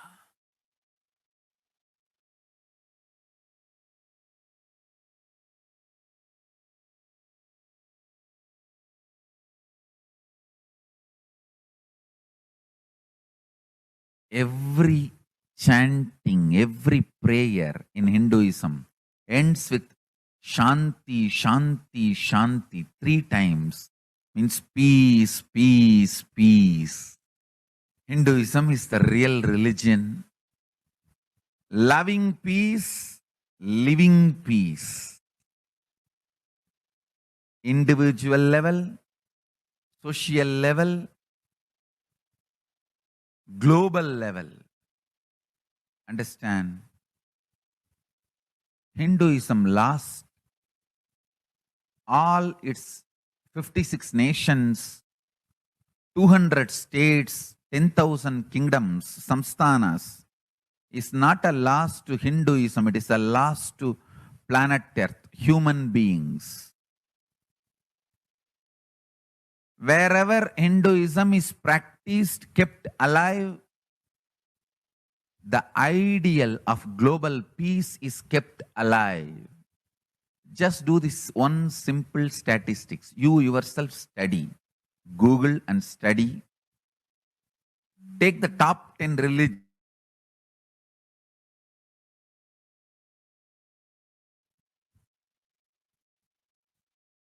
List for each religion. I can be 200% sure. You yourself will realize Hinduism is the most peace-loving and peace-living religion. Conversion nor terrorism. Neither being the supreme pontiff of the most peace-loving, peace-living religion. I give you all my blessings on this International Peace Day. Understand, it is we Hindus need to keep the global peace as a living possibility, and we need to make this global peace as reality. Just talking about global peace will not work. Working for global peace only is the responsibility of the real living Hindu. Anyone who wants to claim themselves as a Hindu or practicing Hindu should work for global peace. Global peace is our responsibility.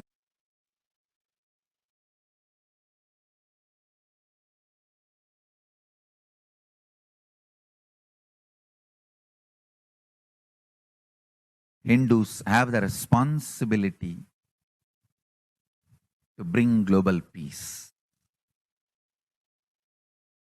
So you can also throw a challenge. See, if you are making a Hindu micronation, you can throw this challenge to each one, your friends, family, 10 people. Let them participate in the challenge and then let them send the challenge to others. So I welcome all the living and practicing Hindus to become founding fathers of Kailasa micronation in your countries. You can also make a challenge, like how they made ice bucket Hindus. We living, practicing Hindus, not only we should achieve the individual peace through unclutching yoga, meditation, we should also create an ecosystem where the global peace starts manifesting. This Kailasa Hindu micronation is the enlightenment ecosystem. I request every living practicing Hindu to manifest, do it. So the global peace can manifest from these Kailasa Hindu micronations all over the world.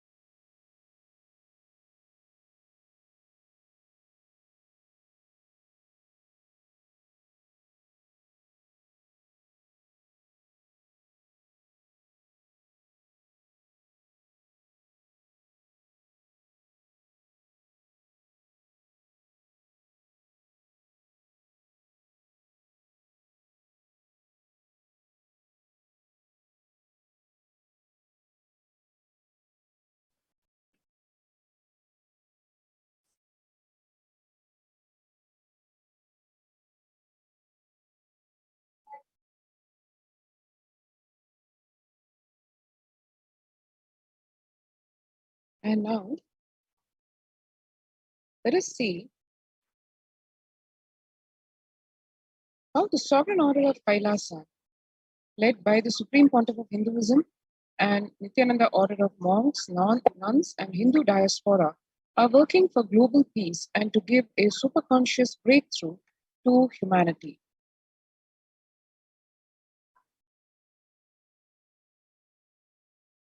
It is the Supreme Pontiff of Hinduism's mission to revive a conscious world where the global issues at the climatic, economic, social, health, and humanitarian levels cease to exist from their very root, turning the problems of poverty, hunger, violence, discrimination into powerful living through the experience of oneness.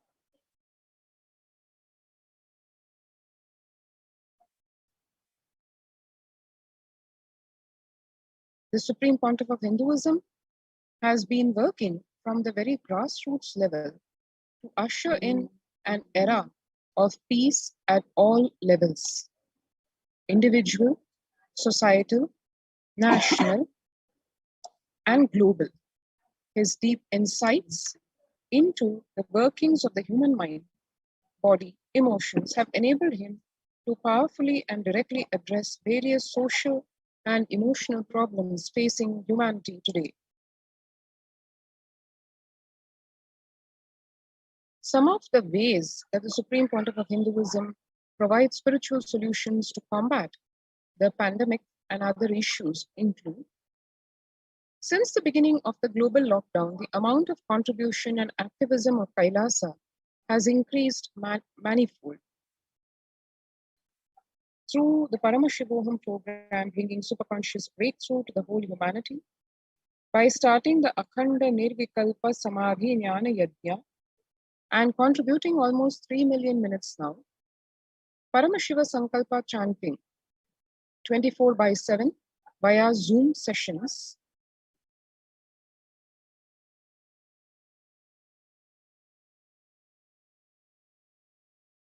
spiritual healing to one and all 24/7, helping humanity cope up with insecurity, fear, disease by empowering individuals to heal themselves, learn to cope up with emotions like depression and tough situations in relationships, providing alternative solutions to worldly problems through power manifestation.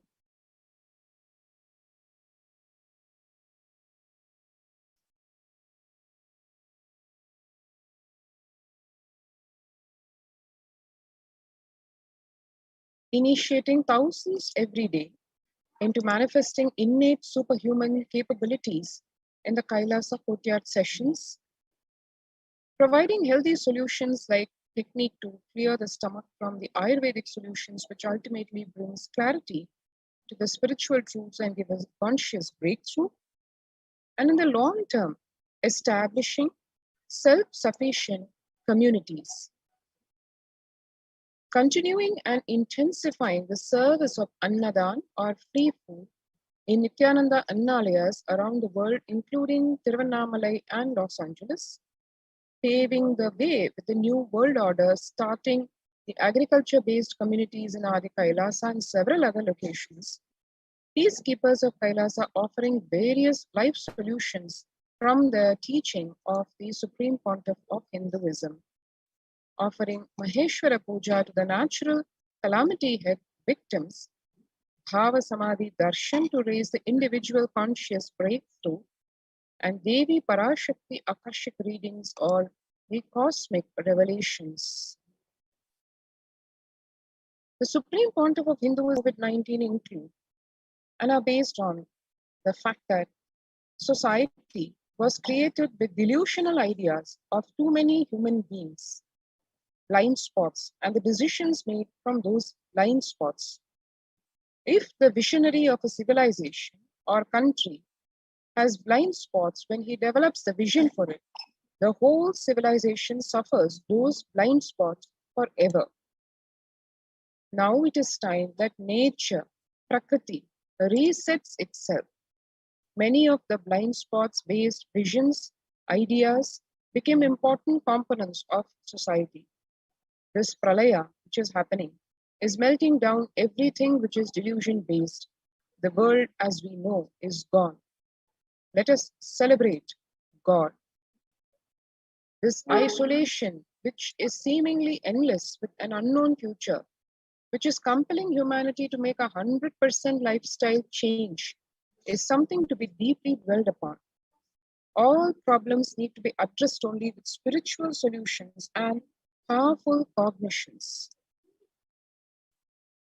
To stop people having mental breakdown, pandemic fatigue, collapsing, depression, destruction, and also give them superconscious breakthrough and revive the enlightened civilization. The Supreme Pontiff of Hinduism continuously is giving spiritual solutions and powerful cognitions. These powerful cognitions vary, and there are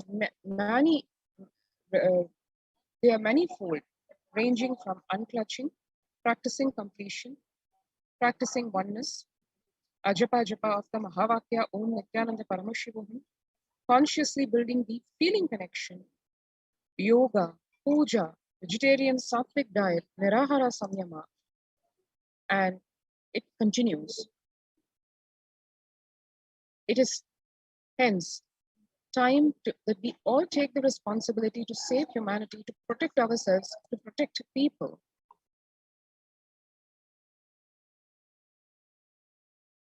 People from over 50 countries continuously radiating the space of Paramashivoham by practicing unclutching meditation 24 hours a day, 7 days a week, and solutions based on the ancient Hindu tradition, meditation and yoga techniques from the scriptures, cognitions rooted in the highest truths, lifestyle based on living and radiating the higher values of life, and powerful way of living and realizing one's ultimate potential form the foundation of the Supreme Pontiff of Hinduism's teachings, which by their inherent nature provide the foundation for peace on planet Earth. The Supreme Pontiff of Hinduism launched the Minutes for Peace initiative, which aimed to reduce crime globally by conducting mass meditations around the world in parallel. In 2014, just after 2 years of launching the program, it crossed over 1 billion minutes of meditation. Scientific studies have shown reduced crime rate after participation in the meditation and completion techniques. In 1976, it was found that when 1% of a community practiced meditation, the crime rate was reduced by 16% on average. The current tally on the Minutes for Peace website is more than 4.3 billion cumulative minutes of meditation logged, including all the events, programs, festivals where people have gathered in large numbers and participated in meditation and rituals. The total count comes to a staggering 409 billion minutes of peace so far. About 5,000 devotees gathered and participated in a 48-day meditation program called Shuddha Advaitam. The Supreme Pontiff of Hinduism has hosted Kumbh Mela in USA and Los Angeles since 2007. Nithyananda Sangha is entrusted as the only organization to host the Kumbh Mela outside India by the Akhil Bharatiya Akhada Parishad. In September 2006, the Supreme Pontiff of Hinduism organized the first confluence for world peace to honor the memory of those who lost their lives saving others on September 11th at Irvine, California, USA. This USA Kumbh Mela is standing for world peace, taking the Kumbh Mela, the sacred, most largest gathering, which happens since time immemorial in India, was taken to the United States first time by the Supreme Pontiff of Hinduism. And it is also a testimony to the commitment to peace which the Supreme Pontiff of Hinduism has made, and hence the second confluence for peace was held in Los Angeles in 2007 in collaboration with Vedanta Society, BAPS, ISKCON, Siddha Yoga, and other organizations. The Kumbh Mela festival spread fast to other countries, including Australia, Canada, etc. In 2009, the Supreme Pontiff of Hinduism organized a month-long peace walk covering 1,000 kilometers, 1,000 villages, to bring together in harmony from all walks of life, to promote feeling connection, oneness among people. During the walk, health camps were conducted in villages along its path, and the Supreme Pontiff of Hinduism conducted large-scale collective meditations on September 21st, International Peace Day, over the years to raise the collective consciousness of the planet. Sannyas being a social responsibility to save Hinduism and humanity, the Supreme Pontiff of Hinduism has revitalized the monastic tradition of sannyas by initiating hundreds of people into the Nithyananda monastic order. The all-renouncing monks contribute the best things to human civilization, living their life with the cognition is for others. These monks and nuns act as the harbingers of peace and empowerment for the human society distraught with violence, depression, and other forms of life negativity. The Supreme Pontiff of Hinduism has also revived the ancient practice of embarking on pilgrimages or spiritual journeys, taking spiritual aspirants to high-energy sacred spots like Himalayas, Kailash, Nasi, Angkor Wat in Cambodia, and other powerful temples of India. Even though prevalent in India, this practice is rapidly losing its original context, turning into a recreational family vacation. Reviving the original spiritual context, the Supreme Pontiff of Hinduism has made it possible for beings to benefit from the spiritual energy present at those centers and accelerate their journey of spiritual evolution, hence ensuring individual and collective peace as a natural consequence. The effects of the COVID-19 pandemic. The United Nations Environment Program has noted how food systems hold the key to ending world hunger. Especially in this COVID-19 pandemic, the UN has noted a dramatic increase in world hunger. According to the state of food security and nutrition in the world, 1/10 of the global population, as many as 811 million people, an increase of 118 million people just in 2019. According to the EAT Lancet Commission, moving toward diets with a diversity of plant-based foods, low amounts of animal source, unsaturated rather than saturated fats, limited amounts of refined grains, highly processed foods, and added sugars could prevent between 19 and 24% of all adult deaths each year. Through Annalayas, food donation centers, the de facto spiritual embassies of Kailasa worldwide, under the guidance of the Supreme Pontiff of Hinduism, have served over 2 million organic, sattvic, vegetarian meals so far. Giving free food to all the citizens, the economic policy of Kailasa deriving reference from the Vedas and Agamas. And recently, the humanitarian initiative launched by the Supreme Pontiff of Hinduism is the opening of Kailasa's COVID care centers in India and all the de facto spiritual embassies of Kailasa in India. The monastery campuses have been turned into a multi-layer quarantine facility to safeguard the inmates against any possible point of contact with the outer world. The Supreme Pontiff of Hinduism has opened the service free to all people, regardless of any differences in age, gender, caste, creed, ethnicity, color, socio-economic status. Food, shelter, internet, and all basic facilities, including medical care, are provided at these COVID care centers, free of cost and for an indefinite time. The outcome has been a splendid zero infection rate so far among the participants, a feat not achieved anywhere else in the world, let alone in India. This response model of handling the COVID-19 pandemic at a community level, along with guidelines and recommendations for governments, has been recognized and accepted by the United Nations as well. Participants of the COVID care program offered by the Supreme Pontiff of Hinduism, as we can see here, are enjoying a healthy, blissful, spiritual lifestyle in the multi-layered quarantine protection. They enjoy a stress-free time following the spiritual morning routine, doing yoga, daily puja, temple seva, Karaseva, and celebrating festivals. One can see here the Varalakshmi Puja done at Adi Kailasa, the female devotees offering puja to Goddess Lakshmi and listening to the Mahima, Mahaganapati worship during the Ganesha Brahmotsavam, and the participants enjoying modeling of Ganesha with their hand and creating the deity so that they can worship their Ishta Devata. And for experiencing all this and a lot more besides the COVID care protection that one gets, let us take a few minutes now to register now through the link https://kailasa.org/kailasa-care. Let's take a few minutes to register ourselves for joining this COVID Care Protection Center.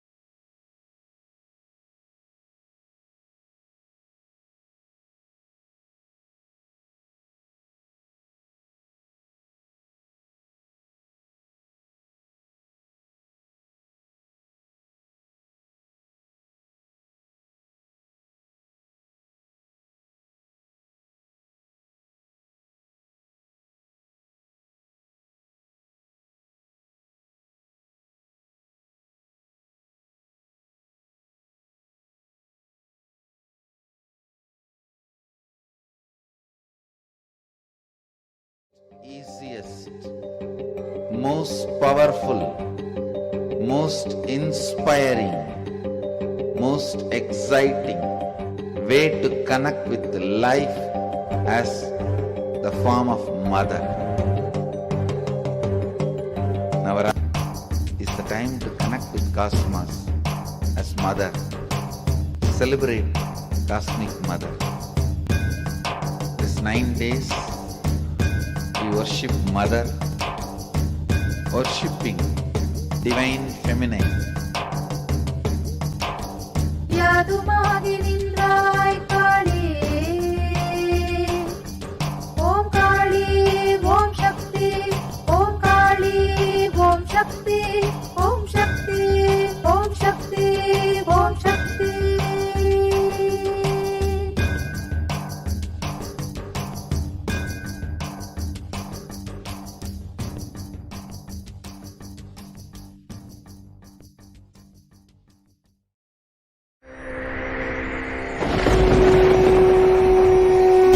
Ultimate divine descends in human body and expresses its extraordinary powers and experiences playfully.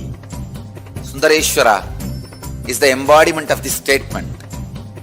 He is not Shiva as you understand, sitting in the Himalayas, frozen in the ice, in Samadhi. Sundareshwara is an artist with tremendous heart, ready to listen to human sufferings, ready to bend for human emotions. The one and only thing you need to obtain His grace is simple feeling connection. That's all. He bends for anybody, to any level. Even the word compassion is too small. He is still available. Even now, He is there. He assumes human body and relates with you, answers you, responds to you, raises you.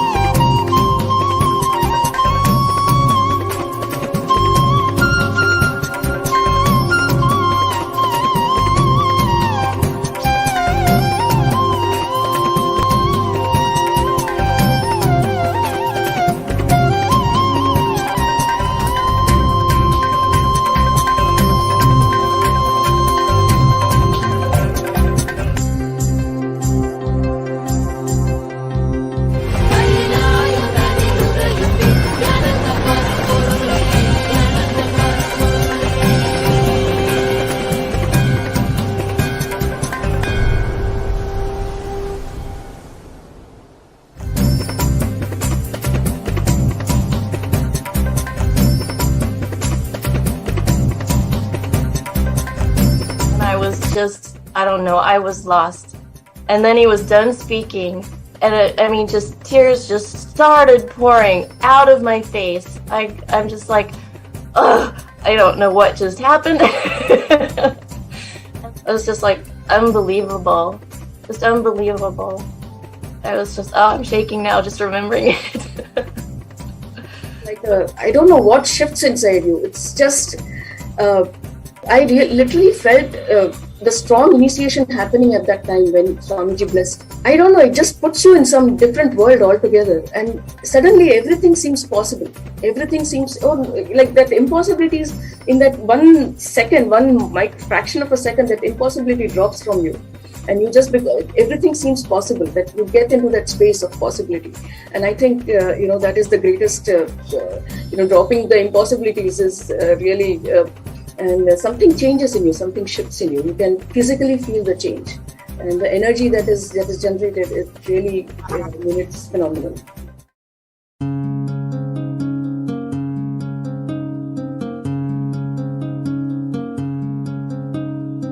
There are some gods, 9 unknown gods. The moment you call, they will be there. Venkateshwara, Balaji. I tell you, people give so much for Venkateshwara because he does the job. He's the 9 unknown god. There's a village folk story where Venkateshwara borrows from Kubera for his marriage and he is still paying the debt. Venkateshwara takes the responsibility of reserve to reserve. This whole story, beautiful story of Venkateshwara is an amazing concept. He is making Yaksha into Lakshmi. He is making the reserve to reserve. It's an amazing truth.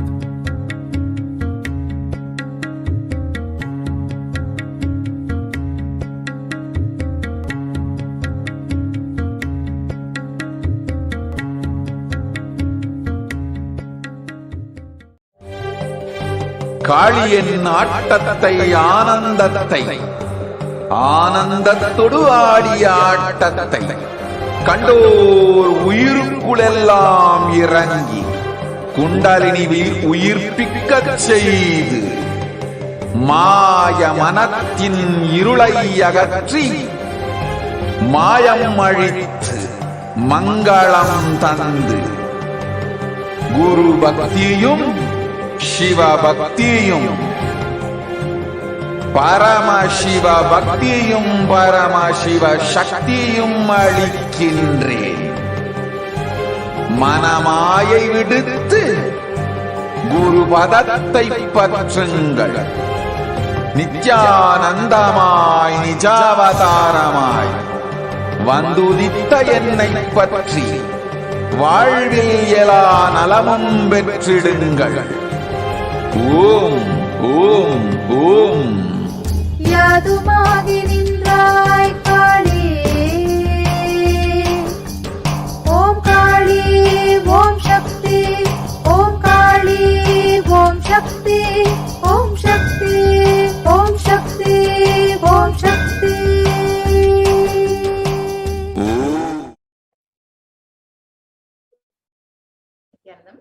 Welcome back to viewers. We have a very special and exciting announcement for all of you. We will be having the live Paramashiva Sayuja Samadhi Darshan of Bhagavan Sundareshwara starting very shortly at 10 p.m. IST. So please stay tuned for that. We will be preparing ourselves to receive Bhagavan Sundareshwara manifesting through the Supreme Concept of activism now.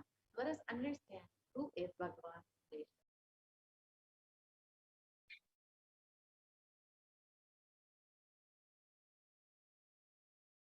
So here today, as all of you manifest Bhagavan Sundareshwara and have the darshan of Bhagavan Sundareshwara, you can manifest the superconscious experience of the Shiva Sayuji Samadhi through the darshan of A.N.R. Bhagavan Sundareshwara Paramashivoham.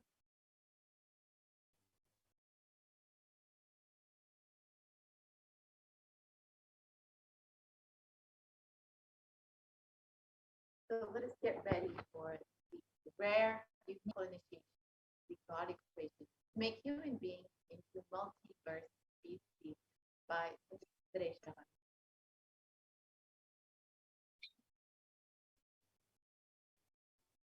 And Sundareshwara beautifully says, we will watch a video where Bhagavan Sundareshwara blesses all of us and introduces himself.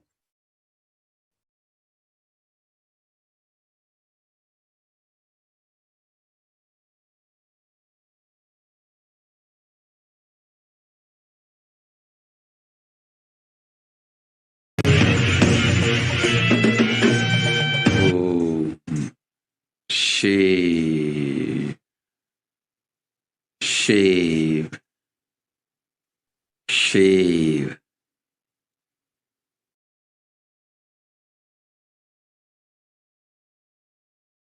Paramashiva, I will manifest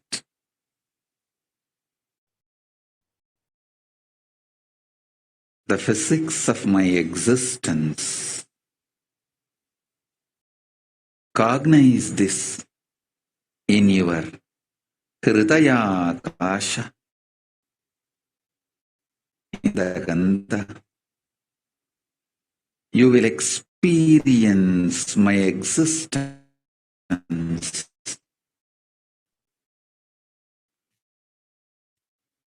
Sundari, the countless, uncountable by any visualized, assumed mathematics. Brahmandas manifest in me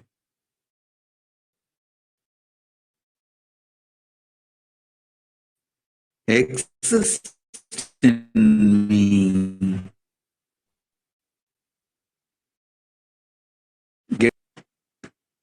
For all the countless Brahmandas to exist,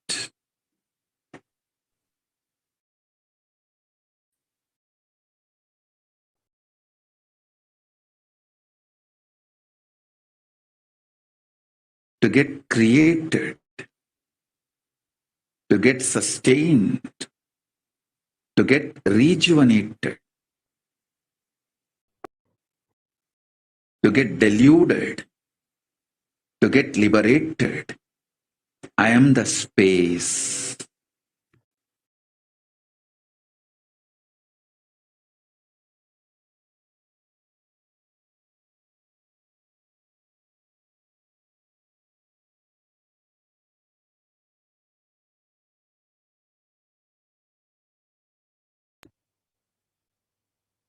So this is the Sundareshwara Paramashivam Sayuja Samadhi Darshan described by Bhagavan Sundareshwara himself.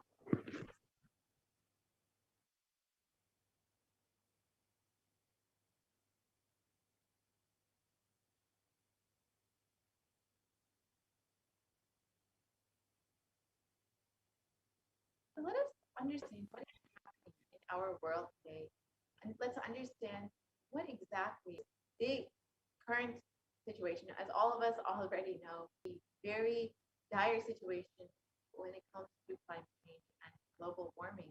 According to the United Nations, a new scientific report for the Intergovernmental Panel on Climate Change warns that we are on a crash course towards catastrophes are allowed to rise. The window to slow or even halt some of the worsening impact is rapidly closing, and the message is clear: we must take action now. And we've already seen the Supreme Concept of Swamiji and Devi Parashakti also revealed that we will be seeing so many natural disasters, so many calamities, natural calamities during this time. And we've already seen this with floods, we've seen fires in the past 2 years. We've seen so many natural disasters, so many communities, families, and people being affected by all of these natural disasters. And this is also compounded along with the current situation of the pandemic.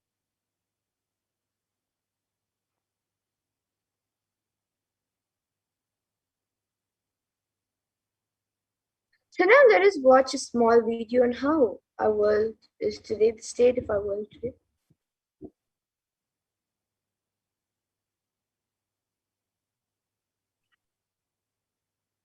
In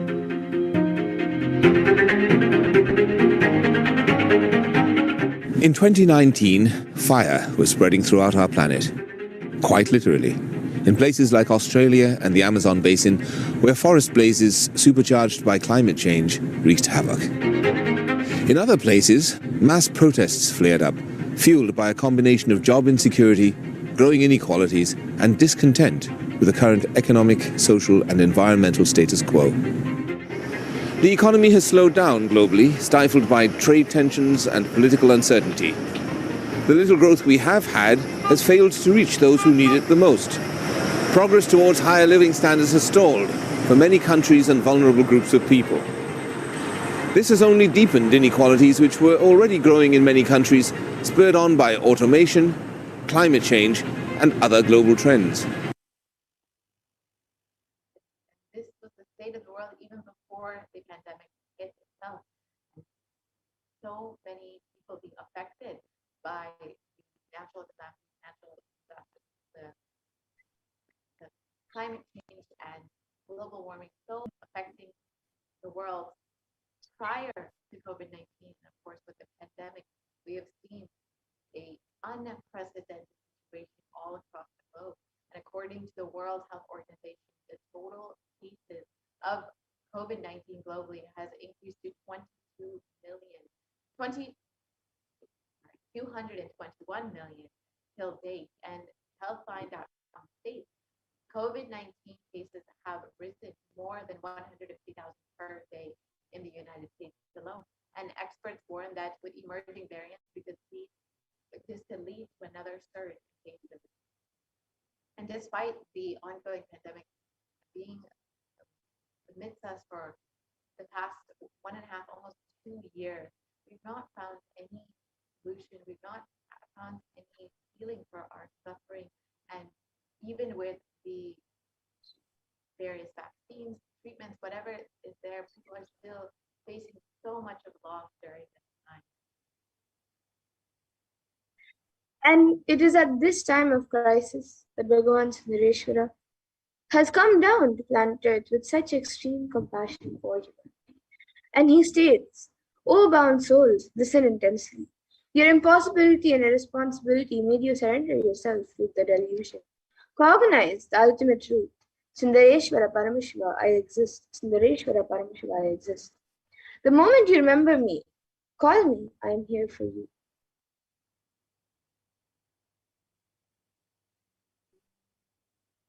Bhagavan Sundareshwara Paramashiva is the greatest and most unique manifestation of Paramashiva as the complete manifestation. He assumes the physical, subtle, light bodies as and when he wants, plays with all the physical reality, and corrects, alters, influences, changes, adds, removes, deletes anything in this physical plane as he likes without even a reason, just for fun. And sometimes they manifest as Meenakshi and Sundareshwara as two bodies and one being, and sometimes as both in one body. So that is the reason all his manifestations, all Bhagavan Sundareshwara's manifestations, are plays and is called the Tiruvilayadu, the Leelas. And due to his causeless and limitless compassion, Bhagavan Sundareshwara Paramashiva is manifesting in all his glory as the Purna Avatara through this being Bhagavan Shri Nithyananda Paramashivam as the Nijavatara.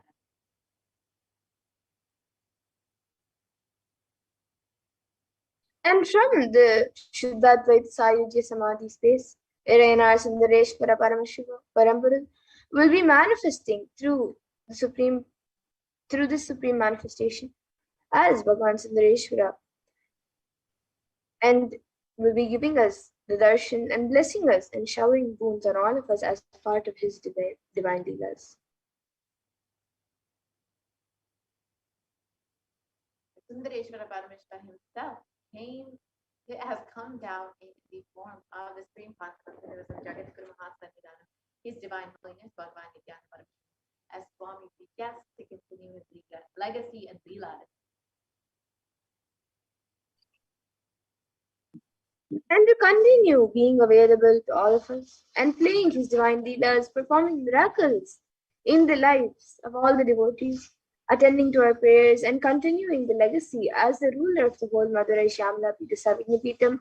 Bhagavan Sundareshwara has come down the 293rd Jagadguru Mahasannidhanam as an upon Hinduism to guide the whole of humanity.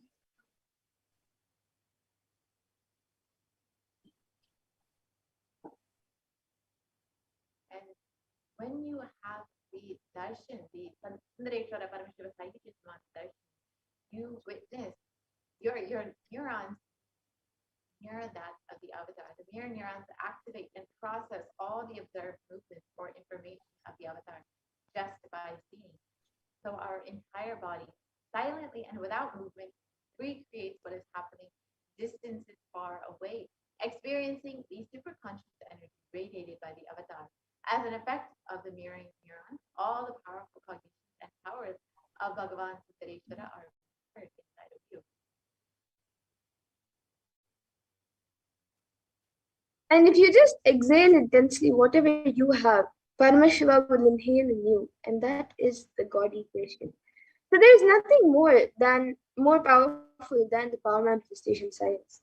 It is the most exciting and spiritual science. When you decide to manifest powers again and again and again, you know Paramashiva is within you and he is manifesting. You fall in love with Paramashiva every minute. And if he manifests, you know that he is real and he is manifesting. And even if you don't manifest what you declared, you will manifest the jnana and vijnana, the knowledge and understanding. And the possibilities and powers of Paramashiva will manifest in all of us.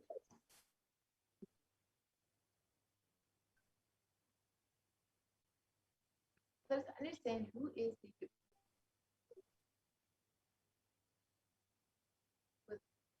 Supreme Concept of So the Supreme Concept of Divine Holiness, Bhagavan Nithyananda Paramashivam, is the 293rd Jagadguru Mahasannidhanam of Kailasonatha Shyamala Pita, the very enlightenment ecosystem created by Bhagavan Sundareshwara and Devi Meenakshi thousands of years ago. And the Supreme Concept of Hinduism is the reviver of Kailasa, a macrocosmic ancient enlightened civilization nation. The Supreme Concept of Hinduism is the 1008th incarnation of Paramashiva as per Hinduism and is recognized by his predecessors who are enlightened masters and adepts. The Supreme Concept of Hinduism has made the science of power manifestation, yoga, and temple-based universities as a lifestyle for humanity.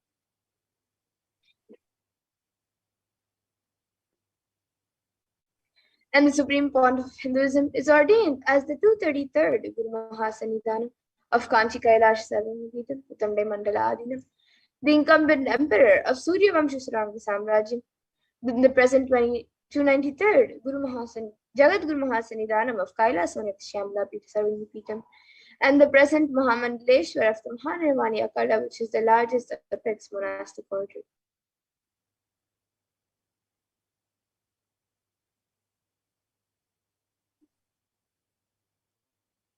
Here you can see the photos of the young Supreme Concept of Hinduism at the age of just 9 years old when he was ordained as the 233rd Guru Mahasannidhanam of the Kanchi Kailasa Sarvamapita. And here you can see Supreme Pontiff of Hinduism inaugurating and giving life to the deities.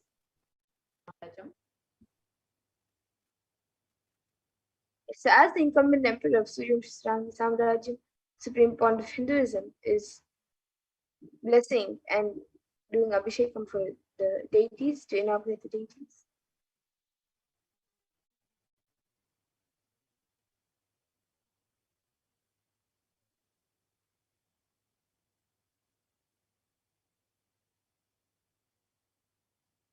Here you can see the Supreme Concept of Hinduism being coronated as the emperor of the Surya Vamsha Samrajyam and the grand procession that went along with that.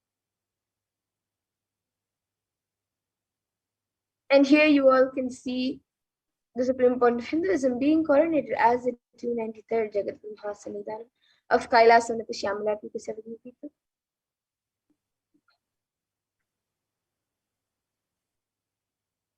And here are the photos of the Supreme Concept being coronated as the Muhammadali Nithyananda, but the largest apex monastic order.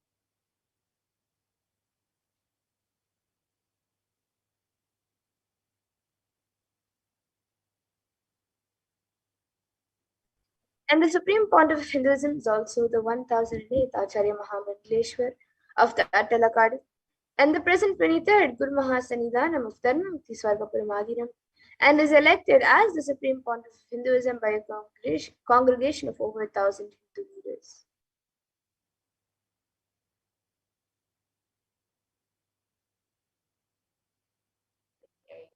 See some of the photos of the Supreme Pontiff of Hinduism being recognized by other leaders of Hinduism.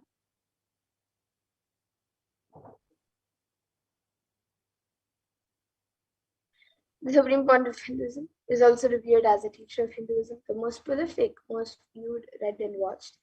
He has authored 300 books and 10,000 articles in 3 different languages, which are English, Tamil, and Sanskrit.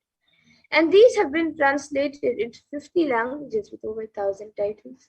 And over 20 million copies of these books and articles have been sold, read, and downloaded by millions around the world. The Supreme Pontiff of Hinduism has also given over 10,000 hours of discourses for humanity and reaching and enriching over 1 billion lives virtually, and is respected as a commentator of all sacred scriptures such as Upanishads, Bhagavad Gita, Shiva Sutras, Brahma Sutras, Yoga Sutras, Ashtavakra Gitas, Jain Sutras, and many more. The Supreme Pontiff of Hinduism is honored as leader of Hinduism. The most awarded, internationally recognized leader is the reviver of 108 ancient Hindu sampradayas, including the Rudrakanyas, Rudras, Rishis, Rishikas, Bhairavas, Bhairavis, and Sanyas, and is the establisher of the largest Hindu university, Kailasa's Nithyananda Hindu University in the world, with satellite campuses in 150 countries. And the Supreme Pontiff of Hinduism is the establisher of 1,000 plus Kailasa ecosystems, and is the founder and reviver of over 100 Santa Timothyas. The Supreme Pontiff of Hinduism is the collector of the largest Hindu library with over 1 million books, 1 million palm leaf scriptures, and over 20 million digital books.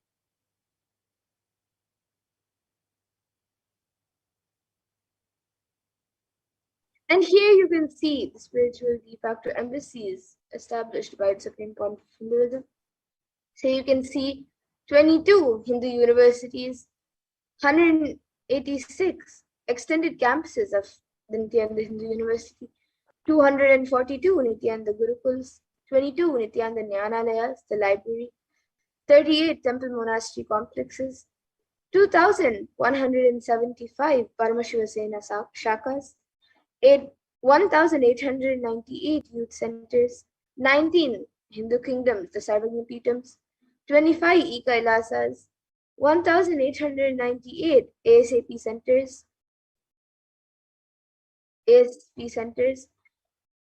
120 temples, 5,334 healing centers, 22 food banks, 12 animal shelters, 34 satsang temples, 418 paduka mandirs, and 2,175 satsang centers. And here you can see the Supreme Pontiff of Hinduism's peace walks cover over 100,000 kilometers and gifts the science of healing to 2 million plus people, human settlements, and much more. So here you can see throughout the years just few of the yatras that the Supreme Pontiff of Hinduism has done, peace walks, and how he has enriched the world. And he is going on, he is continuing to do these contributions to the world.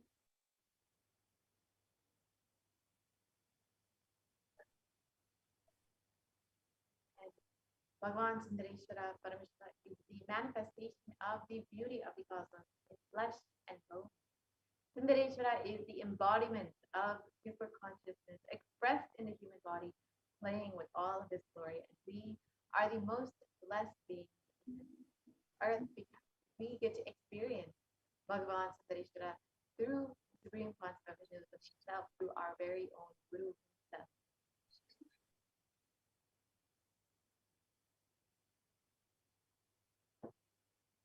And Irena Sundareshwara Paramashiva Paraguru, as the complete manifestation of Paramashiva, assumes the physical and subtle and light bodies as and when he wants, as his divine manifestations. And he plays with all the physical realities and corrects, alters, intervenes, influences, changes, adds, removes, deletes anything in the physical plane as he likes without even a reason.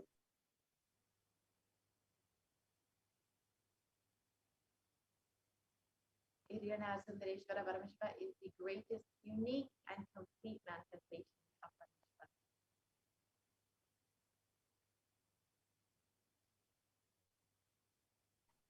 And Sundareshwara is the embodiment of superconsciousness expressed in the human body, playing with all his glory. And he came down in the most handsome form to marry Devi Meenakshi, and administer the city of Madurai.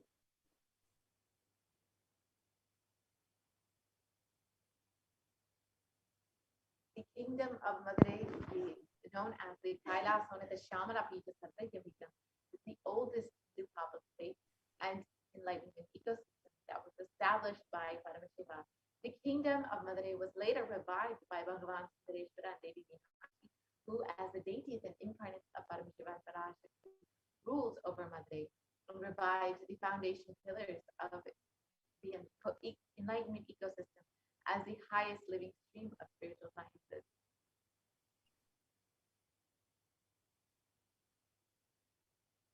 And to ensure that this tradition continues to elevate humanity for millennia, they enthrone their direct representatives and their divine energies in the form of a continuing lineage of living masters, the Guru Mahasannidhanams, and gave them the responsibility to train and groom the kings and in administration, constitution, and governance, acting as regents.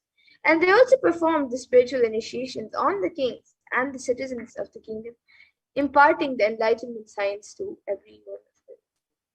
Yes, and here you can see Devi Meenakshi and Bhagavan Sundareshwara were the first in this lineage, and of course it was Vinyana Sambandha who revived this whole Kailasonatha Shamala Pita Sarvayamika, and now we have the 1008 incarnation of Paramashiva once again coming down to revive this whole enlightenment ecosystem. And beautifully, there is a Shastra Purana which says that this supreme discipline of Adi Shaiva tradition has been coming down through the continuous lineage of the Guru disciple Adi Shaiva Guru Parampara from time immemorial. This has been attainment of complete liberation from the repeated phenomenon of birth and death. This is supreme in its kind and concerned with the ultimate benefit of all the souls. The Kailasonatha Shamala Pita Sarvayamika's rare and sacred lineage of concepts has been systematically carried over in an unbroken progression from the ages. The chosen emissaries of Lord Paramashiva and Devi Meenakshi are the Guru Mahasannidhanam, the pontiffs of Kailasonatha Shamala Pita Sarvayamika, and are the direct representatives of the cosmos.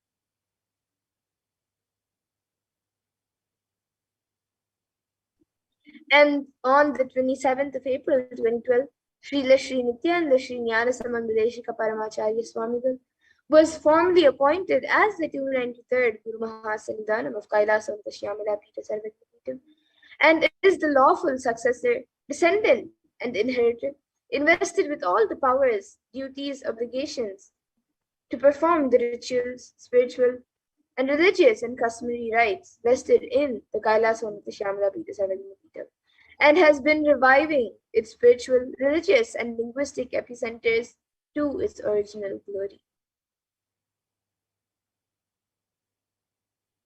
let us now watch a short video about the history of the Kailasa and the Shamana Pita Satya Kingdom, the very Adinam, the very enlightened ecosystem created by Bhagavan Deshwara.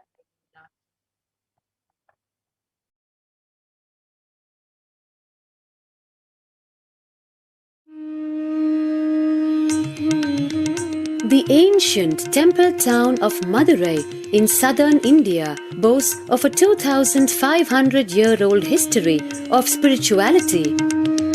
Historians trace Madurai's existence back to the 3rd century BC, making it one of the oldest continuously inhabited cities of the world. Legend says that Madurai was established by the cosmic mother herself, who incarnated as Princess Meenakshi, daughter of the pious king Malayadwaja Pandian. An able queen and a fearless warrior, Meenakshi expanded her empire right up to Kailash in current China. But when she came face to face with the Lord of Kailash, Shiva himself, she recognized him as her eternal consort and dropped her arms to become Shiva's companion for life. Along with Shiva, also known as Sundareshwara or the beautiful Lord, Meenakshi reigned over her kingdom for a glorious 166 years. In course of time, with the rise of Jainism as a religious force, Madurai too fell to its powerful influence, and Shaivism all but vanished from the sacred kingdom where Shiva once walked the earth. The renaissance of Shaivism in Madurai was the sacred task of a child incarnation, Tirunjana Sambandar, one of the 4 visionary saints of Shaiva Siddhanta tradition. The story goes that as a baby, Tirunjana Sambandar was once nourished by the milk of enlightenment from the cosmic mother herself. This child prodigy arrived in Madurai to effortlessly defeat the learned Jain monks with his wisdom, healing powers, and spiritual prowess, and restored Madurai to her beloved religion, Shaivism, by reviving the ancient Madurai Adinam and the Meenakshi temple, which had fallen to desolate ruin. Madurai Adinam is today the world's oldest living Hindu organization, with a recorded history alone spanning a glorious 1,500 years and an unbroken lineage of illustrious pontiffs to this very day. Over the centuries, Madurai Adinam has been patronized by the likes of Tipu Sultan, Robert Nobili, and the poet saint Vallalar. The pontiff of the Madurai Adinam is known by the title Guru Mahasannidhanam and inherits the responsibility of carrying forward the traditions of Tirunjana Sambandar's sacred work.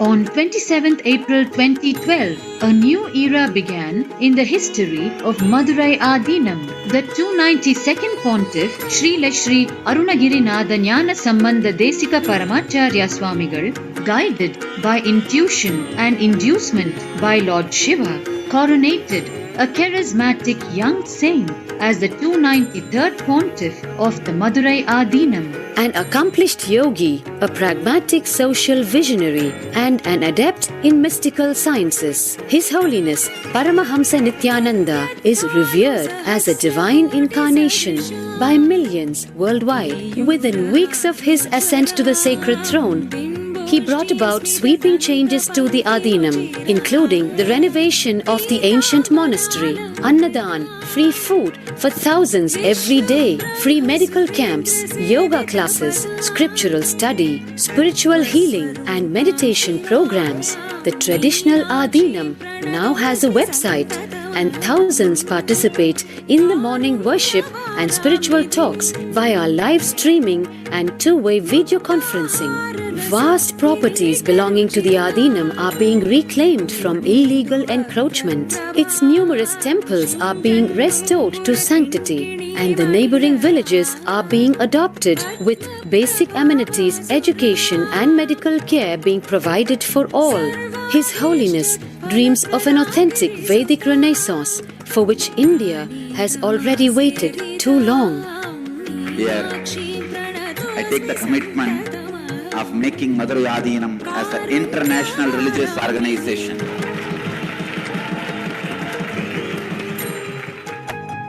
We will fulfill all the responsibilities of Madurai Adinam, make Hindu tradition, Saiva tradition alive, revived, lived, celebrated all over the world.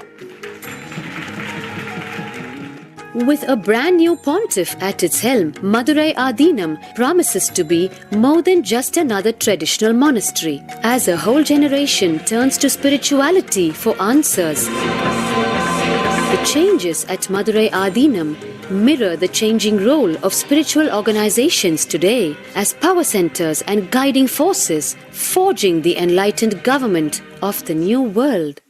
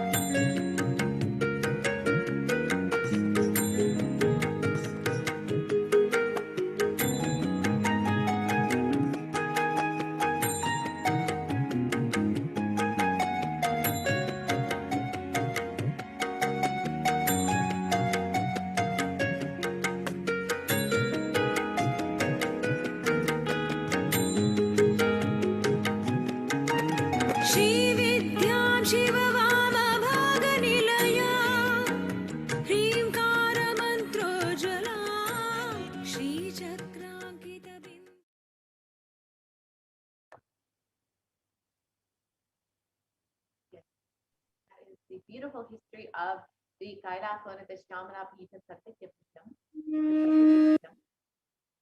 by the Supreme Concept of Hinduism himself.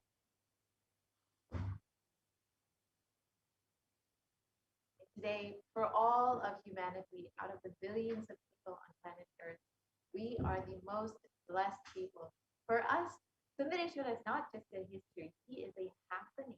Sundareshwara Paramashivoham himself has come down again in the form of the Supreme Concept of Hinduism, Jagat Guru Mahasanidanam, His Divine Holiness, Bhagavan Nithyananda Paramashivam, as Swamiji, the 1008th incarnation of Paramashiva, to revive Hinduism once again, and to continue being available to all of us, playing his divine leelas, performing miracles in the lives of devotees, attending to our prayers, and continuing the legacy as the ruler of the whole Madurai Shamana Pita Sattva Kingdom, as the 293rd Jagat Guru Mahasanidanam of the and Supreme Concept of Hinduism, guiding the whole of humanity.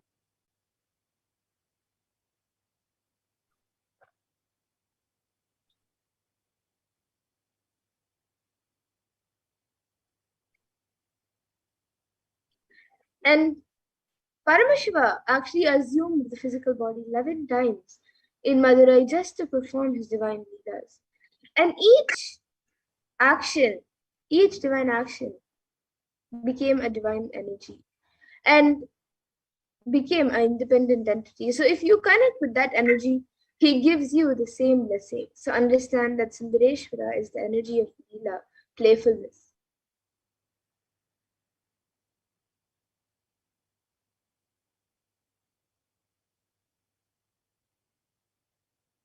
So now, let us look at one of the Leelas of Bhagavan Sundareshwara in this next segment, which is the Leela of healing the Pandyan king's fever.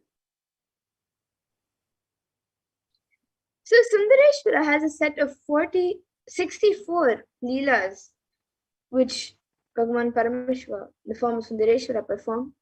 Out of that, today we will be looking at one of them.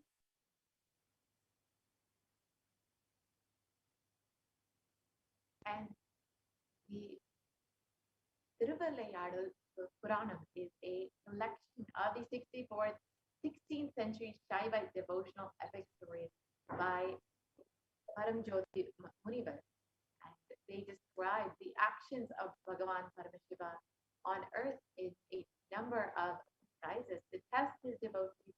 So each of Sundareshwara's dimensions are recorded as one of his leelas.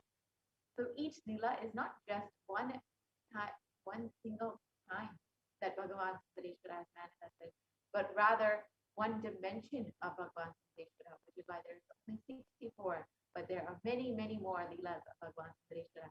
In the Vedic tradition, we have 64 different arts. Each leader, a complete being, has to master these 64 arts. In that, even horse riding is one. Astrology, horse riding, the mastery in medicine, mastery in surgery, mastery in painting, the mastery of dance. Each leela of Sundareshwara, it proves his mastery on each art. There was never ever imagination or visualization of the ultimate without reducing the Ananta Kalyana Gunas into the human level.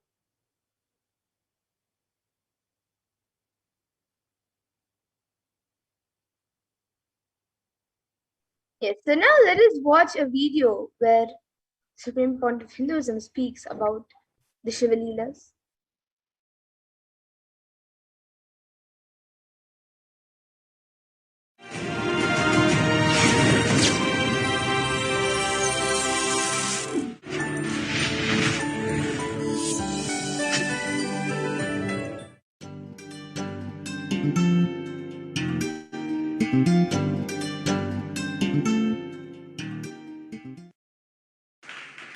Let us start today's satsang in Bhagavad Gita, 4th chapter, Jnanakarma Sannyasa Yoga, 32nd verse.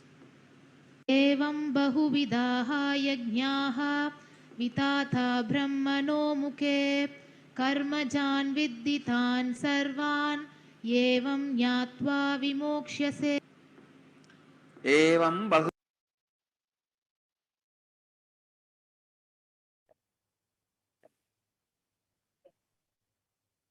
So this is the video where Swami speaks about Shiva Leelas, and you can watch this video, watch just the first verse of this mantra, but you can watch the entire video on YouTube, available for each and every one of you. So you are welcome to watch that video on your own. Yes, so let us learn who are the Nayanmars. So the Nayanars or the Nayanmars were a group of 63 saints living in Tamil Nadu during the 3rd to the 8th century CE who were devoted to Paramashivoham. And the list of Nayanmars was initially compiled by Sundara, who is Sundaramurti Nayanar, in his poem Tirutonda Togai, and he sings in 11 verses the names of the Nayanar saints up to Karekalamayar, and refers to himself as the servant of servants. And the list goes into the detail of the lives of the saints, which were described in detail in the works such as Devaram.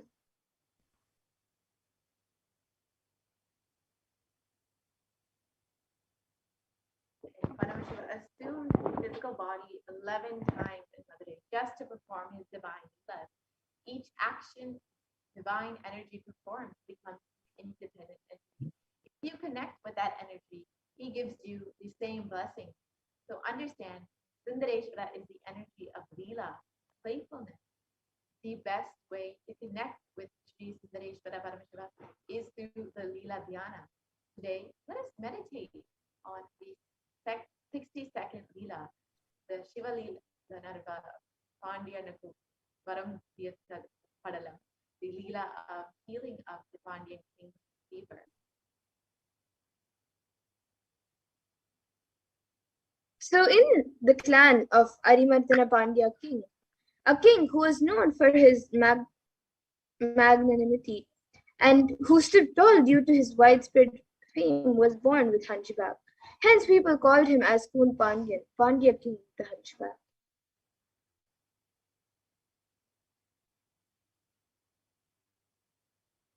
And though the king Kunbandian took birth in the Pandya clan, which has deep devotion for Paramashiva, due to the ill effect of his long association with the summoners, the people who used misunderstood ideas of Jainism spread violence, he had not only fallen in the trap, but had received the initiation too.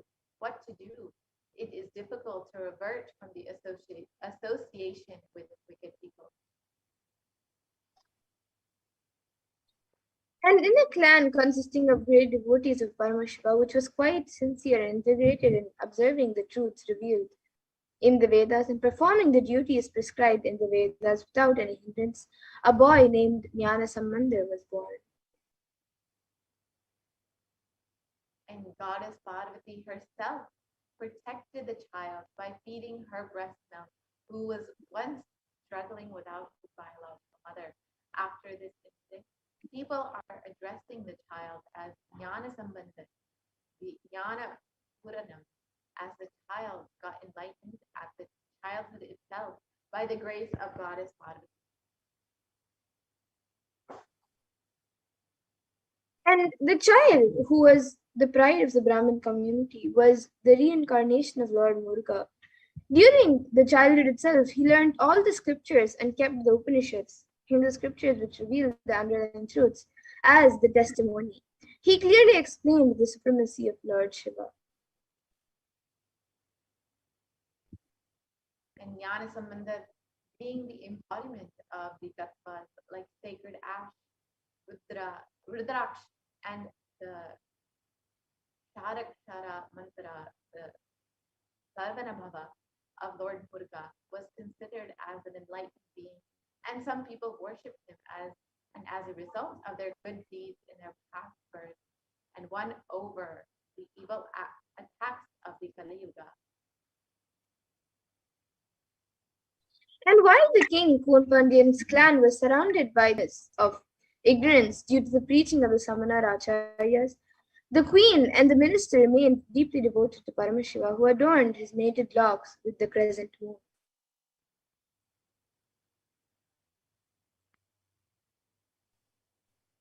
And both the queen and the minister, who had incomparable and deep devotion to the lotus feet of Jnana Sambandha, explained to him about the position of the king and tried to save the king, who was drowned in the heat of the dilapidated well in deep ignorance.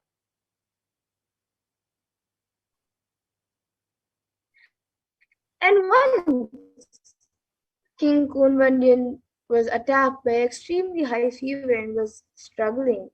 All the efforts taken by the Samana Acharyas of the king to heal the king were unsuccessful.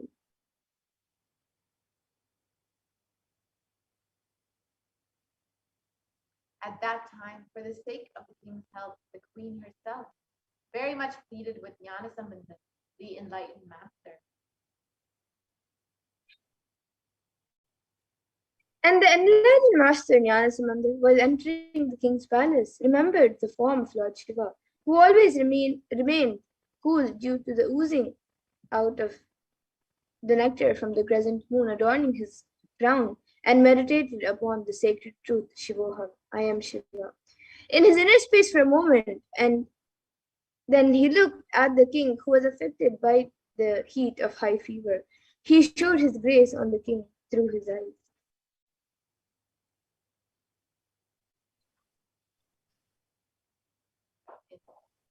Saint Jnana Sambandha was established in the state of enlightenment, which is beyond all the rules and regulations of the ashrama dharma, the duties of the stages of life as per Sanatana Siddha.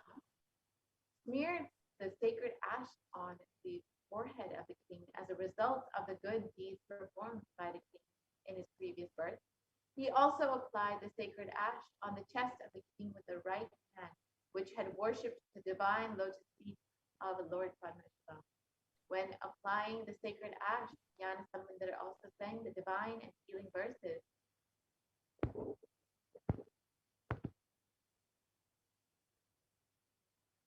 And on receiving the sacred touch of the divine hands of Jnana Sambandha, which is described in the Rudram, the Vedic chant of Lord Shiva, as the most auspicious, the most holy and the healing medicine of the three worlds, the king got rid of the high fever instantly.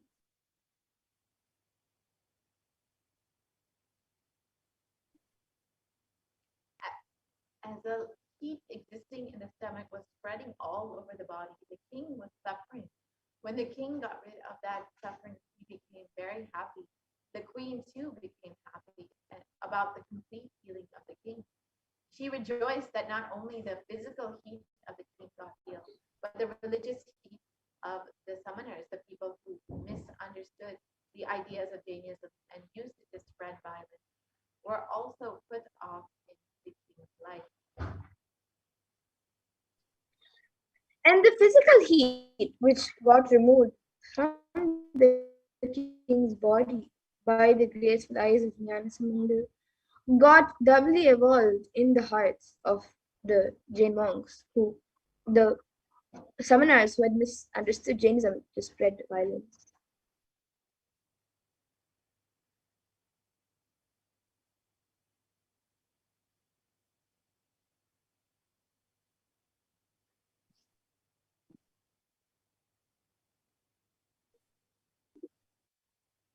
In 80,000 summoners who misunderstood Jainism were living in the 8 mountains all over the earth.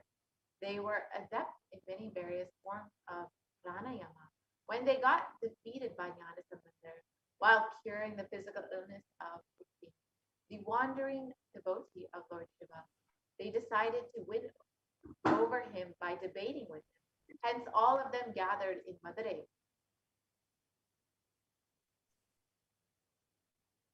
And Nyanasamundar was an expert in various fields like Vyakarana, Mimamsa, and Tarka, and was well versed in all the philosophies of Upanishads. The moment the summoners approached him to start their debate, they got stuck mentally and became speechless.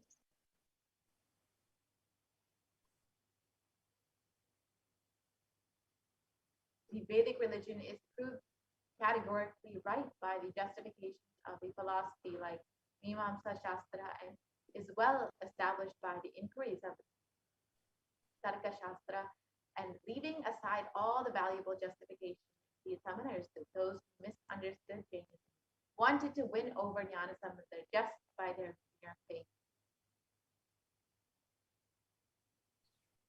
And a continuation of this story was when Bhagwan Sundareshwara through Nyanasamundar healed even the hunchback of the king. So till now we saw how the king's fever was healed and how his high fever was healed. So now let us see how his hunchback was healed. So Kun Pandyan, the king with the hunchback, was a great king, and he had actually conquered the Cheran and Cholan kingdoms. And he married Mangayar Karasi. And Pandyan was deeply involved in the Jain religion, as all of us just saw. And he spoke low of the Shaiva tradition. But Mangayar Karasi, who was a great lady and woman, and the stature of the stage remained as a Shaivite. And during this period, people belonging to the Jain sect, the Samana Matam in Tamil, entered into Madurai and settled down there. And King Nedumaran got attracted towards the Jain sect and announced that he announced an order that all his citizens should follow the Jain sect. And he gave a shock to his wife and his minister Kulachiyar, but they did not have the courage to talk to him on this matter with the great king, and people were afraid to come to the Meenakshi Amman temple.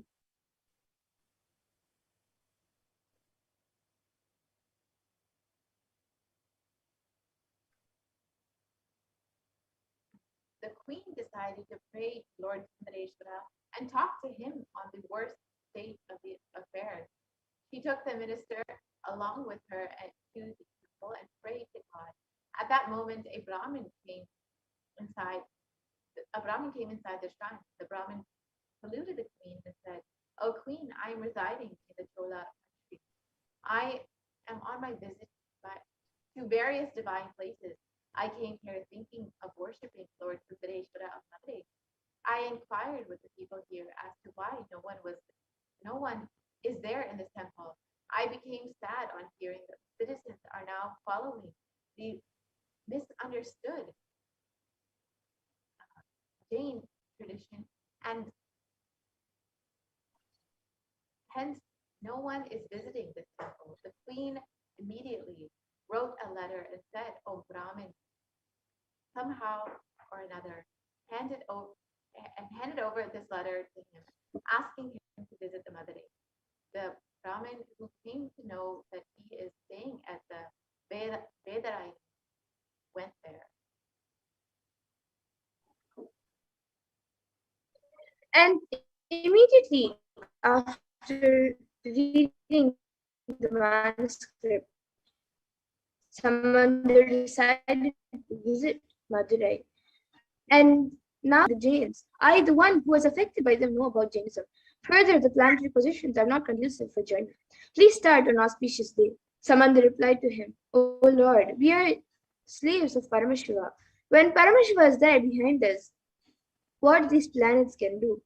He immediately sang the song, Veriya Toli Pangan, Vidamunda Kandan, Nala Vinay Kadavi. And even today, those who feel that they will be affected by the adverse positions of planets in their birth chart sing this song. And without bothering about planets, Samandar immediately left for Madurai. Mangerkarsi felt very happy on the arrival of Jnana Sambandar. But the Jain monks, the summoners, got angry and decided to burn the house to kill Samandar.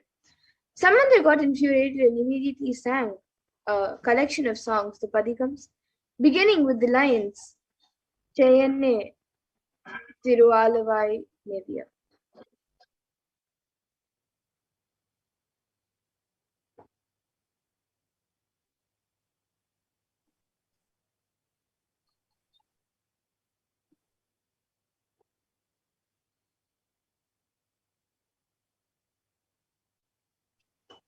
And Samandar then went to see the Pandyan king. On hearing this, those who misunderstood Jainism told the king, "O king, this Samandar will not be able to cure this disease. We will cure it now." In just 5 minutes, the king shouted, "Oh, Jain, just remain aloof. Let Samandar only give me the treatment." Samandar said, "I do not want any other thing. Just bring some ash from the kitchen of the temple." The ash was brought. Samandar make the king understand that your consciousness does not need to shrink. Because of this idea, everything is going to become ash. Listen, by your consciousness is beyond anything. But your consciousness is beyond anything. Initiating him into the tattva of life and giving ash as a prasada. When the tattva started spreading, expanding in Poon Pandya's consciousness, the shrinking body stood up, the hunchback was reversed and cured, and he expanded and became Nedumaran Nainar.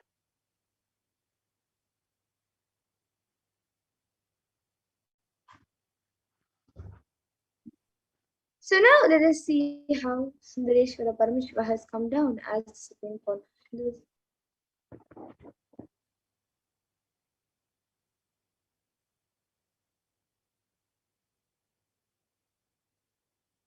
So Jnana Samandar, who was an embodiment of Meenakshi and Sundareshwara, healed Poon Pandyan. And today, for all of humanity, the Supreme Point of Hinduism has come down. Bhagavan Sundareshwara has come down in the form of the Supreme Point of Hinduism.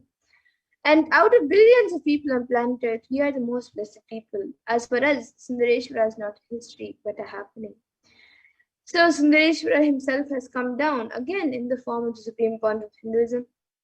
Jagat Guru Mahasanidanam, His Divine Holiness Bhagavan Sri Nithyananda Paramashivam, just to continue his legacy and leelas, to continue being available to all of us and playing his divine leelas, performing miracles in the lives of all the devotees, attending to our prayers and continuing the legacy as the ruler of Madurai, Shyamala Pita Sarvapeetam. He has come down as the 293rd Jagat Guru Mahasanidanam and as the Supreme Point of Hinduism to guide the whole of humanity.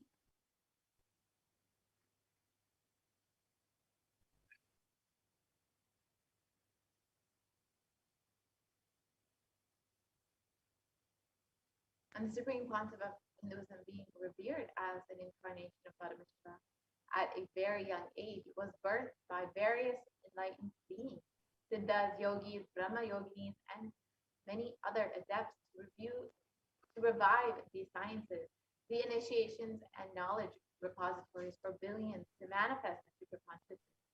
Vedanta, Tantra, and Sri Vidya, yoga and yogic sciences, mantra, shastra, siddha vidya, science of Aushadha, Advaita, and Bhakti yoga, Paramashiva Jnana and Paramashiva Jnana.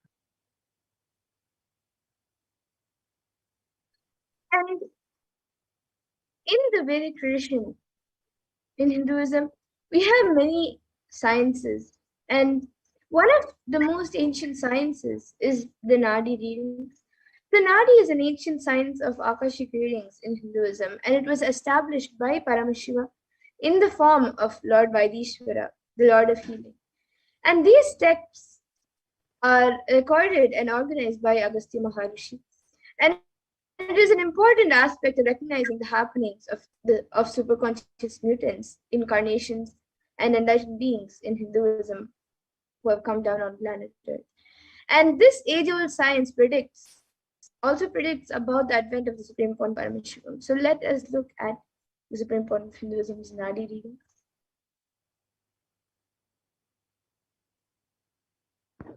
And Sundareshwara Paramashiva has once again come down as the supreme concept of Hinduism. And according to the Nadi readings of Swamiji himself, states that the act of the avatar foretold by the Rishi Agastya in Jivanadi states that Nithyananda Sangha, please carefully listen completely to the words, for Shiva has come in the form of Nithyananda to protect this world. As the result of the penance of many crores of siddhas, Paramashiva has incarnated as Paramahamsa.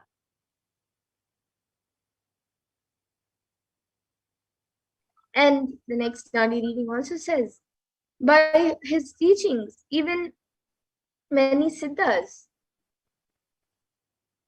sinners, became virtuous, many crores blissful. Just by thinking about him, they achieve bliss. The people who have experienced the truth of bliss followed him.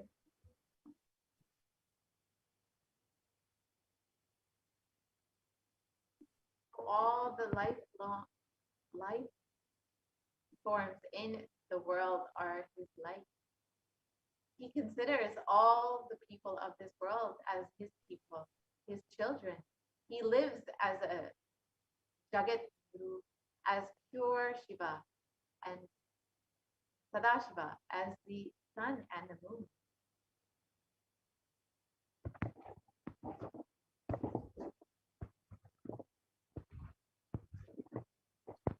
And official celebrations were done, and there was a public declaration of the Supreme Point of Hinduism as the 1008th incarnation of Paramashiva to the world, and celebrating the manifestation of Paramashiva on planet Earth through the Supreme Point of Hinduism.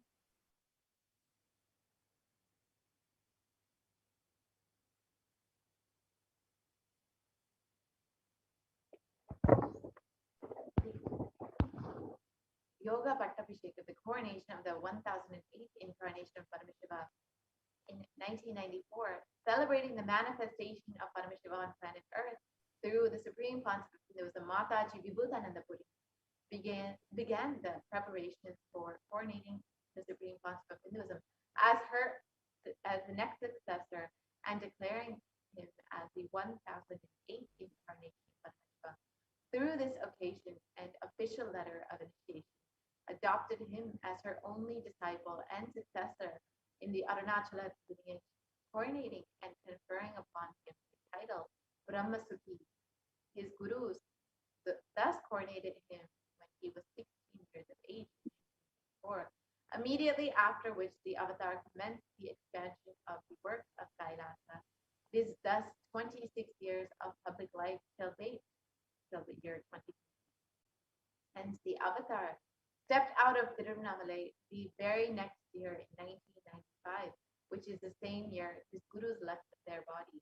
The purpose of their entire life was complete.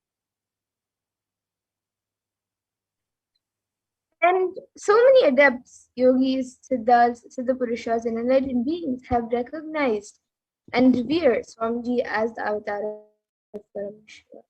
And a few months into her pregnancy, Brahmayogini Mataji Vivekanandapuri gave specific instructions to Anasuya Ammal, her dear friend and the mother of Sri Arunachalam, the paternal grandmother of the incarnation who was yet to be born. And obeying her commands, Anasuya Ammal took her daughter-in-law Malokanayaki, who is Swami Amma, Swamiji's mother, to receive the blessings of Pundi Mahan, a great seer revered as an incarnation of Paramashiva near Tiruvannamalai. And as Malokanayaki, Swami Amma bowed down to Pundi Mahan, he showered her with flowers and akshita, the turmeric rice, and declared to her heartily, Ammayapane Peripan, and blessing her that Paramashiva himself will be born to her as the divine mother and father to the whole cosmos, of the whole cosmos. And the 292nd Guru Mahasannidhanam of the Kailasam Nithyananda Paramashivam, Sri Arunagirinath Shri Jnana Sambandha Deshika Paramacharya Swami is the predecessor to the supreme point of Hinduism in the esteemed Guru-based tradition of the kingdom, Kailasam Dwadashanta Shyamla Pita Savamipita, since 2012. And the 292nd Guru Mahasannidhanam had a divine vision of Lord Shiva and Devi Meenakshi, who both instructed him to coronate the avatar as his successor, the 293rd Guru Mahasannidhanam.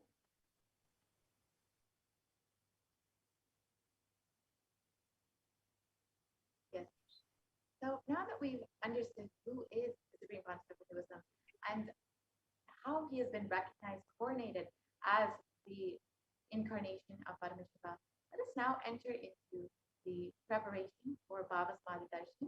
We will be shortly entering into the Paramashiva Dhyana Mantra, but before that, we will prepare ourselves for the Bhava Samadhi Darshan. Let us understand the science behind the Bhava Samadhi Darshan and prepare ourselves to receive Bhagavan Sudareshwara Paramashiva through the Paramashiva Sayujya Samadhi Darshan.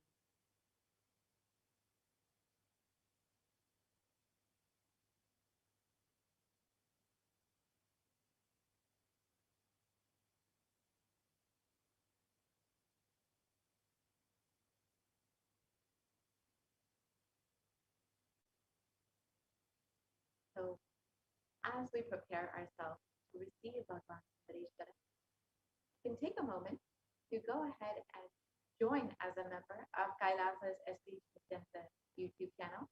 And it's a very simple process. You can just go to YouTube and go to Kailasa's HDH Nithyananda, the YouTube channel, and you can click join. And once you click that button, you will be directed to several options, and you can choose whichever option suits you best. And once you choose that and become a member, you will have access to various content exclusive for members of the Kailasa's HDH Nithyananda YouTube channel. And you will also have access to ask your questions directly to Bhagavan Sudareshwara during the Sayujya Samadhi Darshan. So you can take a few moments to go ahead and do that. And you can also ask your questions via Facebook, Instagram, and on Twitter as well. So on Facebook, you can go ahead and like and follow the Kailasa's HDH Nithyananda Paramashivam Facebook page. And once you have done that, you can go ahead and ask your questions under the live video of the Paramashiva Sayujya Samadhi Darshan. And your questions will surely be attended to by Bhagavan Sudareshwara. And you can also ask your questions in Instagram in the comment section of the photo. And you can also ask your questions on Twitter. You can follow @Shri Nithyananda on Twitter and ask your questions in the reply to the tweet with the hashtag #AskTheAvatar. And lastly, you can ask your questions on WhatsApp. You can go to kailasa.org and ask your questions in the WhatsApp chat box that pops up. And all of these ways are simple ways you can ask your questions and request your blessings from Bhagavan Sudareshwara. Whether he answers you directly or not, rest assured surely be attended to. So now let us enter into the preparation for the Bhavasamadhi darshan.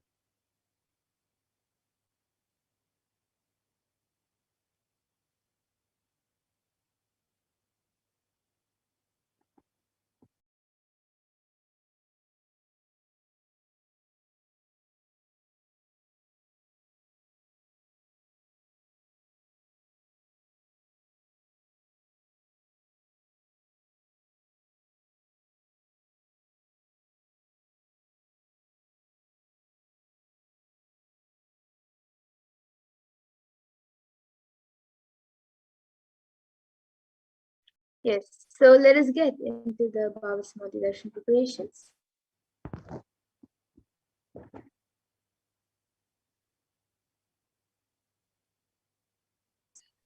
So let us first look at a verse that comes from the Malini Vijayottara Tantra, verse 60. Katana Shakti Padatva Yadva Padavalokanat Prasadat Swaguro Samyak Prapyate Paramam Padam. And the translation for this verse is, by the enlightening teachings of the Guru Katana, by a Shakti Pada, the graceful transmission of the spiritual powers from the Guru, by looking at the sacred feet of the Guru, or by the complete loving favor of the Guru, Prasad, the ultimate goal in space, Paramam Padam, is attained.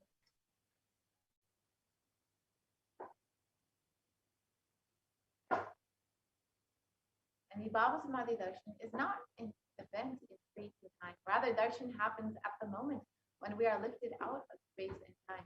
During the Bhavasamadhi darshan, our neurons mirror that of the avatar.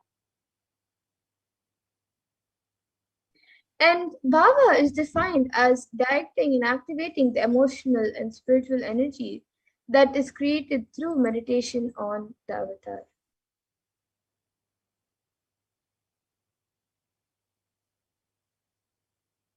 The brain neurons mirror, activate, and process all the observed movements or information of the avatar just by seeing and without the physical act of imitation.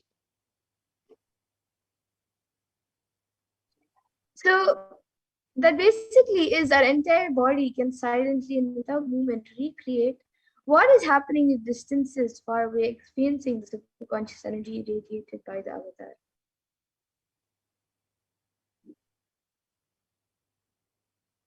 The science of the Bhavasamadhi darshan knows no distance. A phenomenon modern science is just discovering in terms of quantum tunneling.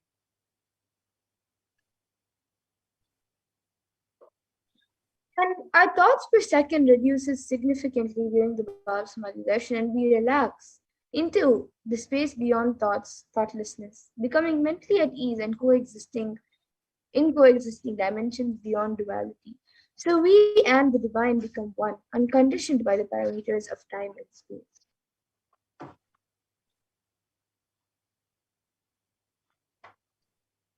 So let us understand the concept of quantum tunneling. It is the probability of a quantum particle like an electron with less kinetic energy to cross over the potential energy of its energy barrier. An electron acts both as a wave and a particle. So imagine a scenario when what happens when an electron with less kinetic energy is approaching a hill. Will the electron be able to cross over the potential energy of the hill, the peak of that hill? As a particle, the electron will require higher kinetic energy to cross over the potential energy of the hill, or it will roll back. However, as a wave, the electron has the ability to pass through by propagating itself through the hill and going to the other side. So that is the science behind quantum tunneling. And this same science is imposed on people who witness the Bhavasamadhi darshan. So this is because our neurons are able to mirror the neurons of the divine immediately. And through quantum tunneling, we are able to travel through the divine energy and mirror the exact same neurons. So when you witness and have the darshan of Bhagavan Sundareshwara, you will be able to experience the powerful cognitions, the powerfulness, and the power manifestation of Bhagavan Sundareshwara.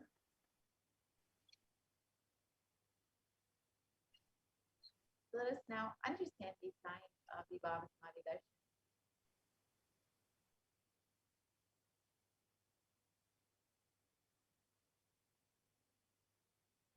So Bhagavan Krishna beautifully describes, he says, so when once he saw his own extraordinary sweetness reflected in a jewel world, so he was amazed and said, how unprecedented and astonishing is this deep and indescribable sweetness of mine. Alas, when I see it, even I become greedy to enjoy its sweetness. Just like Radhika, when I see my own sweetness in the mirror, I become eager to taste it, but I can't. After due consideration, I find that the only way to relish this sweetness is through the constitution of Sri Radhika.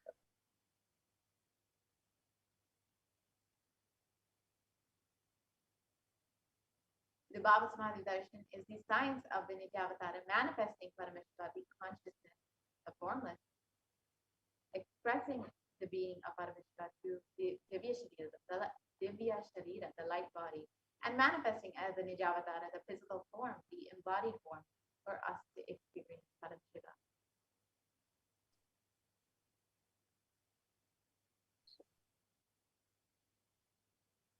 So here you can all now see an example of how Devi Parashakti expresses through the being of Rajarajeshwari and manifests as the Nijavatara, the physical form, to Devi.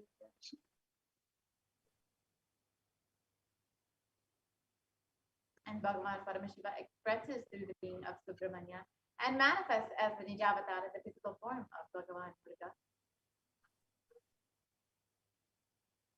And Bhagavan Paramashiva expresses the being of Aranagiri Yogeshwara and manifests as the Nijavatara through the supreme form of Hinduism, His Divine Holiness Bhagavan Sri Nithyananda Paramashivam.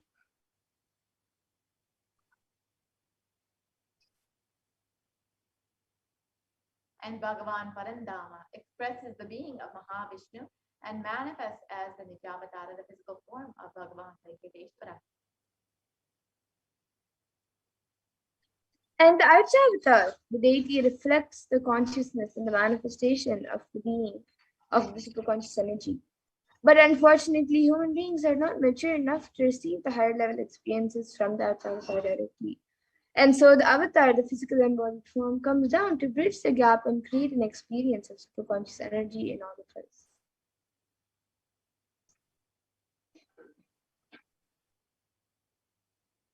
So when we have the darshan of the Nijavatara manifesting beings of various dimensions of Paramashiva and the powerfulness of those dimensions of Paramashiva are awakened in each of us. So now let's see the dimensions of Paramashiva manifesting in Nijavatara for us to experience the Bhava Samadhi Darshan. The Bhava Samadhi Darshan is the direct experience of causeless bliss. During the Bhava Samadhi Darshan, our being comes alive and celebrates with the energy of existence. And their very muscles learn to imbibe and radiate Paramashiva. So the Bhava Samadhi Darshan is like a window to the infinite expanse of consciousness. And it allows us to glimpse the formless in a way that we can understand.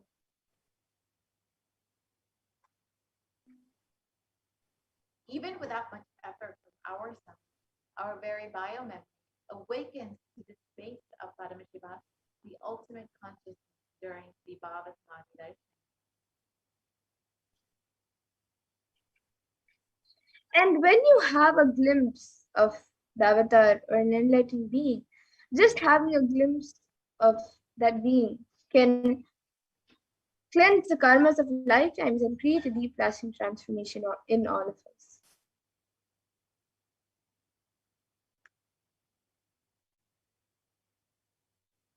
Gratitude enables the reflection of consciousness on all levels, the physical, psychological, and ultimately the conscious level.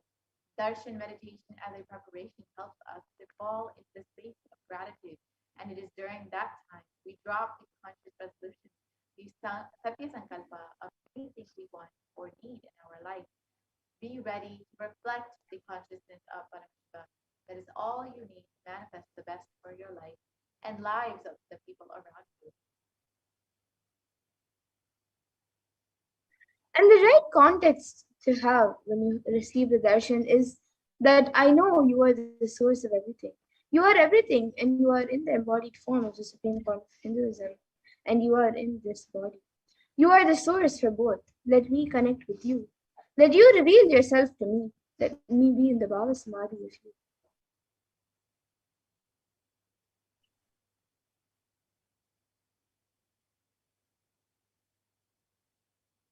So now let's take a few moments to set up our Panchopacharic list and prepare ourselves for the Paramashivoham mantra. So you can go ahead and set up sandalwood paste or powder, flowers, incense, lamp, and food offering. Go ahead and get ready for the Paramashivoham mantra before we have the live darshan of Bhagavan Sareshwara. You can also take a few moments to offer your gratitude to Bhagavan Sareshwara through the super chat and super sticker on YouTube. Very simple way to just show your love and gratitude for Bhagavan Sareshwara happening in your life. So go ahead and take a few moments for that. And now we'll be entering into the Paramashivoham.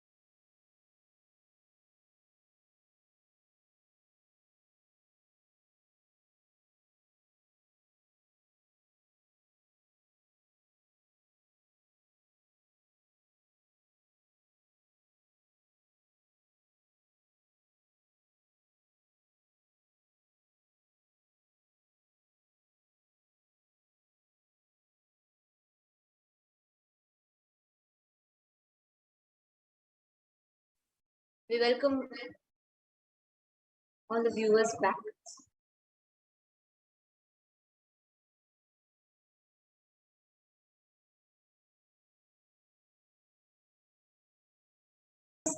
As all of us are preparing for Irena Sundareshwara Paramashiva Sahaja Samadhi Darshan, let us all get ready. Let's all get ready to receive the darshan. Let's all get ready to behold Irena Sundareshwara Paramashiva. And by chanting of the Paramashiva Dhyana Mantra, the Supreme Pontiff of Hinduism has blessed Paramashiva Dhyana Mantra as a Diksha initiation, which encompasses the energy of his Shaktis and transmits that to the receiver. Anyone to whom this mantra is chanted from the space of oneness and deep restful awareness is bestowed with health and well-being, wealth, abundance and prosperity, love and fulfilling relationships, enormous growth and success in business, job and finances. And that person is blessed with success in his career, relationships, in business and job. And a complete and a fulfilled life manifests without any types of doshas, sins, evil eyes, obstacles, leading to a long, healthy and a blissful life. With the grace and blessings of the Supreme Pontiff of Hinduism, today Kailasa's Department of Human Services and Kailasa's Department of Religion and Worship is offering the Paramashiva Dhyana Mantra prayer service on behalf of each and every one of you for the following benefits.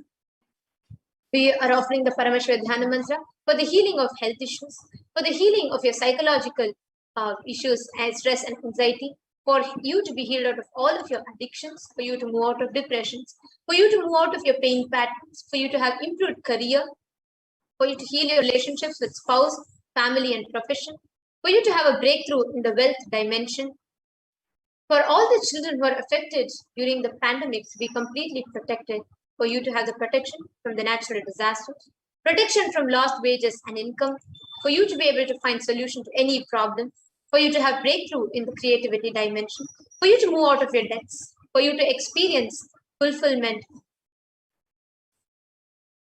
for you to experience increased energy and vitality, for you to have healing from any insecurities, and for you to have protection from any direct or indirect effects of the pandemic, for the leadership consciousness to be awakened in you, for the healing from any genetic or inherited disorder to happen in you, for you to experience completion in your muscle memory and biomemory. Let us all now enter into the Paramashiva Dhyana Mantra. Om Nithyananda Paramashivoham. Om Nithyananda Paramashivoham. Om Nithyananda Paramashivoham. Om Hrim Nithyanandaya Namaha. Om Ham Hum Shivaya Namaha. Om Nithyanandam Paramasukadam Kevalam Jnanamurtim Dvandvatitam Gagana Sadrisham Tattvamasyaadhirakshyam Ekam Nityam Vimalamachalam Sarvadhi Sakshi Bhutam Bhavatitam Triguna-rahitam Sadgurum Tam Namami. I surrender to the Guru, whose eternal bliss, the restorer of supreme happiness, the one who is the embodiment of wisdom, who is beyond duality, who is omnipresent, to whom the supreme goal is giving the enlightenment experience, who is eternal, pure and unshakable, who is the silent spectator of all thought processes, who is without the three qualities called as Sattva, Rajas and Tamas. You will not be entering into the conscious resolution. When you make a conscious resolution in the presence of the avatar, the power of the Sankalpa itself will reveal the experience and manifest your reality. Om Mamopata Samasta Duridakshaya Dwara Bhagavat Shri Nithyananda Paramashiva Prityartham.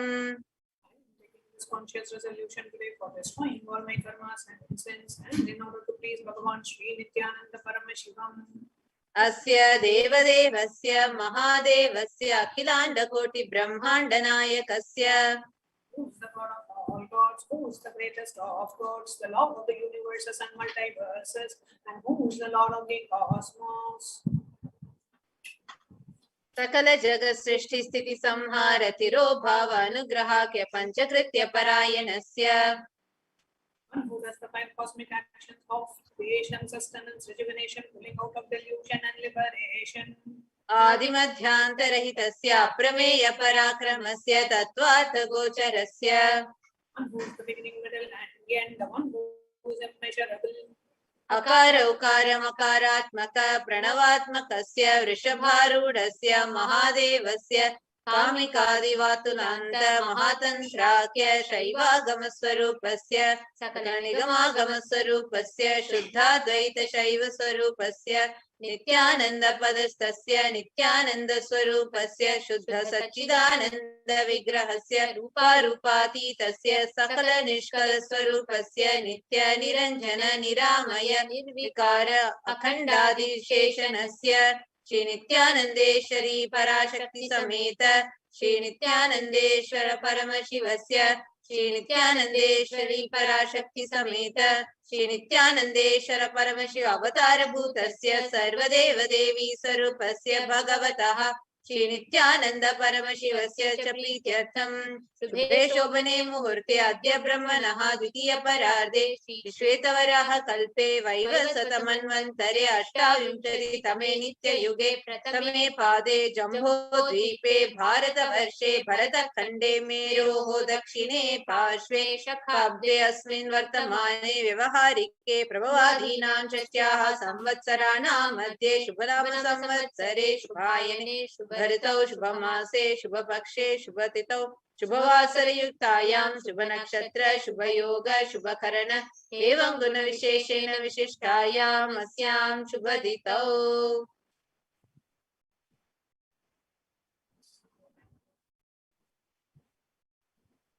During this auspicious time, during the second half of the lifetime of Lord Brahma, during the Kalpa called Shvetavaraha, during the regime of Vaivasvatamalu, during the first quarter of the Yuga called Nitya Yuga, in the island called Rambu, in the continent called Bharata Varsha, in the subcontinent called Bharata Khanda, in the southern side of Mount Meru, in the Shaka era, during the auspicious year, which is one of the set of 60 years, which is in practice of which Prabhava is the first year, in this auspicious Ayana, in this auspicious season, in this auspicious month, in this auspicious Paksha, which is the phase of the moon, on this auspicious Tithi, which is the number of the days from the new moon or the full moon, on this auspicious day, during the auspicious Nakshatra, the Vedic star, during the auspicious Yoga and auspicious Karana, during such an auspicious moment.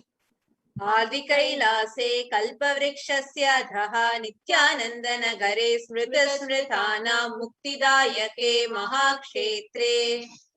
Now, we request all the participants, whether you're offering this mantra for yourself or for someone else.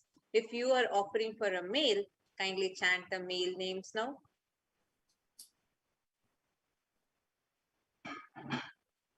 Namadheyasya. You know, request all the participants, whether you're offering for yourself or for someone else. If you're offering for a female, please chant the names of the female participants now. Namyaha cha yajamanaanaam avayoho sahakutumbhaanaam bandhuvargaanaam dayadivargaanaam mitravargaanaam sodaravargaanaam samesham. Participants who stand be with their families, relatives, inheritors, friends, brothers, and everyone. सर्वाभीष्ट सिद्ध्यर्थं सकलवाप्त्यर्थं उत्तरोत्तरणवच्छिन्न स्थिरलक्ष्मी प्राप्त्यर्थं. Always let there be all types of good and auspiciousness. Always let there be unbroken flow and steady flow of abundance, prosperity, and wealth. कुटुम्बे सर्वदा सन्मंगल प्राप्त्यर्थं अन्योन्य प्रेमाभिवृद्ध्यर्थं. कुटुम्बे सर्वेषां सर्वाभीष्ट सिद्ध्यर्थं चिन्तितमनोरथवाप्त्यर्थं. Let the family always have all kinds of auspiciousness and anything which is desired be fulfilled. समेषाम् आधिर्व्याधिनिवृत्त्यर्थं समेषां शिरादिपादपर्यन्तं विद्यमानानां समेषु अङ्गेषु जनितजनिष्यमान सकलविधनानाविधरोगाणां व्यपोहार्थं तद्वारा रोगदृढगात्रवपुः सिद्ध्यर्थम्.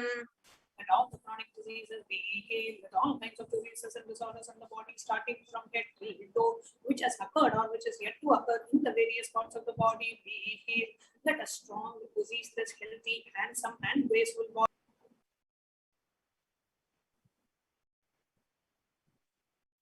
समेषां परैकतृभिश्च कृतकरिष्यमान सकलविध मन्त्र तन्त्र यन्त्र विषचूर्णाभिचार स्तम्भन मारण उच्चाटन विद्वेषण वशीकरणादि मान्त्रिक प्रयोगेभ्यः रक्षण प्राप्त्यर्थं तद्वारा दृढगात्रवपुः सिद्ध्यर्थम्.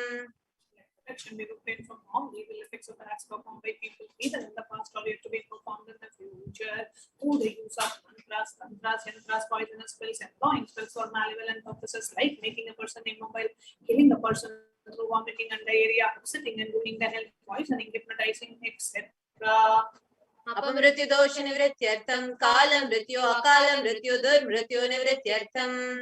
All the doshas and ill effects related to death like destined death, unnatural death, fatal death be removed. समेषाम् अन्तर्दृष्टि बहिर्दृष्टि क्रूर दृष्टि व्यापार दृष्टि अनुकूल दृष्टि प्रतिकूल दृष्टि इत्यादि सकलविध दृष्ट दोष निवृत्त्यर्थम्. All the effects of the evil eyes from known and unknown sources, effects of cruelty, evil eyes, effects of evil eyes of business enemies, effects of evil eyes of people whom we project as if they are our well-wishers, and effects of evil eyes of people who are against our well-being be removed. समेषाम् अन्तःशत्रु बहिःशत्रु क्रूर शत्रु व्यापार शत्रु अनुकूल शत्रु प्रतिकूल शत्रु इत्यादि सकलविध शत्रु बाधा निवृत्त्यर्थम्. And all the effects of the hidden enemies and outer enemies, fierce enemies and business enemies, enemies who project themselves as our well-being be removed.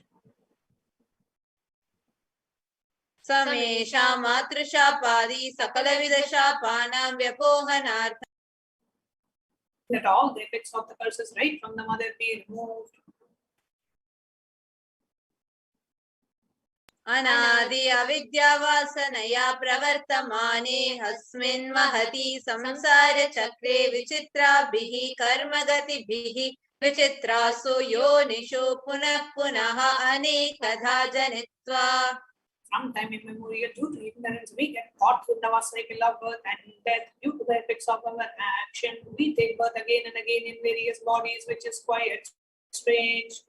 केनापि पुण्यकर्म विशेषेण भगवतः श्री नित्यानंद परमशिवस्य अपरिमितया कृपया इदानीन्तन मनुष्य जन्म प्राप्तवताम्.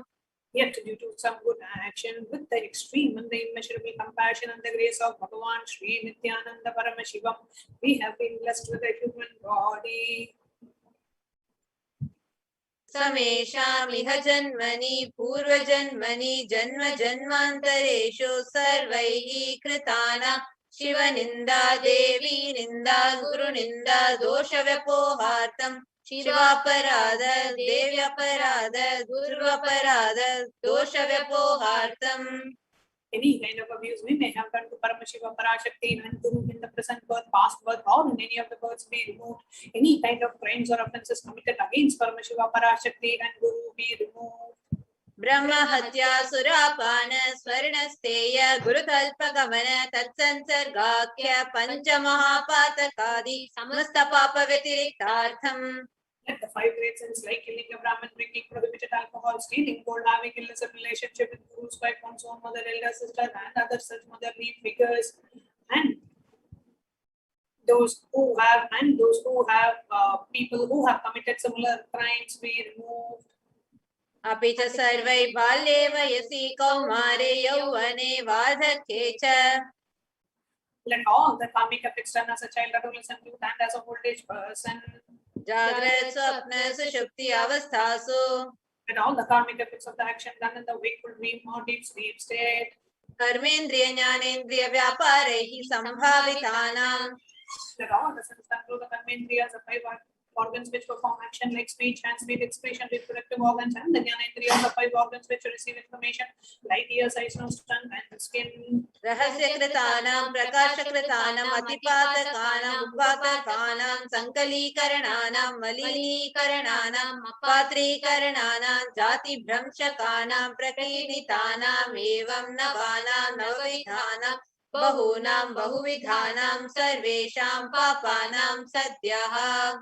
The sins which are done openly or secretly, the greatest of the great sins, the minor of the minor sins, multiple sins in, like there being a an unjustifiable sins in, of destroying the caste system, narrow-minded sins, such 9 sins and 9 types of sins, and more sins and more types of sins be removed immediately and instantly. Panodana dwara samasta mangala praptyartam Shiva bhakti, Devi bhakti, Guru bhakti siddhyartam Paramashivatva, Paramashiva sthiti, Paramashiva shakti siddhyartam. The removal of sins, let us be showered with all the auspiciousness, and let Paramashiva Bhakti, Devi Bhakti, and Guru Bhakti be obtained. Let the state of Paramashiva, space of Paramashiva, powers of Paramashiva be obtained.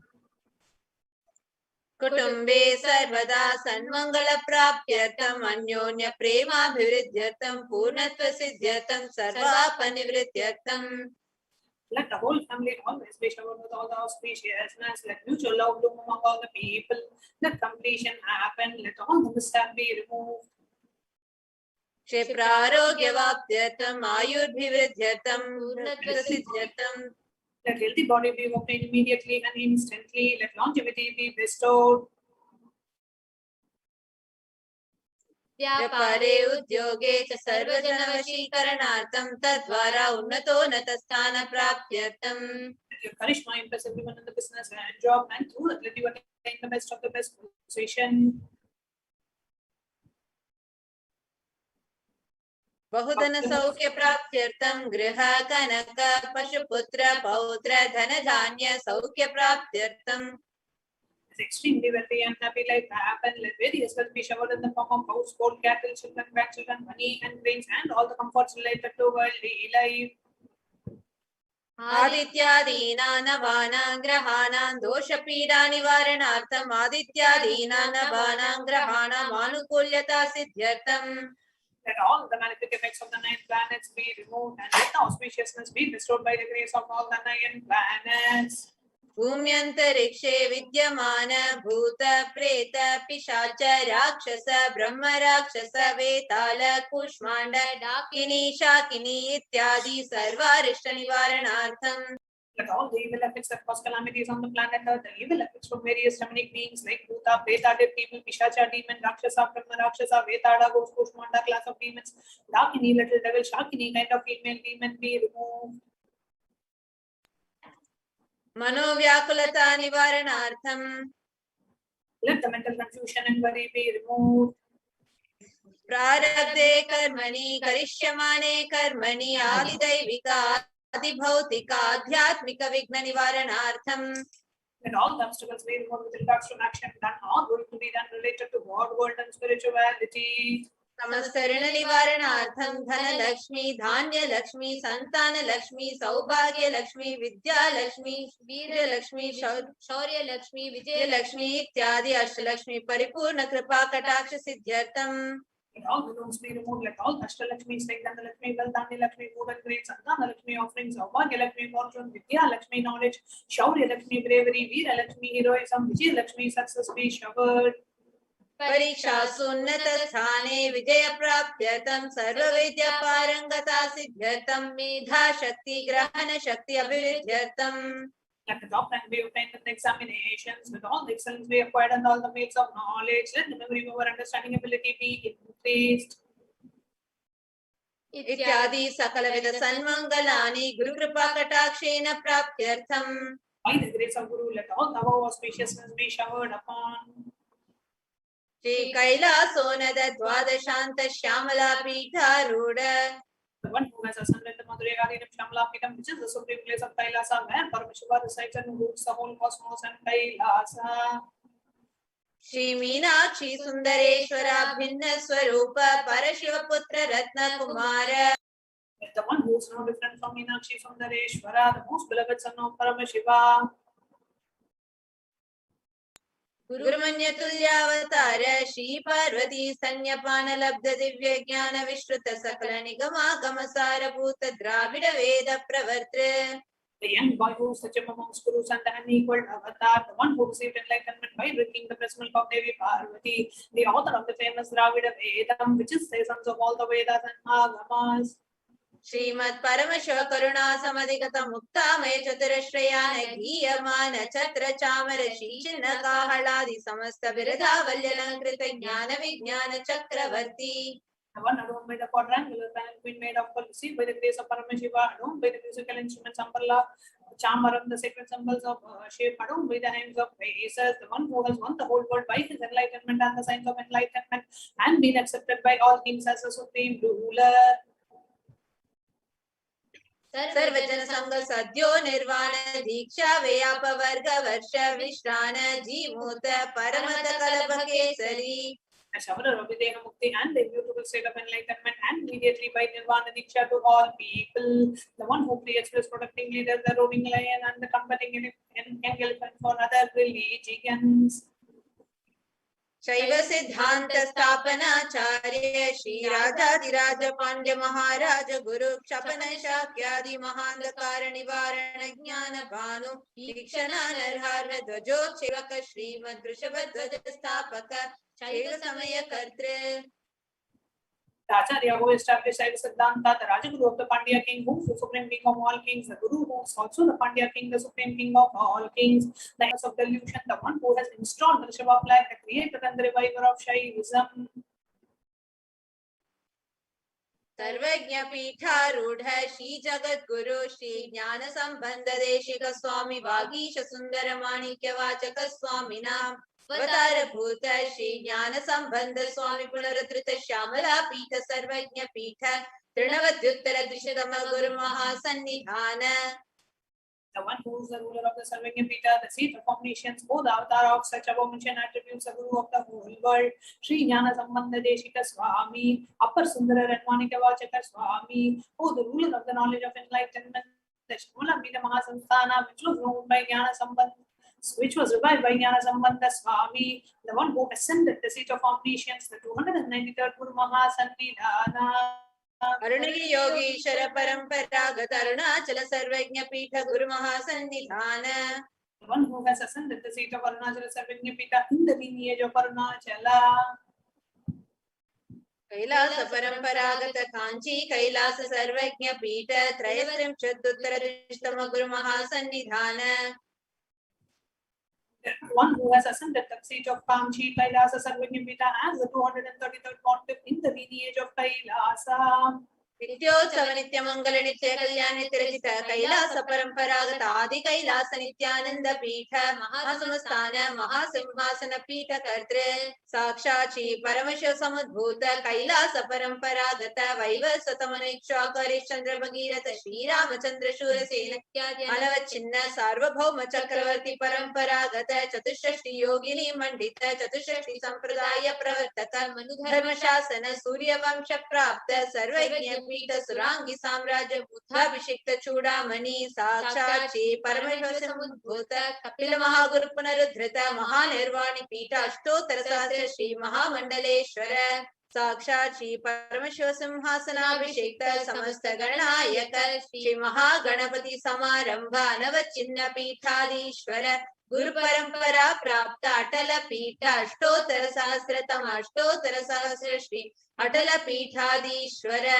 धर्म मुक्ति स्वर्गपुर स्वर्ण पीठ त्रयोविंश गुरु महासन्निधान कैलास परंपरागत आदिपीठ सर्वज्ञ पीठ जगत गुरु श्री कैलास पुनरुद्धारक श्री कैलास परमाचार्य श्रीमत् परमहंस परिव्राजकाचार्य वर्य सच्चिदानंद प्रणव स्वरूप श्रोत्रिय ब्रह्मनिष्ठ श्रीमद् जगत गुरु श्रील श्री भगवत श्री नित्यानंद परमशिव श्री ज्ञान संबंध देशिक परमाचार्य स्वामिनां प्रीत्यर्थम तेषां पादारविन्दयोः भक्ति सिद्ध्यर्थम गुरु कृपा कटाक्ष सिद्ध्यर्थम क्षेम स्थैर्य वीर्य विजय आयुरारोग्य ऐश्वर्याणाभिवृद्ध्यर्थम धर्मार्थ काम मोक्ष सर्वविध फल पुरुषार्थ सिद्ध्यर्थम मम समसुदुरितोपशान्त्यर्थं समस्तमङ्गलवाप्त्यर्थं भगवत् श्री नित्यानन्द परमशिव प्रसादेन सकुटुम्बस्य ज्ञानवैराग्य जीवन मुक्ति प्राप्त्यर्थं च श्री नित्यानन्देश्वरी पराशक्ति समेत श्री नित्यानन्देश्वर परमशिवस्य श्री नित्यानन्देश्वरी पराशक्ति समेत श्री नित्यानन्देश्वर परमशिव अवतार भूत सर्वदेव देवी स्वरूपस्य भगवतः श्री नित्यानन्द परमशिवस्य च ध्यान षोडशोपचार सर्वोपचार अर्चनाराधन पूजां प्रार्थनां करिष्ये। ओम आनंद गंध निलयाय नमः। ओम भवरोग भेषजाय नमः। ओम कल्पतरवे नमः। ओम पशुपतये नमः। ओम पाश विमोचकाय नमः। ओम ईप्सित फलदायकाय नमः। ओम भाग्यवृत्ति परिवर्तकाय नमः। ओम आधि व्याधि विनाशकाय नमः। ओम समस्त कल्याण गुणान्विताय नमः। ओम विड़दि पुरीशाय नमः। ओम श्री कैलासपतये नमः। ओम शिवशक्त्यैक्य स्वरूप नमः। ओम ह्रीं नित्यानंदाय नमः। ओम हां हौं शिवाय नमः। ओम श्री नित्यानंदेश्वरी पराशक्ति समेत श्री नित्यानंदेश्वर परमशिवाय नमः। ओम श्री नित्यानंदेश्वरी पराशक्ति समेत श्री नित्यानंदेश्वर परमशिव अवतार भूत श्री सर्वदेव देवी स्वरूपाय श्रील श्री भगवत श्री नित्यानंद परमशिव श्री ज्ञान संबंध देशिक परमाचार्य स्वामिने नमः। ओम Nityanandam.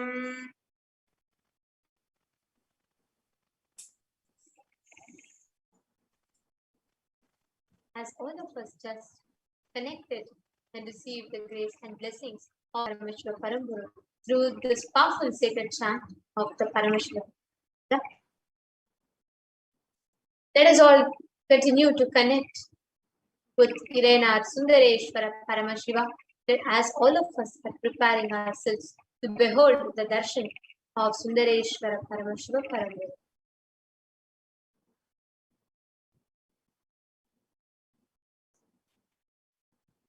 Sit straight. With your head, neck, and spine straight down. Bringing your entire awareness to your Ananda Gandha, your being center, the region between your heart center and above your navel center.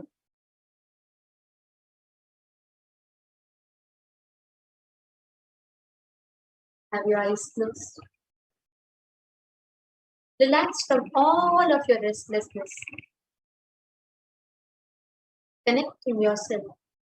Irena Sundareshwara Paramashiva Param.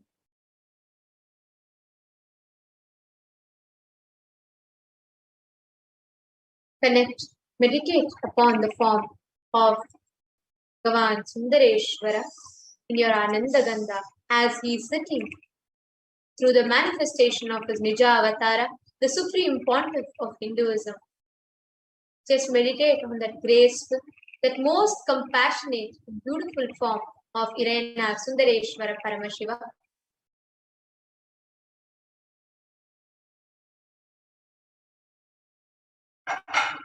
And chant the Mahavakya. Om Nithyananda Paramashivoham. Om Nithyananda Paramashivoham. Om Nithyananda Paramashivoham. Continue to connect to Irena Sundareshwara Paramashiva. Do not distract yourself with any kind of restlessness.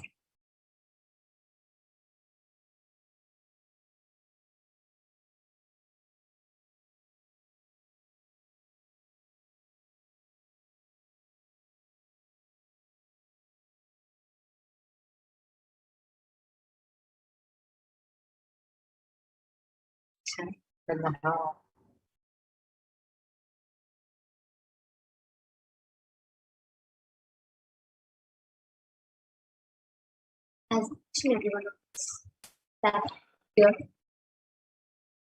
to have the darshan Sundareshwara Paramashivoham. Each and every one of us that are here are the most blessed. For us, we get to directly interact, directly have received the blessings and boons from Bhagavan Sundareshwara himself.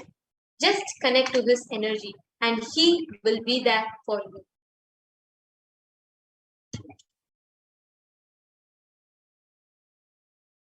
Please avoid any kind of distraction. Just bring in your entire awareness to your Ananda Gandha, your being center.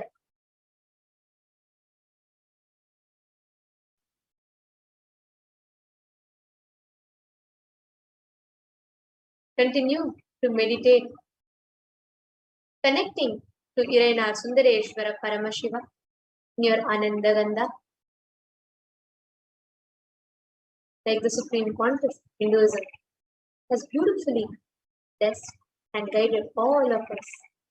The best way to receive Irena Sundareshwara Paramashiva is through Leela Dhyana, feeling connection.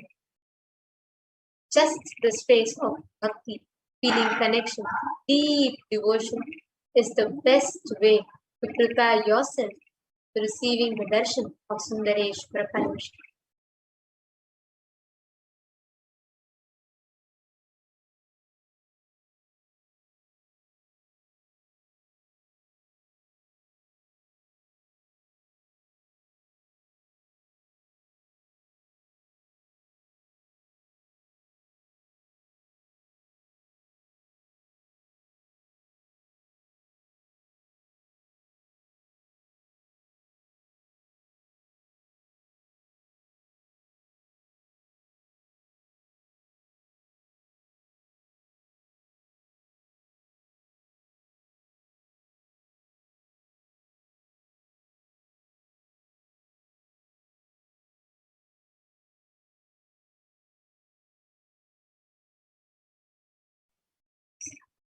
Continue to be in the same meditative space. So beautiful to see your comments.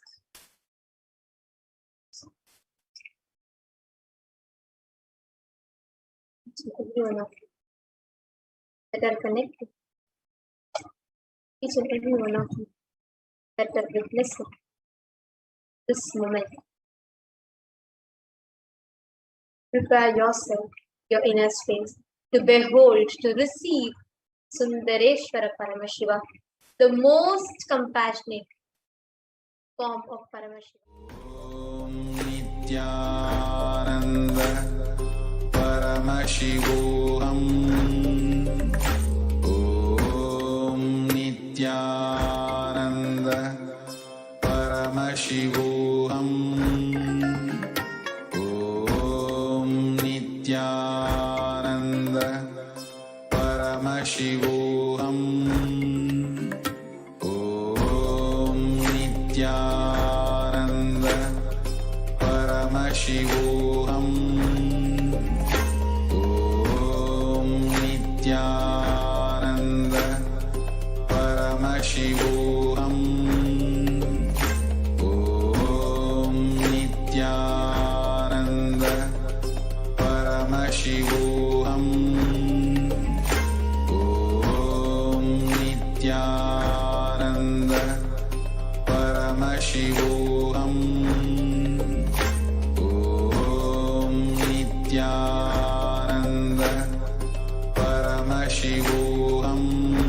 Om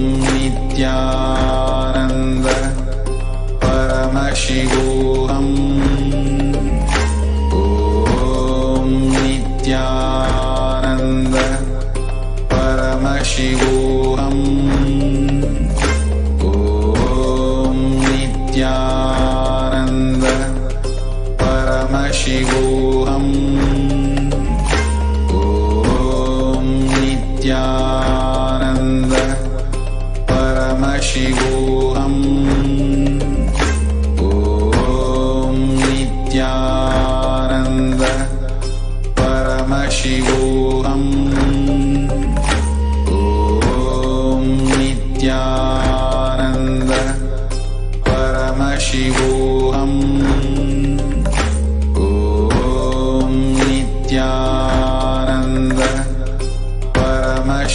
Paramashivoham.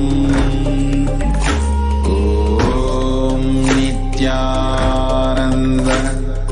Paramashivoham. Om Nithyananda Paramashivoham. Om Nithyananda Paramashivoham.